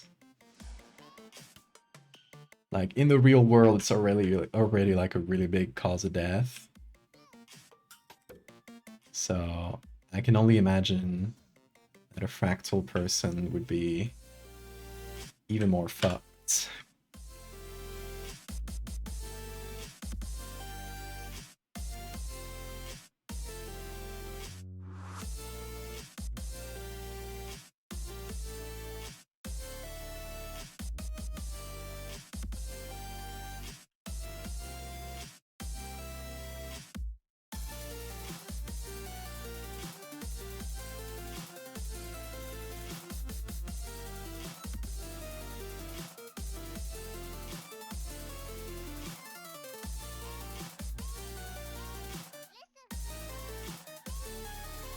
What is this very bad edge?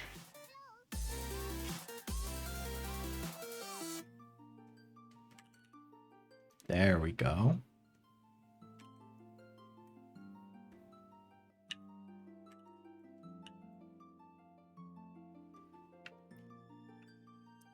Okay, where should I put more fingers?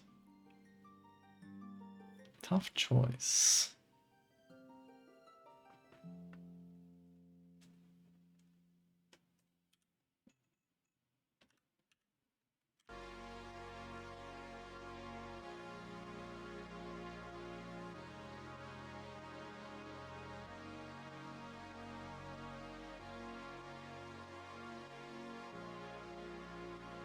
Oh, the shadow ain't working anymore. Let me just get rid of that for the moment. Just not a very good finger to put there, I guess.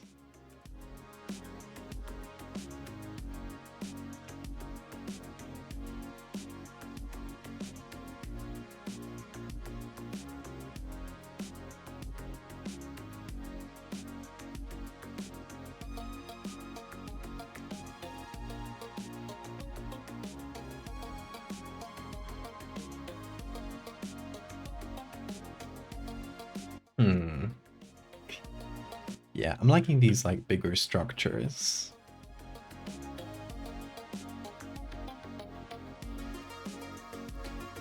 So let's see. Should we do more baby hands? I mean, let's do some adult hands too. Actually, this is pretty good. We got a bit of everything. A bit of everything hands-wise. And I'm thinking we could even take like just something like this. Just a little bundle of fingers. And that could go somewhere. We mix it in somewhere.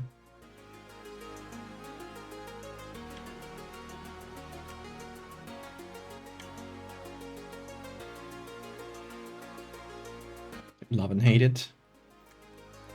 And we're doing good.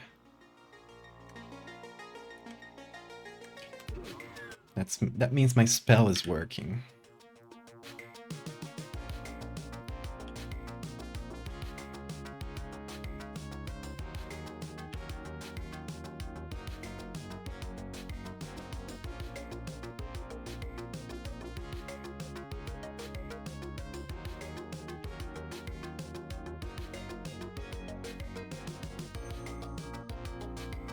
Desaturates. Oop, not that much.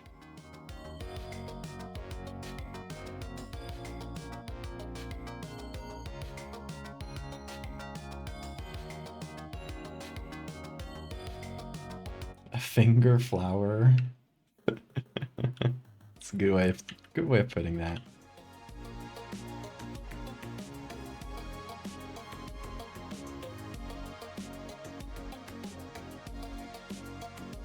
Okay, we darken this. It's in a pretty shadowy bit of the image. That's pretty alright. Now we find a good spot for it. It's kind of just placed it haphazardly.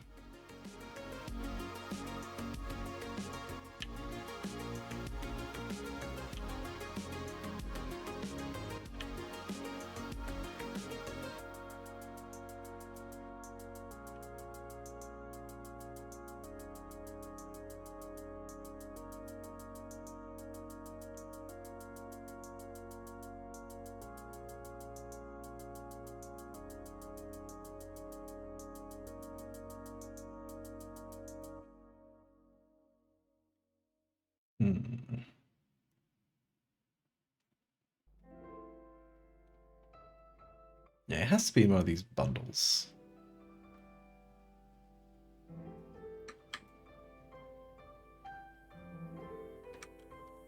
Maybe a little smaller.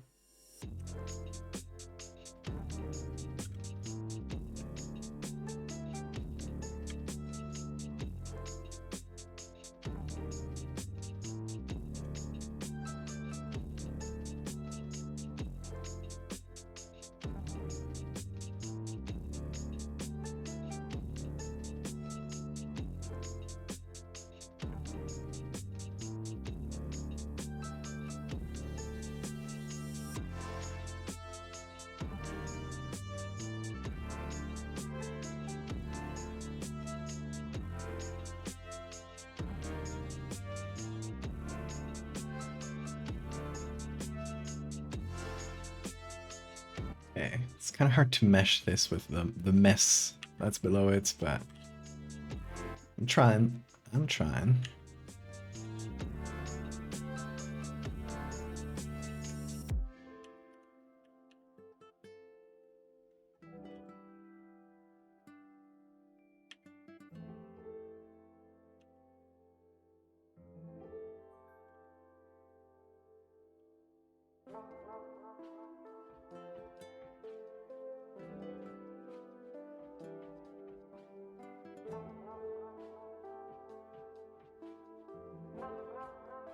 Okay, it's not bad. Oh, I think my partner's up. I hear her. Let me go say hi real quick to my partner and wish her a good morning because she's about to be on call today, so I'm not going to see her for the day. Yeah, I'll be right back.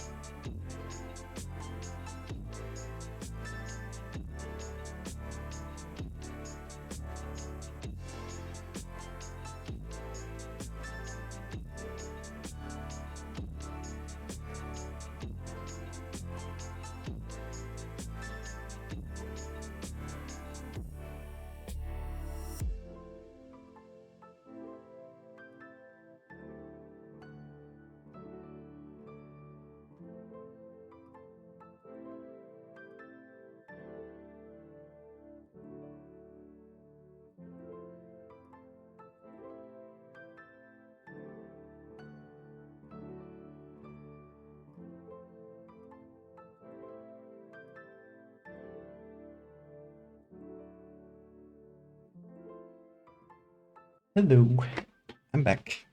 I'm just saying good morning to my partner, who's very sleepy. It's like Bean. Bean was so sleepy he didn't even realize I left the room.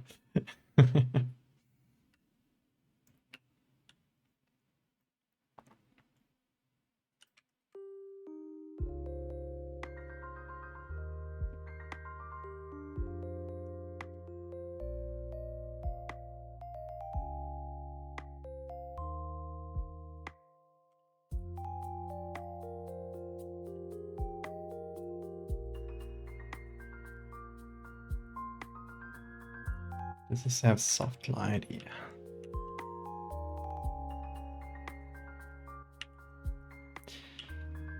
Okay.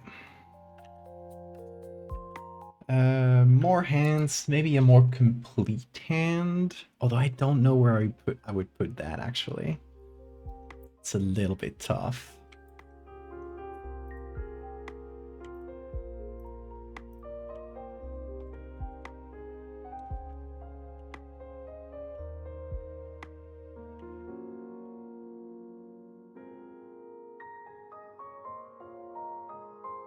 Bean is very bean shaped, yeah.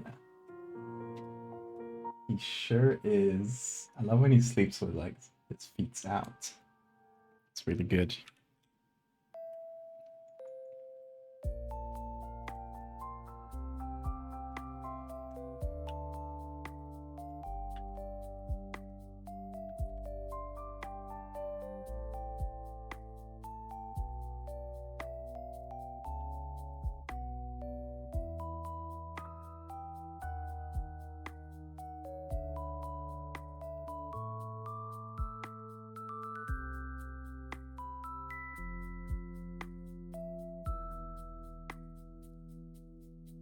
Also, this has a bit of texture that I don't love. Let me see if I can fix that. Figure it out. Let's do, once again, this. So, which texture is this from? I'll figure it out. Let's see. But now we just add some skin texture to this bits.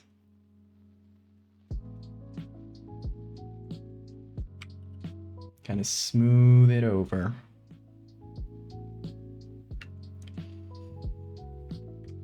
Next.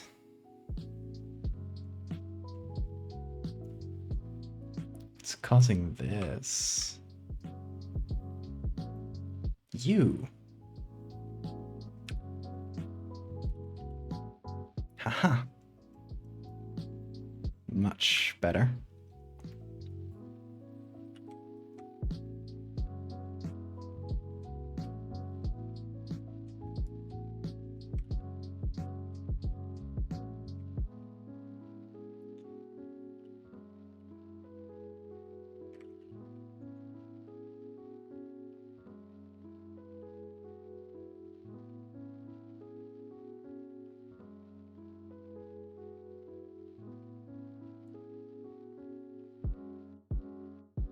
So many edges on this image. This is the final boss of masks. It's kind of silly. Oh, you're too bright.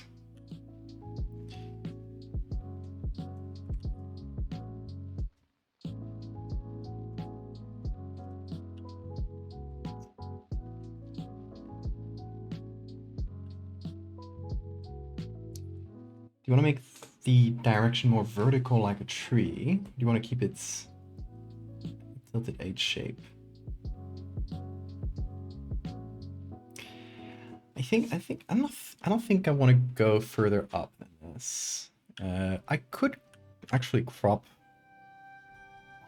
Now that you mention it, because I haven't really thought about it. I could crop a little bit off the top. It actually feels so messy when you see the full thing. Could crop a little off the top. I'm not sure. Maybe it's good that there's a little breathing space there, because the rest of the image is so cramped. The Masking King. I hope that's put on my gravestone. Then everybody will be confused, because they'll think has to do with like literal masks. They'll probably think, well, this guy was probably really good at masks. Mask maker of some sort. And I'm down there just spinning in my grave.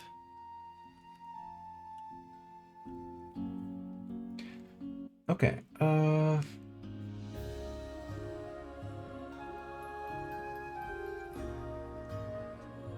should we add another little bundle of hands like that? Is that worth putting anywhere?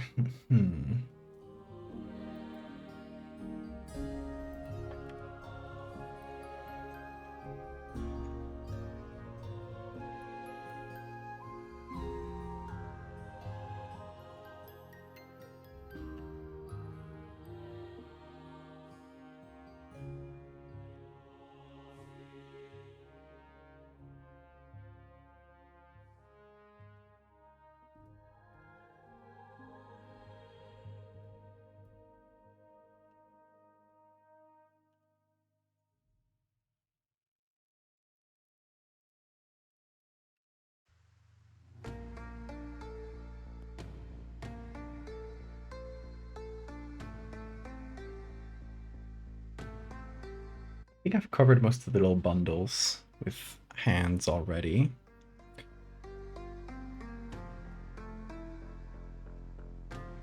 So like if I did a full hand, don't know where it would be. I'm struggling like thinking about like whether I should do that at all.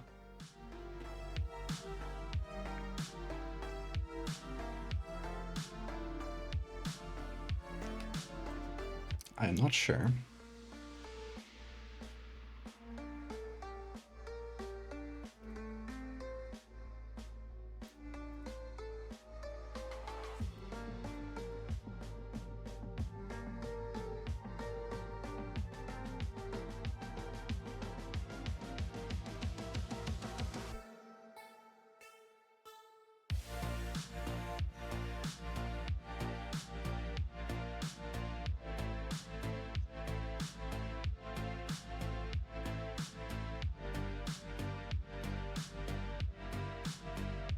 Figuring out skin tones is really hard.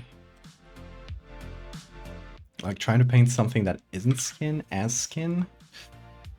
Very difficult, turns out. Like for example, there are a bunch of reds in the fingers. Which I think it's just like extra circulation, right? It just makes them slightly redder. And it's really hard to replicate. It looks like it should be easy, but it actually isn't.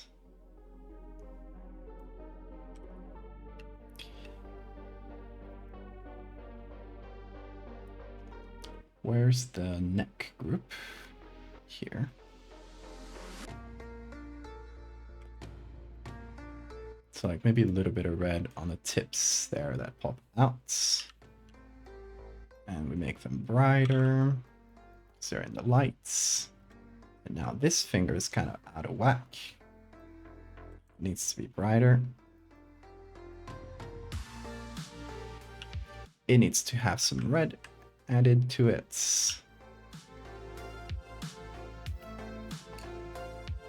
It's painful. I bet it is. Enjoying the movement in the bottom, so I would say add something to the top half. Maybe to the right side of the head.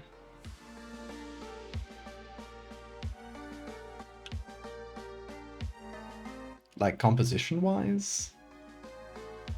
Don't know if I want to like add more branches. I'm not sure yet.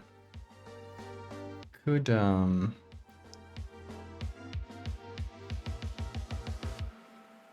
okay, hold on. Let me group up all the extra fingies.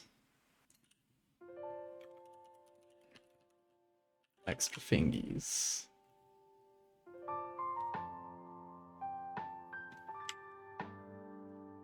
Let's put them here. This one could go. Okay.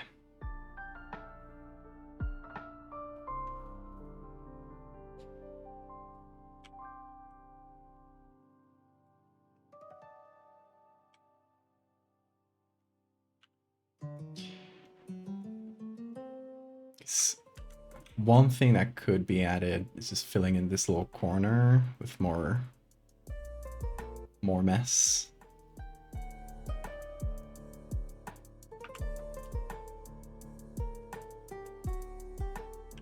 Just like bring it all over.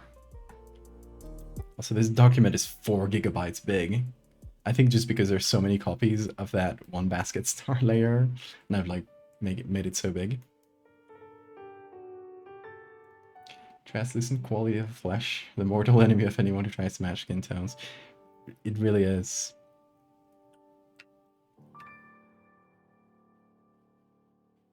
Should I fill that in? I actually don't mind it. Just implies that there's more off screen.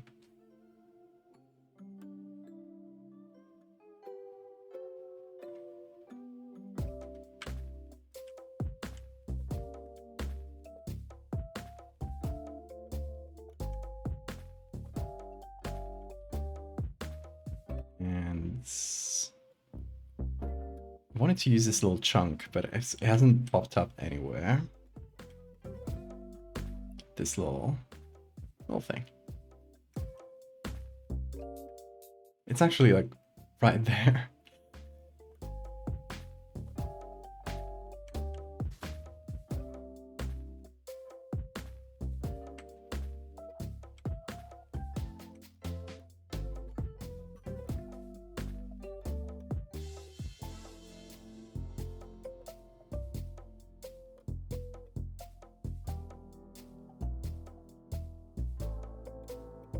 Color.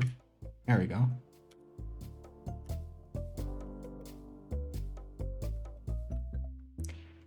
So this goes under the other one, and then we just apply it up there. If we really want to fill this bit in.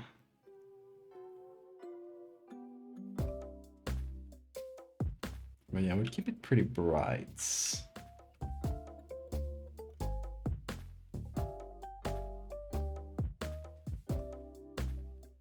And then we fix up mask.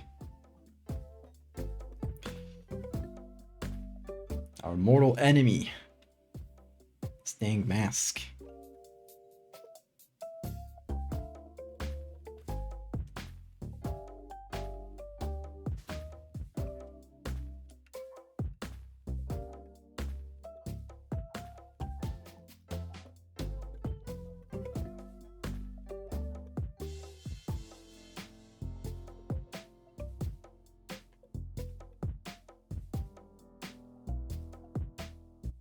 You're really lounging there, aren't you?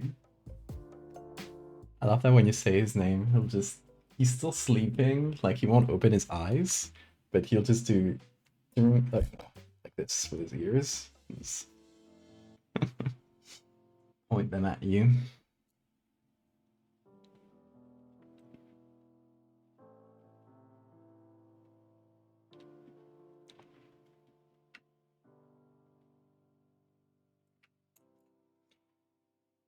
Okay, I don't really know where I would add a full hand, so I think I'm just gonna leave it at fingers like this. And I hope it's enough of them. Guess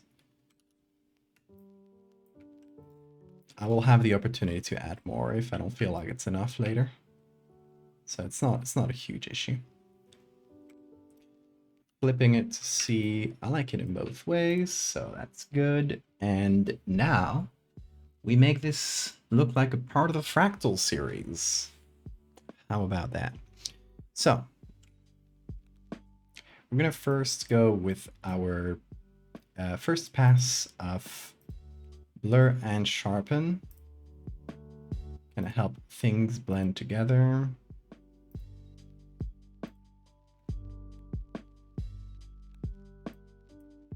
He's cute. I mean, if that's what you want to describe him as.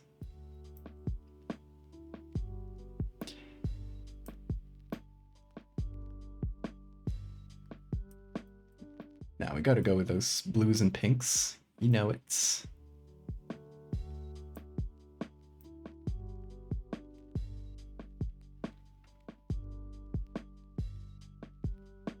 Huh. High exposure, low exposure. What's better? The darkness kind of hides a lot of stuff in the back there. And it makes it just feel like really scary silhouettes. I'm kind of exaggerating. I wouldn't go this far, but kind of to figure out the effects. The brightness kind of does the opposite of blurring all of the stuff that's on the edges and letting us see this branch really well.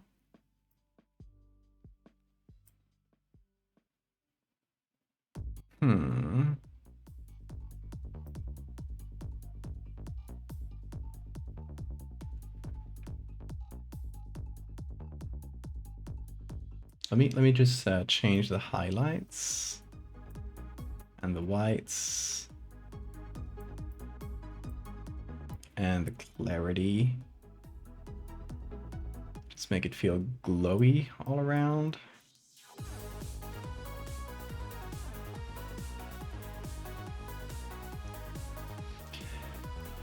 Because there's something about body horror that is like really brightly lit. Feels like it shouldn't, but I don't know. Interesting. It's interesting.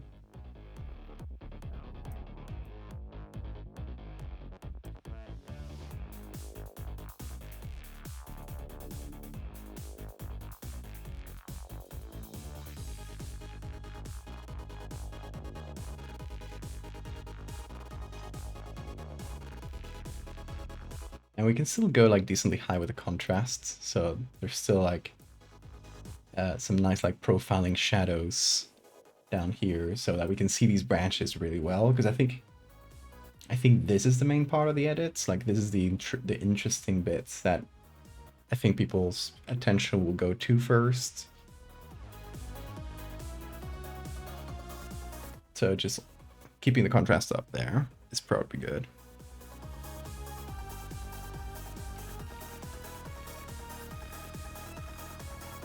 We reduce the texture a bit, which will help with all these little like ribbed textures that we don't like.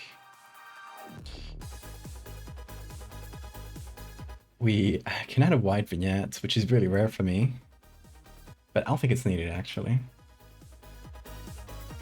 I think we can do a black vignette, but keep out the highlights.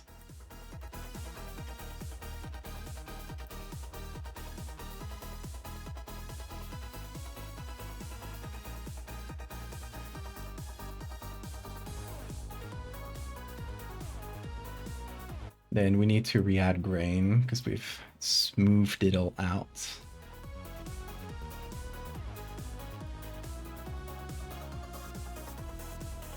How much grain?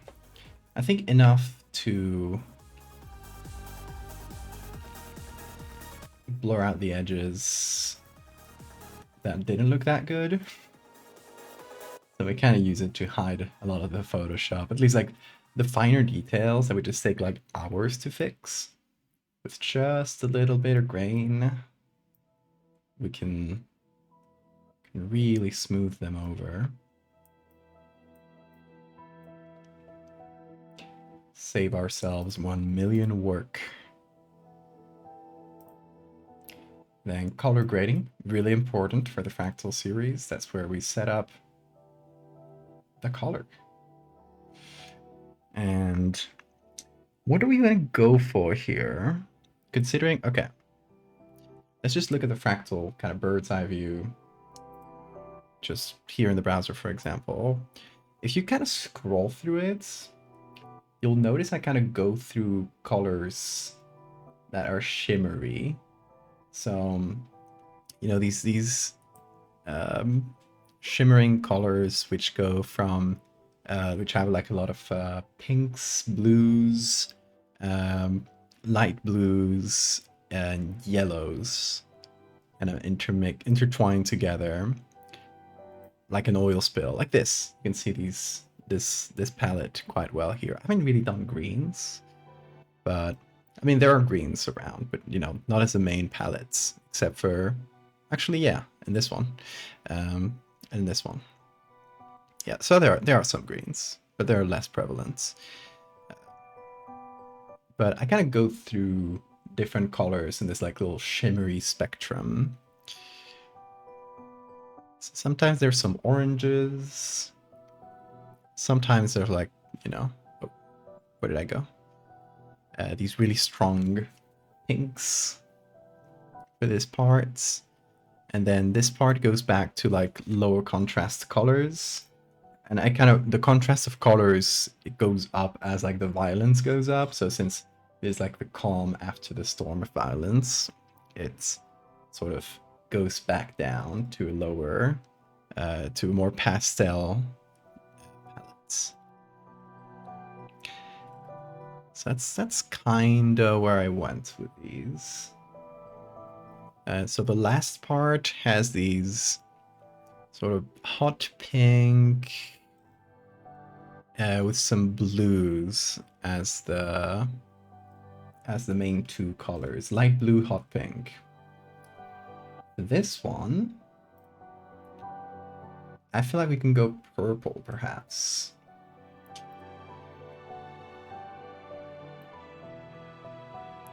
Maybe like purple shadows. And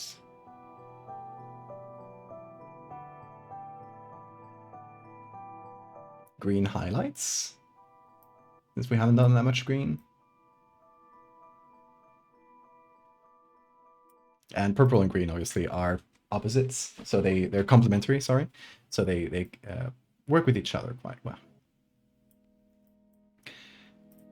I do like this color palette. It's not super high contrast, but this image is like really bright, so we don't have like that much space for color without like massively changing the skin tone, which I don't want to do, like overdo at least.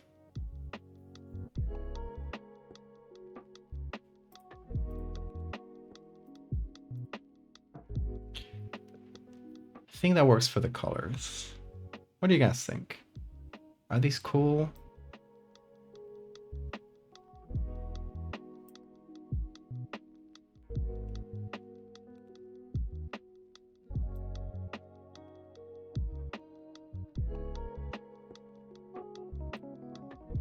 If we change the blending, or the, sorry, the balance, we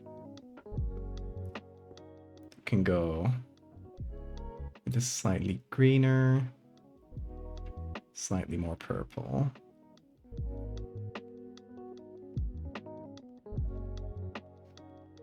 Oh yeah, but to Michi's message, spends hours to blend everything, make everything look cohesive, then proceeds to make exposure so low you can't see any details. That's kind of the point. After a lot of photoshopping, one of the important things you gotta do is hide all the photoshopping that you've done. It sounds counterintuitive, but it actually makes sense. You gotta blend things together. So I always know that later it's gonna get blended, which is why, like, for example, I could have spent a lot longer on all these edges that look messy, but I knew a lot of them would just get really smoothed out and look better. That's kind of the idea. Yeah, okay, I like this color. Let's go with it. Also, for some reason, and it's making me crazy, every time there's like a progress bar, it moves to the bottom right corner of my right screen. So it's like the furthest possible, like it's behind me right there. Why does it do that? Let me do a thing. I'm gonna just change one thing, wait for it to load. No loading. Annoying. Okay. Let me just load the most stupid, expensive filter of all, lens blur. I'm gonna remove it later, but I am gonna... Actually, it doesn't look that bad. I might keep some of it. It kind of blurs these in the background. It's a mess. It doesn't know depth.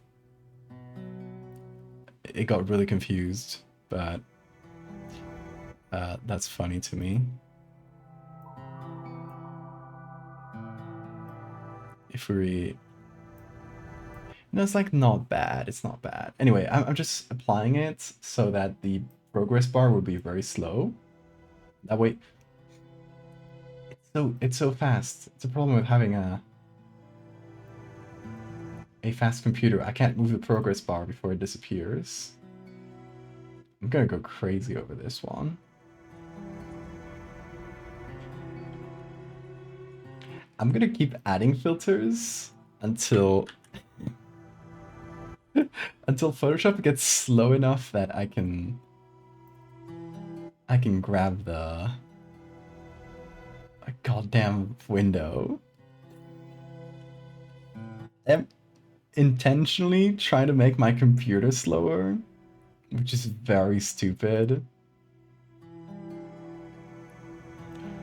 It's...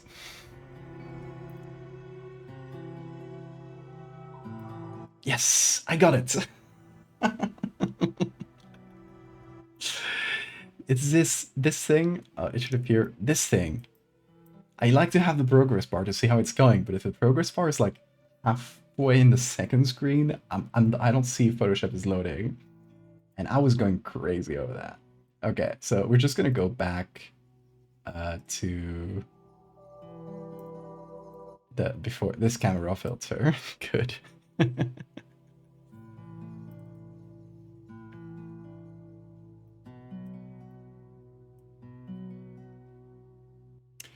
We are gonna apply some lens blur though. That one I was just like doing to strain my computer,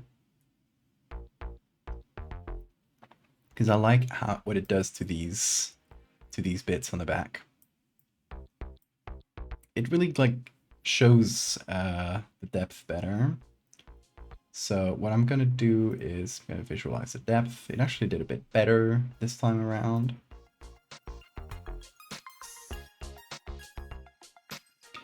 Just add a little bit of blur, and I'm just gonna refine it myself with this. Why is it doing that? Huh? No. Why? No, don't use generative AI. Didn't ask you for any of that.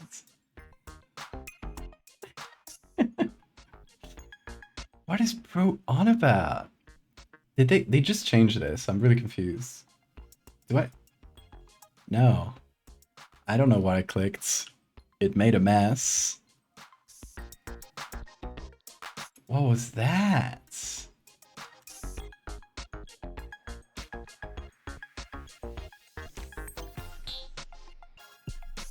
It was trying to do something completely different from what I asked it. So I have no clue what just happened. But please, Photoshop, camera raw. Now you're chugging. Finally. Now when I don't need you to chug, you're chugging. I think this might have just caused Photoshop a memory leak. It's slowing down my whole computer. I have no idea what's that, what that filter, that window, that opened itself was.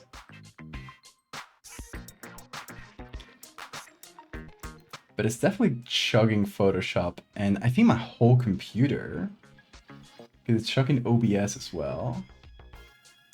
And I can't leave until it fucking renders this. I'm gonna hit cancel, and let's see if that registers. Please, Photoshop, don't die. It would be a bummer if you died right now. It might be dead. It might really be dead. Oh my god, Photoshop, don't crash 2 days in a row.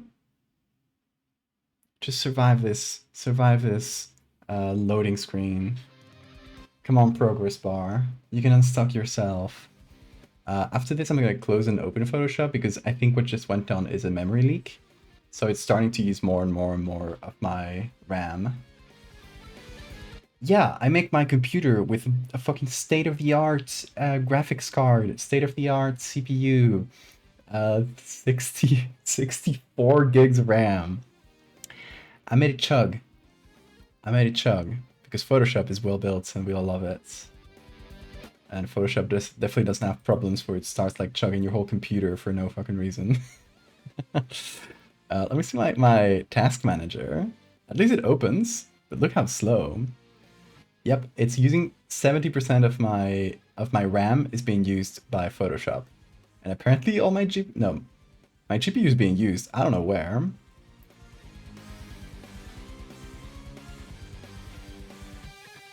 OBS? That makes no sense. Something's chugging. And it must be Photoshop. But hey, this is moved. This is moved. So we might... Photoshop has not crashed yet. It is hanging on by the fucking skin of its teeth.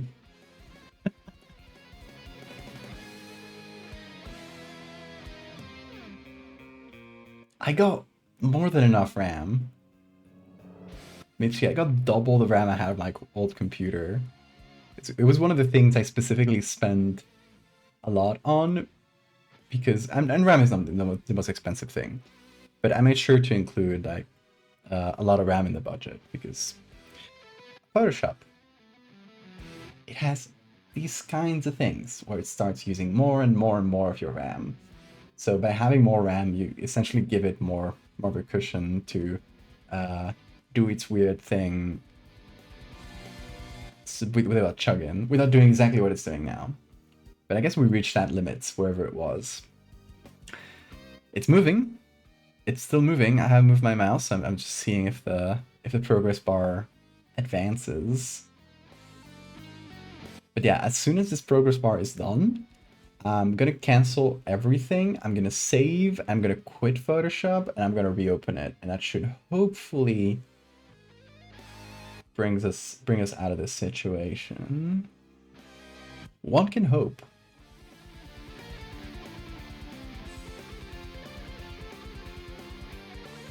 It's moving. It's moving. Keep schmoving. How's my memory leak?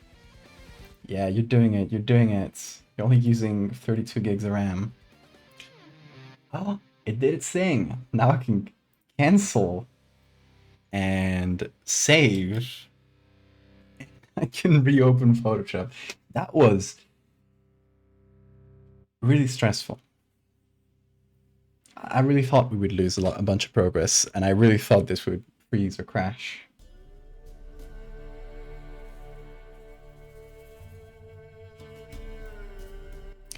Okay. Give me a second. Closing Photoshop. Giving it a second so everything kind of, all this memory leak gets purged. Okay.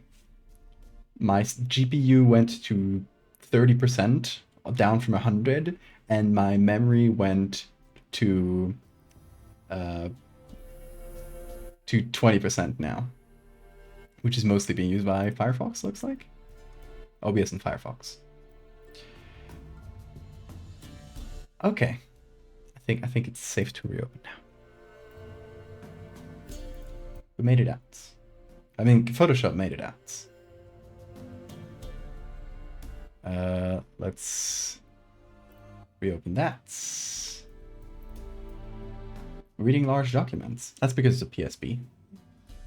It's one of the reasons I don't like to save as PSB, because it just chunks a lot more.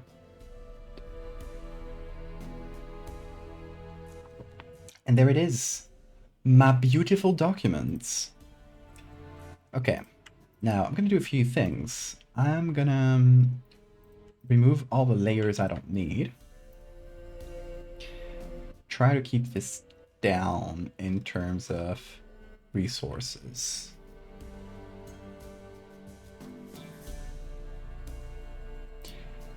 So I'm gonna go here in this main arm. I'm gonna keep it as a full layer, but all the rest of the arms, I'm just gonna simplify them, which I have a shortcut for. Which is just a useful, it just cuts the image down to the area that you need, and makes it into a simple layer instead of a smart object. So it's a useful way of just like cutting down a lot of the excess pixels. So yeah, it's down to 3 gigs. It's down to 2.7 gigs. Okay. Might even save as a PSD, which would be good. Would make it chug a lot less. Which we would like. I think that would be good. Where are the extra thingies? Extra thingies can definitely be cut down. We don't need a lot of that. Good, good, good. So we're down to, yeah, still 2.7. Okay, good. We are gonna try to save this as PSD. And we'll see if it does. That would be good if it did. Hello, Bean. Good stretch. And we just switched sides. It did save as a PSD. Perfect. Now, hopefully, it won't chug again when I try this filter again. I'm gonna try it again because I'm really curious. Like, what the fuck was that filter? Like that weird thing that completely destroyed my Photoshop performance.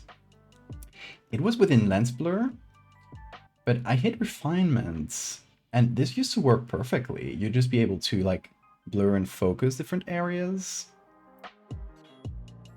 which was really useful because the selection, like this depth map, is usually pretty incorrect. So it's just like pretty good. For example, I want to focus. Let's see. Oh, and it seems to work now.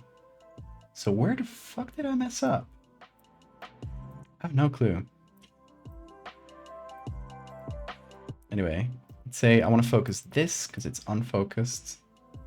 Let's hit 100% focus amounts. And then I want to blur this. So it's working.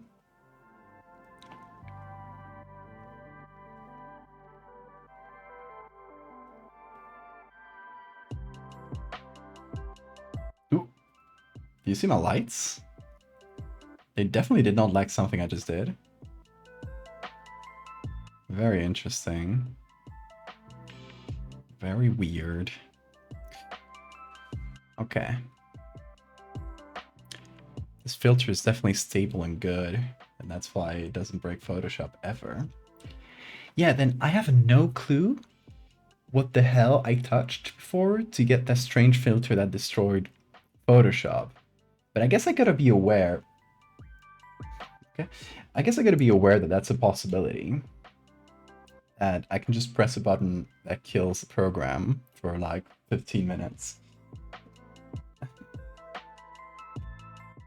Crisis has been averted, thankfully. Hey, Carrie, I'm glad you like it. This one's been a lot of fun. It's been an idea in my head for a few months. I wanted to do this for Fractal, and yeah, just haven't had the time to do it until now. So, okay, now we want to do two main things before we call this finished for the day. First of all, I'm just going to do a pass of just a soft light layer. And I'm actually going to do this underneath this because it's going to be applied underneath later. Okay, so I just want to do this soft light and kind of add volume where we need to add some volume. For example, here feels really flat. So I just want to make like this lower surface a lot darker because I'm pretty much touching the neck too, so it makes sense that it would be a lot darker. Let's soften that a bit, but just generally give it some juice. Okay. This little corner here makes me go crazy. And I think it does show up even with the filter, it's still kind of broken, so it's good. I'll never forgive you for making me scatter fractals. Well, that means my job is done. That means I've done something good. If I've made you scared. Yeah. Welcome, Slappy. How are you doing?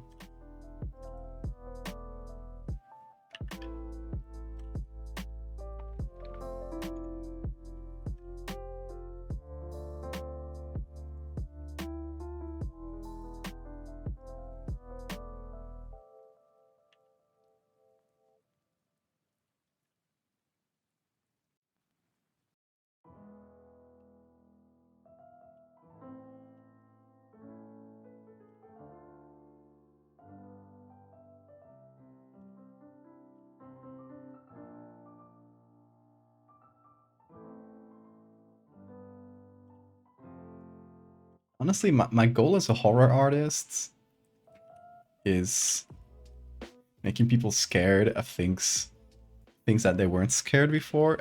Not my goal, but I grew up reading a lot of Junji Ito, and he has this incredible power for taking normal concepts, like pretty simple stuff, and turning it really scary. And yeah, anything that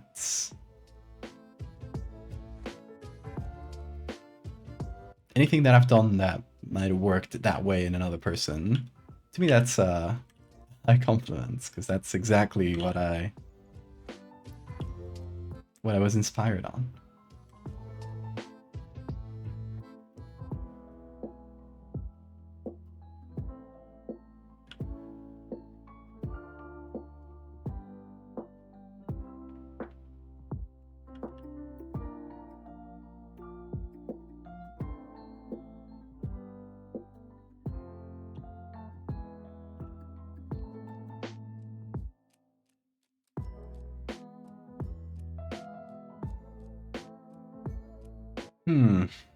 Okay.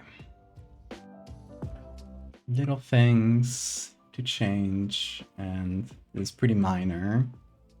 There's always some edges that still show the texture, like it's this little ribbed texture that we've been trying to get rid of throughout the whole thing. Sometimes you can get rid of it like on the layer itself, but the edge of the layer still shows it. So whenever I can catch that and remove it easily, I'm gonna do that. This layer for some reason feels like it's just been moved 1 pixel to the left. Makes no sense, but it kind of feels like that. That is quite annoying. And I wonder how it shows on this. It does show. Okay. I might have just like misclicked at one point and just moved one layer, like this layer 1 pixel to the left or something. So now there's like a black edge all around the right. Or it might just be in Photoshop messing up at some points, but it's so specific that it makes sense that it would have been just a small misclick or a blunder of some kind.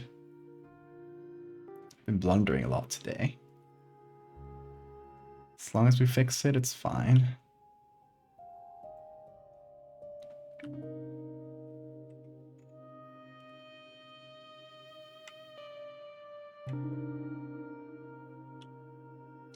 Yeah, chat. I wanna hear about y'all's horror experience. Have you ever like become scared of a concept that isn't supposed to be scary because of a horror story?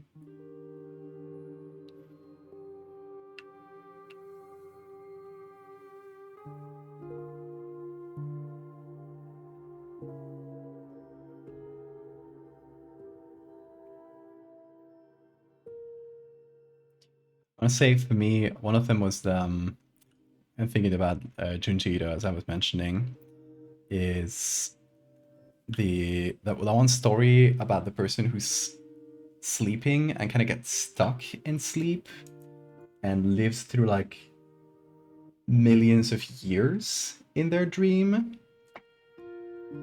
And you know, it's like a coma they can't wake up from, but to their like in their mind, it's just like thousands and thousands of years going on.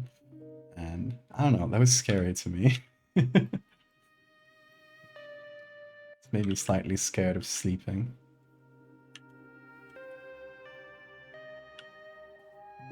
Babies are recurring night terrors of yours. Just like the concept of babies? Or is it related to any specific movie you watched or story you read?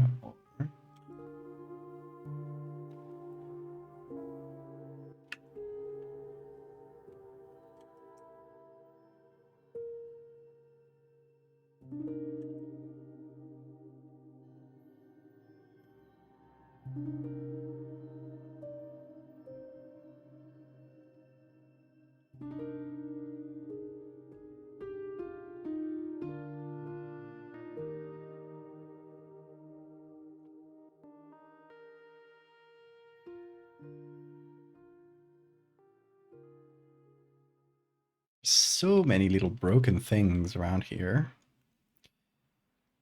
I could honestly, I could zoom in and just go on forever. Feel like. So I don't know how much I should go over it, but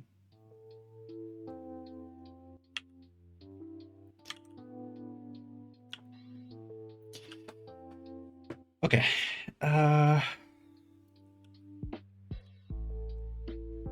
We also need to sign this, obviously. So what would be a good place to sign it? I feel like the obvious one is using the tentacles. Like make them cross over at some point in the shape of my signature, but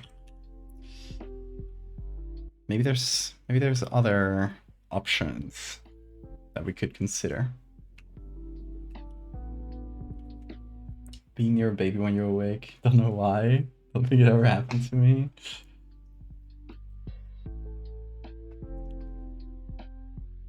Home invasion is a normal fear to have. You get a bit paranoid whenever you read anything related to it.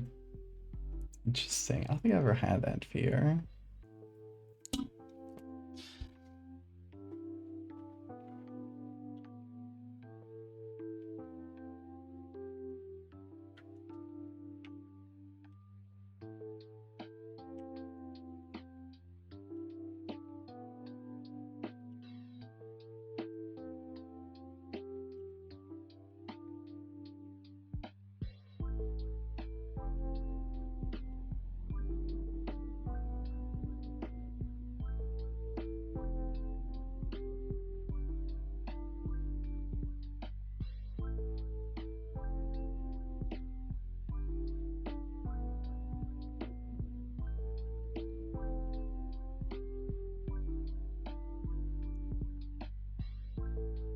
Casa Tomada.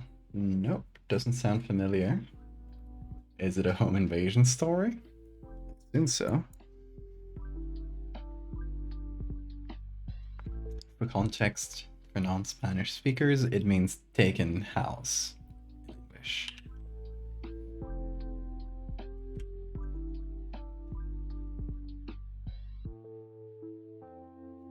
Should I get rid of this arm, like the original arm? Because I kept it in because, you know, it can just be one of the branches that's like a little bit behind the others. But we could as well get rid of it. Kind of just creates a hole there that bothers me. It's very like has a lot of contrast, so it calls my attention a bit too much. Yeah, we'll keep it. And signature. Okay, it could be scratch on the back, kind of like they just scratched themselves. It could be on the one piece of clothing. It could be in the curtains in the back. Although, I mean, I can see like, you know, there's two lines here. We could have a crossover line, one line here, and that would make for a signature. And honestly, that's still visible in this blurred form. So maybe, mayhaps, I don't know.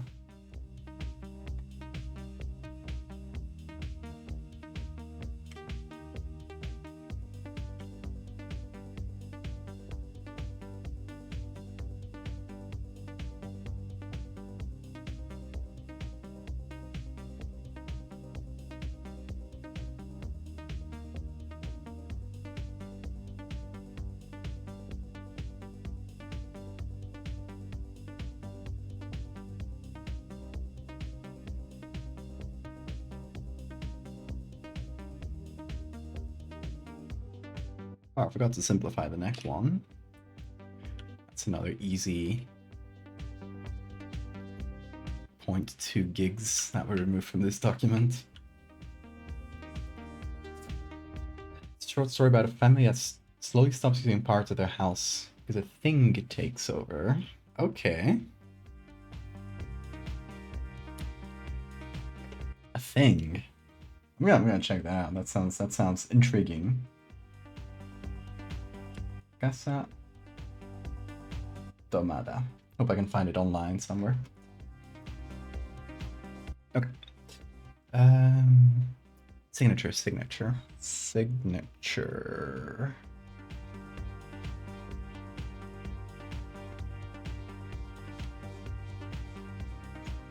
I mean, we take any little corner that's more or less clear, and we add some extra little tentacles that do this. That's one possibility. Another possibility is to sort of fill this in, add one streak that goes this way, and something that kind of does this. And so we have it like really large in the background. but a little soft. What do you guys prefer? Finger signature or curtain signature?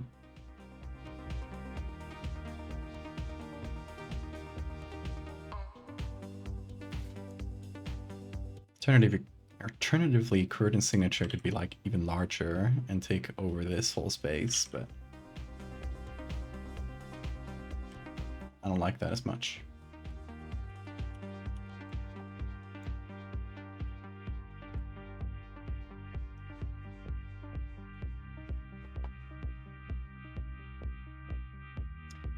And like another alternatively, the finger signature could be on the back, like crossing over the back here, but considering it's like the composition of it, I really like how it kind of spirals like this. Anything that kind of breaks that, I don't love as much. So I don't think I'll do it in the back. I would do it in the background here. And this part is already like fairly light.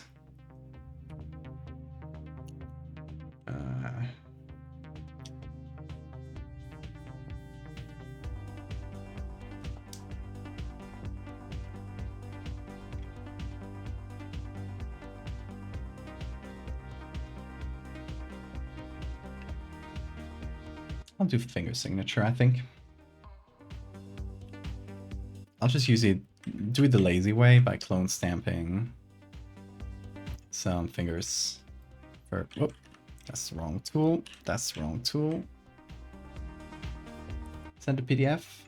Oh, nice. Takes 5 minutes to read. Thank you.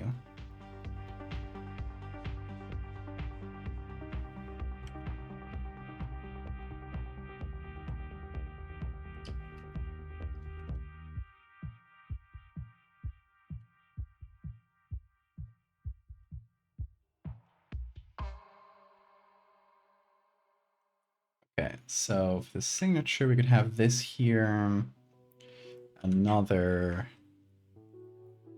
extra finger, and wait, I'm just gonna do this in darker color. Same for this one, darker color.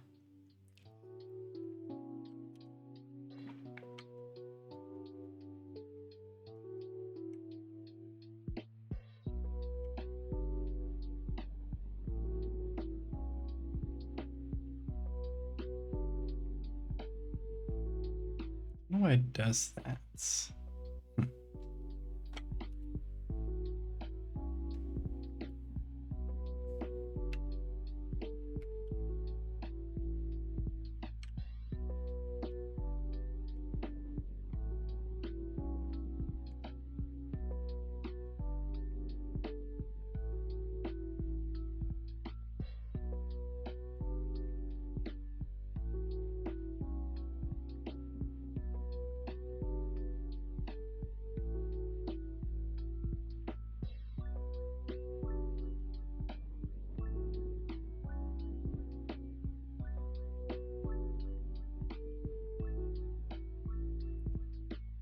It's actually kind of hard to see the signature there.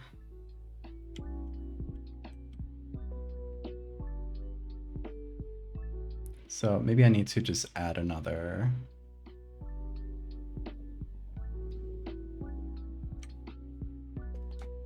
one of these.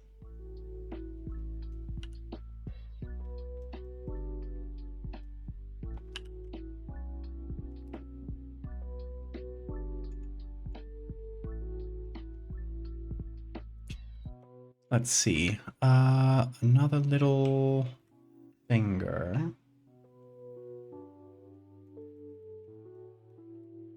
Can reuse that. And don't know where to put it.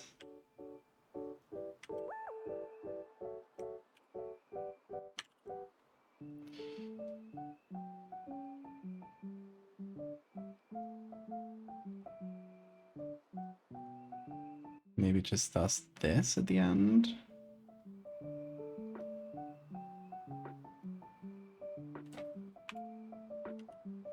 Oh, it should be in darker color. Perfect.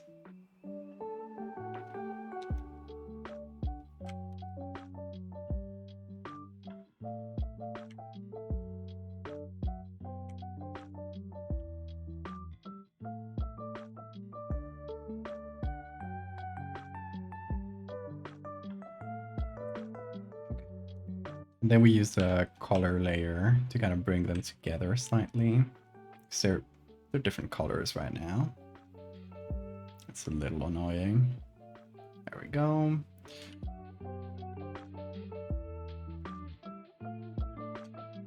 And the soft lights can add a little darkness to it to make it feel. And make it just like more easily readable. There we go.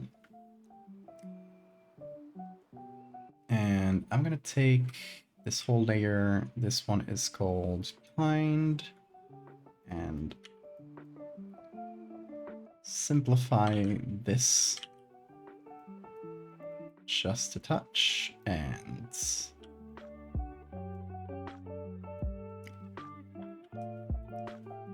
help that be more readable. Couple little touches.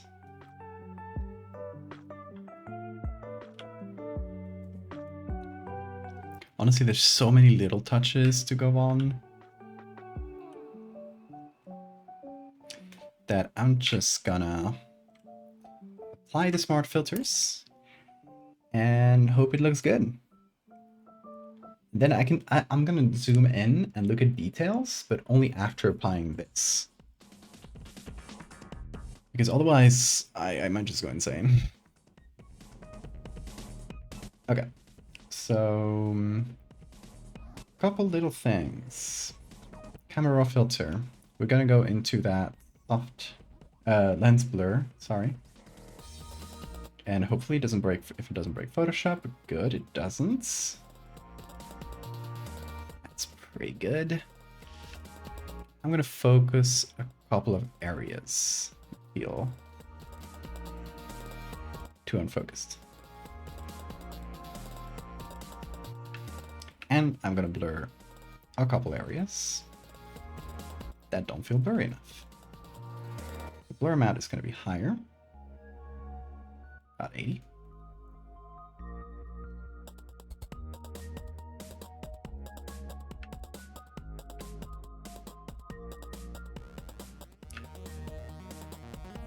All right, that is pretty good to me. Let's wait for that to apply.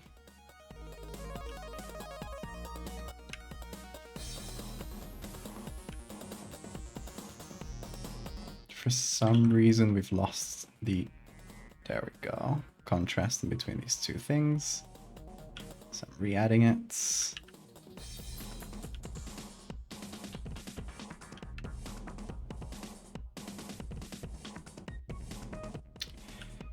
Should we pump up the color slightly?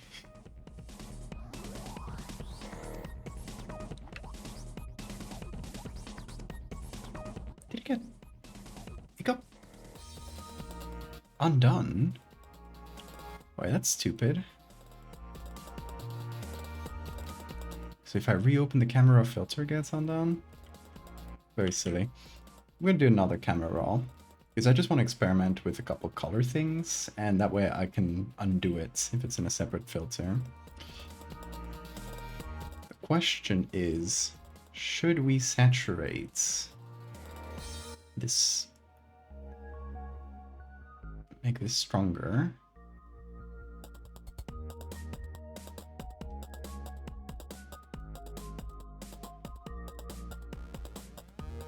It's creating some spots here if I saturate too much, which I don't love. Let's go to color grade and maybe add more color through there instead.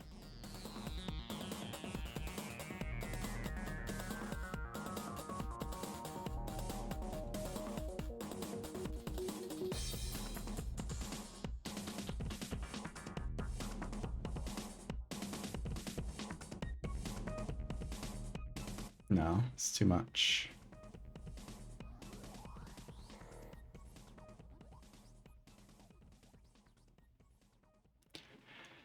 I think a little bit of that extra color suits it well.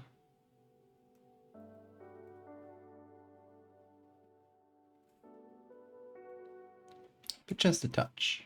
Not too much. Alright. What do we think of this? I think I'm ready to call it done.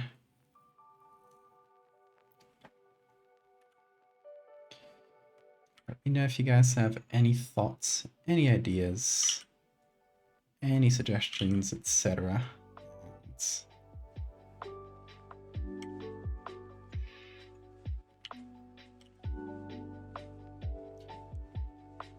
Otherwise, I think I'll call it done. Adding a touch more glow, just for the fun of it.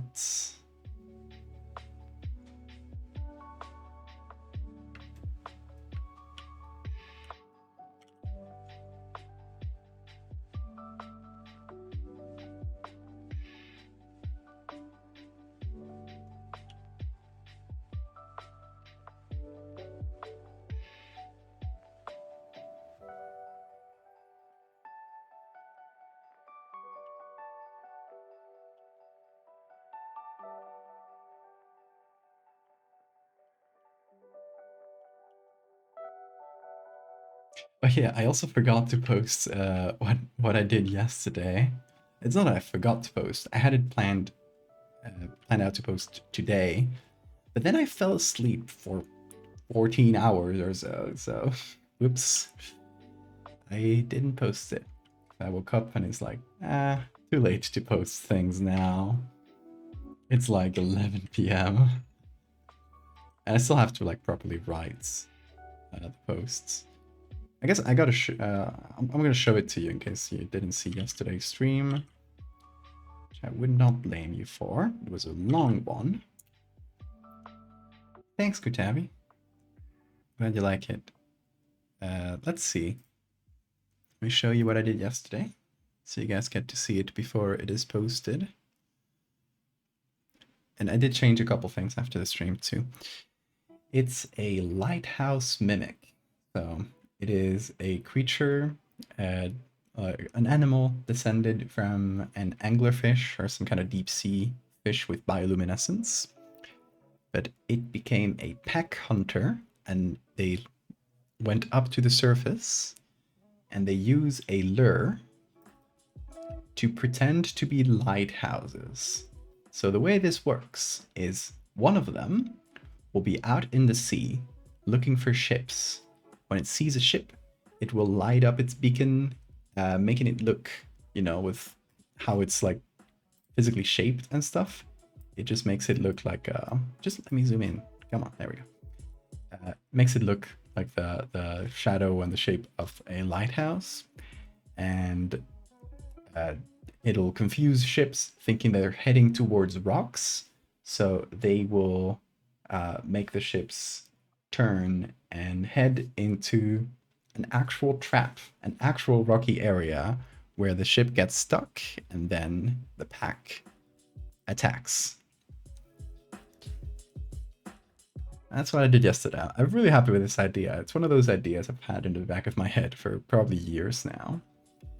And yeah, it's just kind of a deep sea fish with a really long lure. Although it's not really a lure, it's the opposite of a lure. And it is shaped in a very specific way to make the lighthouse-y effect. So it's, instead of being a single lure, it's like a bunch of strands to kind of create that. Instead of just doing one light, it just does a bunch of little beams of light. And then it has a little tuft here that creates a shadow underneath, which creates like the effect of the tower underneath the lighthouse. So yeah. Thanks, Carrie. That's what I did yesterday. And I was really worried earlier because Photoshop was like chugging and I thought it was about to crash. What happened is yesterday, as I was making this image, Photoshop crashed and I lost a bunch of work. And I had to redo it. And the worst thing is, like, it was like right at the end stage. So I was ready to call this done. I did the colors. I really like the colors and the greens that I came up with for the beams.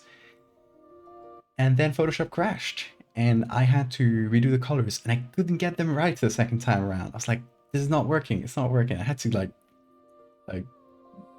spend a lot of time just trying to recreate the colors I had done the first time perfectly, which is very annoying. Anglerfish are very spooky. Thanks for the save reminder. Actually, I haven't saved this as a JPEG. So there it is. You saw it flash. It's saving it as a JPEG like this.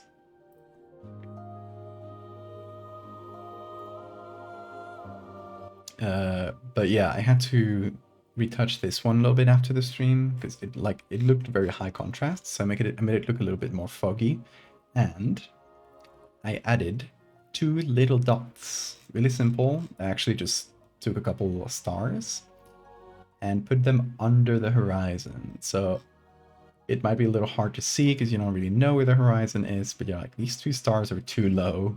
They're actually eyes because they have these glowy eyes.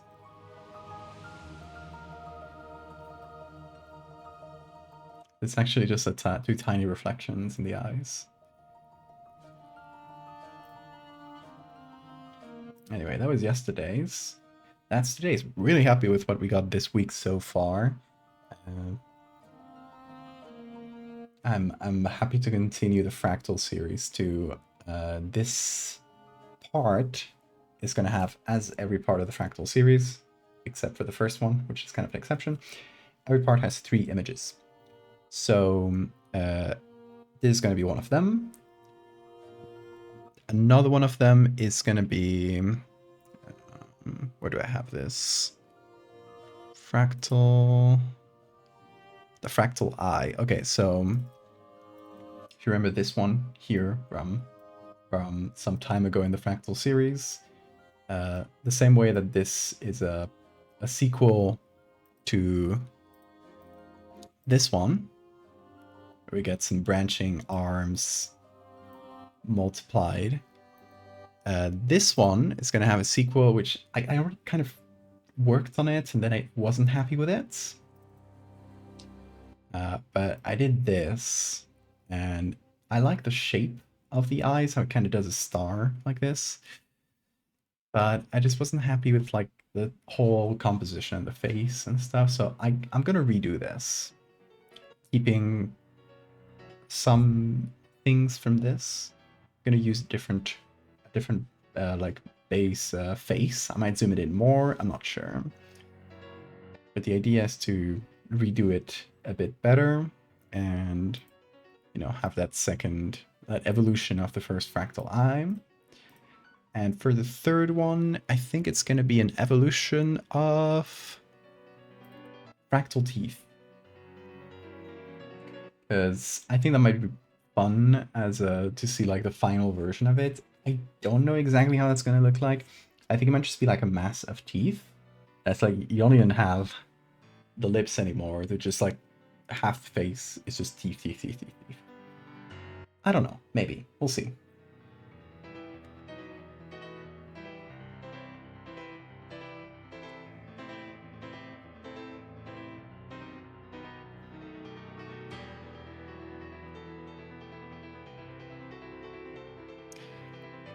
So yeah, I'll have to redo that, yeah. But we'll see. We'll see what's the best way of doing it. Dead Zombie Llama, thank you for the follow. And Gildas Blueford, thank you guys. Welcome. But yeah, that's the plan for this next part of the Fractal series. I'll be just doing it whenever I got some time over the next few weeks, couple months. I don't know. It takes some time to do these. I end up like requiring too much of myself, and like you know, like going over them again and again and again until I'm happy. So like I might even go over this one later if I find any defects, or I find I'm not happy with anything here. But so far I'm quite happy. I hope I don't have to go back and change too many things. But yeah, that is the plan. As for tomorrow, we are doing another stream, and we will be continuing in the topic of continuing series. We're going to be continuing the Terry series. Terry, the Meat Planets, aka Shipetotek, this little friend right here. what we've seen so far is it gets really close to the Earth and starts dropping its meat seeds, which then start growing, taking over the ocean, and eventually taking over land. So for tomorrow's part, we're gonna have, I don't know the exact look it's gonna have, but I think it's gonna be an aerial photo, maybe from the ISS or something like really far up, and we can see like a good chunk of the Earth has been completely covered. So yeah, that's gonna be the next part, kind of like astronauts on the ISS, seeing as the Earth is completely enveloped in meat. Not an apocalyptic story, but kind of different vibes to the Fractal. It's more silly and fun, just like a meat apocalypse where we slowly become a new meat planet. That's the idea. So yeah, more of that tomorrow. And Thursday night, we are gonna do another piece for Trench Crusade. If you missed it last week, we did. Where's Trench Crusade? I should have these on hand, but gotta go find them every time. Trench Crusade. We did this one last week, and they're meant to look like newspaper photos, kind of blurry, like taken in the action. If you don't know, Trench Crusade is a world building project and role playing game where that takes place in this, well, not role playing game, tabletop game, you know, with like figurines and stuff that you can paint. It takes place in this world where, you know, there's been this 800-year-long war between demons and the countries have like descended from the old crusaders. So it's like this eternal war essentially, where a portal to hell is opened. And this one we did is heretic raiders. So they're like from the demon aligned faction, and they're the sea raiders. So they're coming up from like under the water to raid this town. The one we're gonna do tomorrow, day after tomorrow, is gonna be a big zeppelin crashing. So we're gonna be doing big airship accident over humanity and all that. More like a battle, right? There's gonna be biplanes around it and stuff, kind of like a weird alternate World War I airplane battle. That's kind of the goal of it. So yeah, that's gonna be day after tomorrow. But today, we're done. Been again nearly 6-hour stream. I've been on a roll, I guess. But yeah, these have been like pretty hard edits yesterday's and today's. So are the kind of edits that take this long. Sorry, Bean, I woke you up, baby. But yeah, that's gonna do it for us tonight, folks. Thanks once again for watching, and yeah, I will see you tomorrow around the same hour as today, probably, depending on my sleep schedule.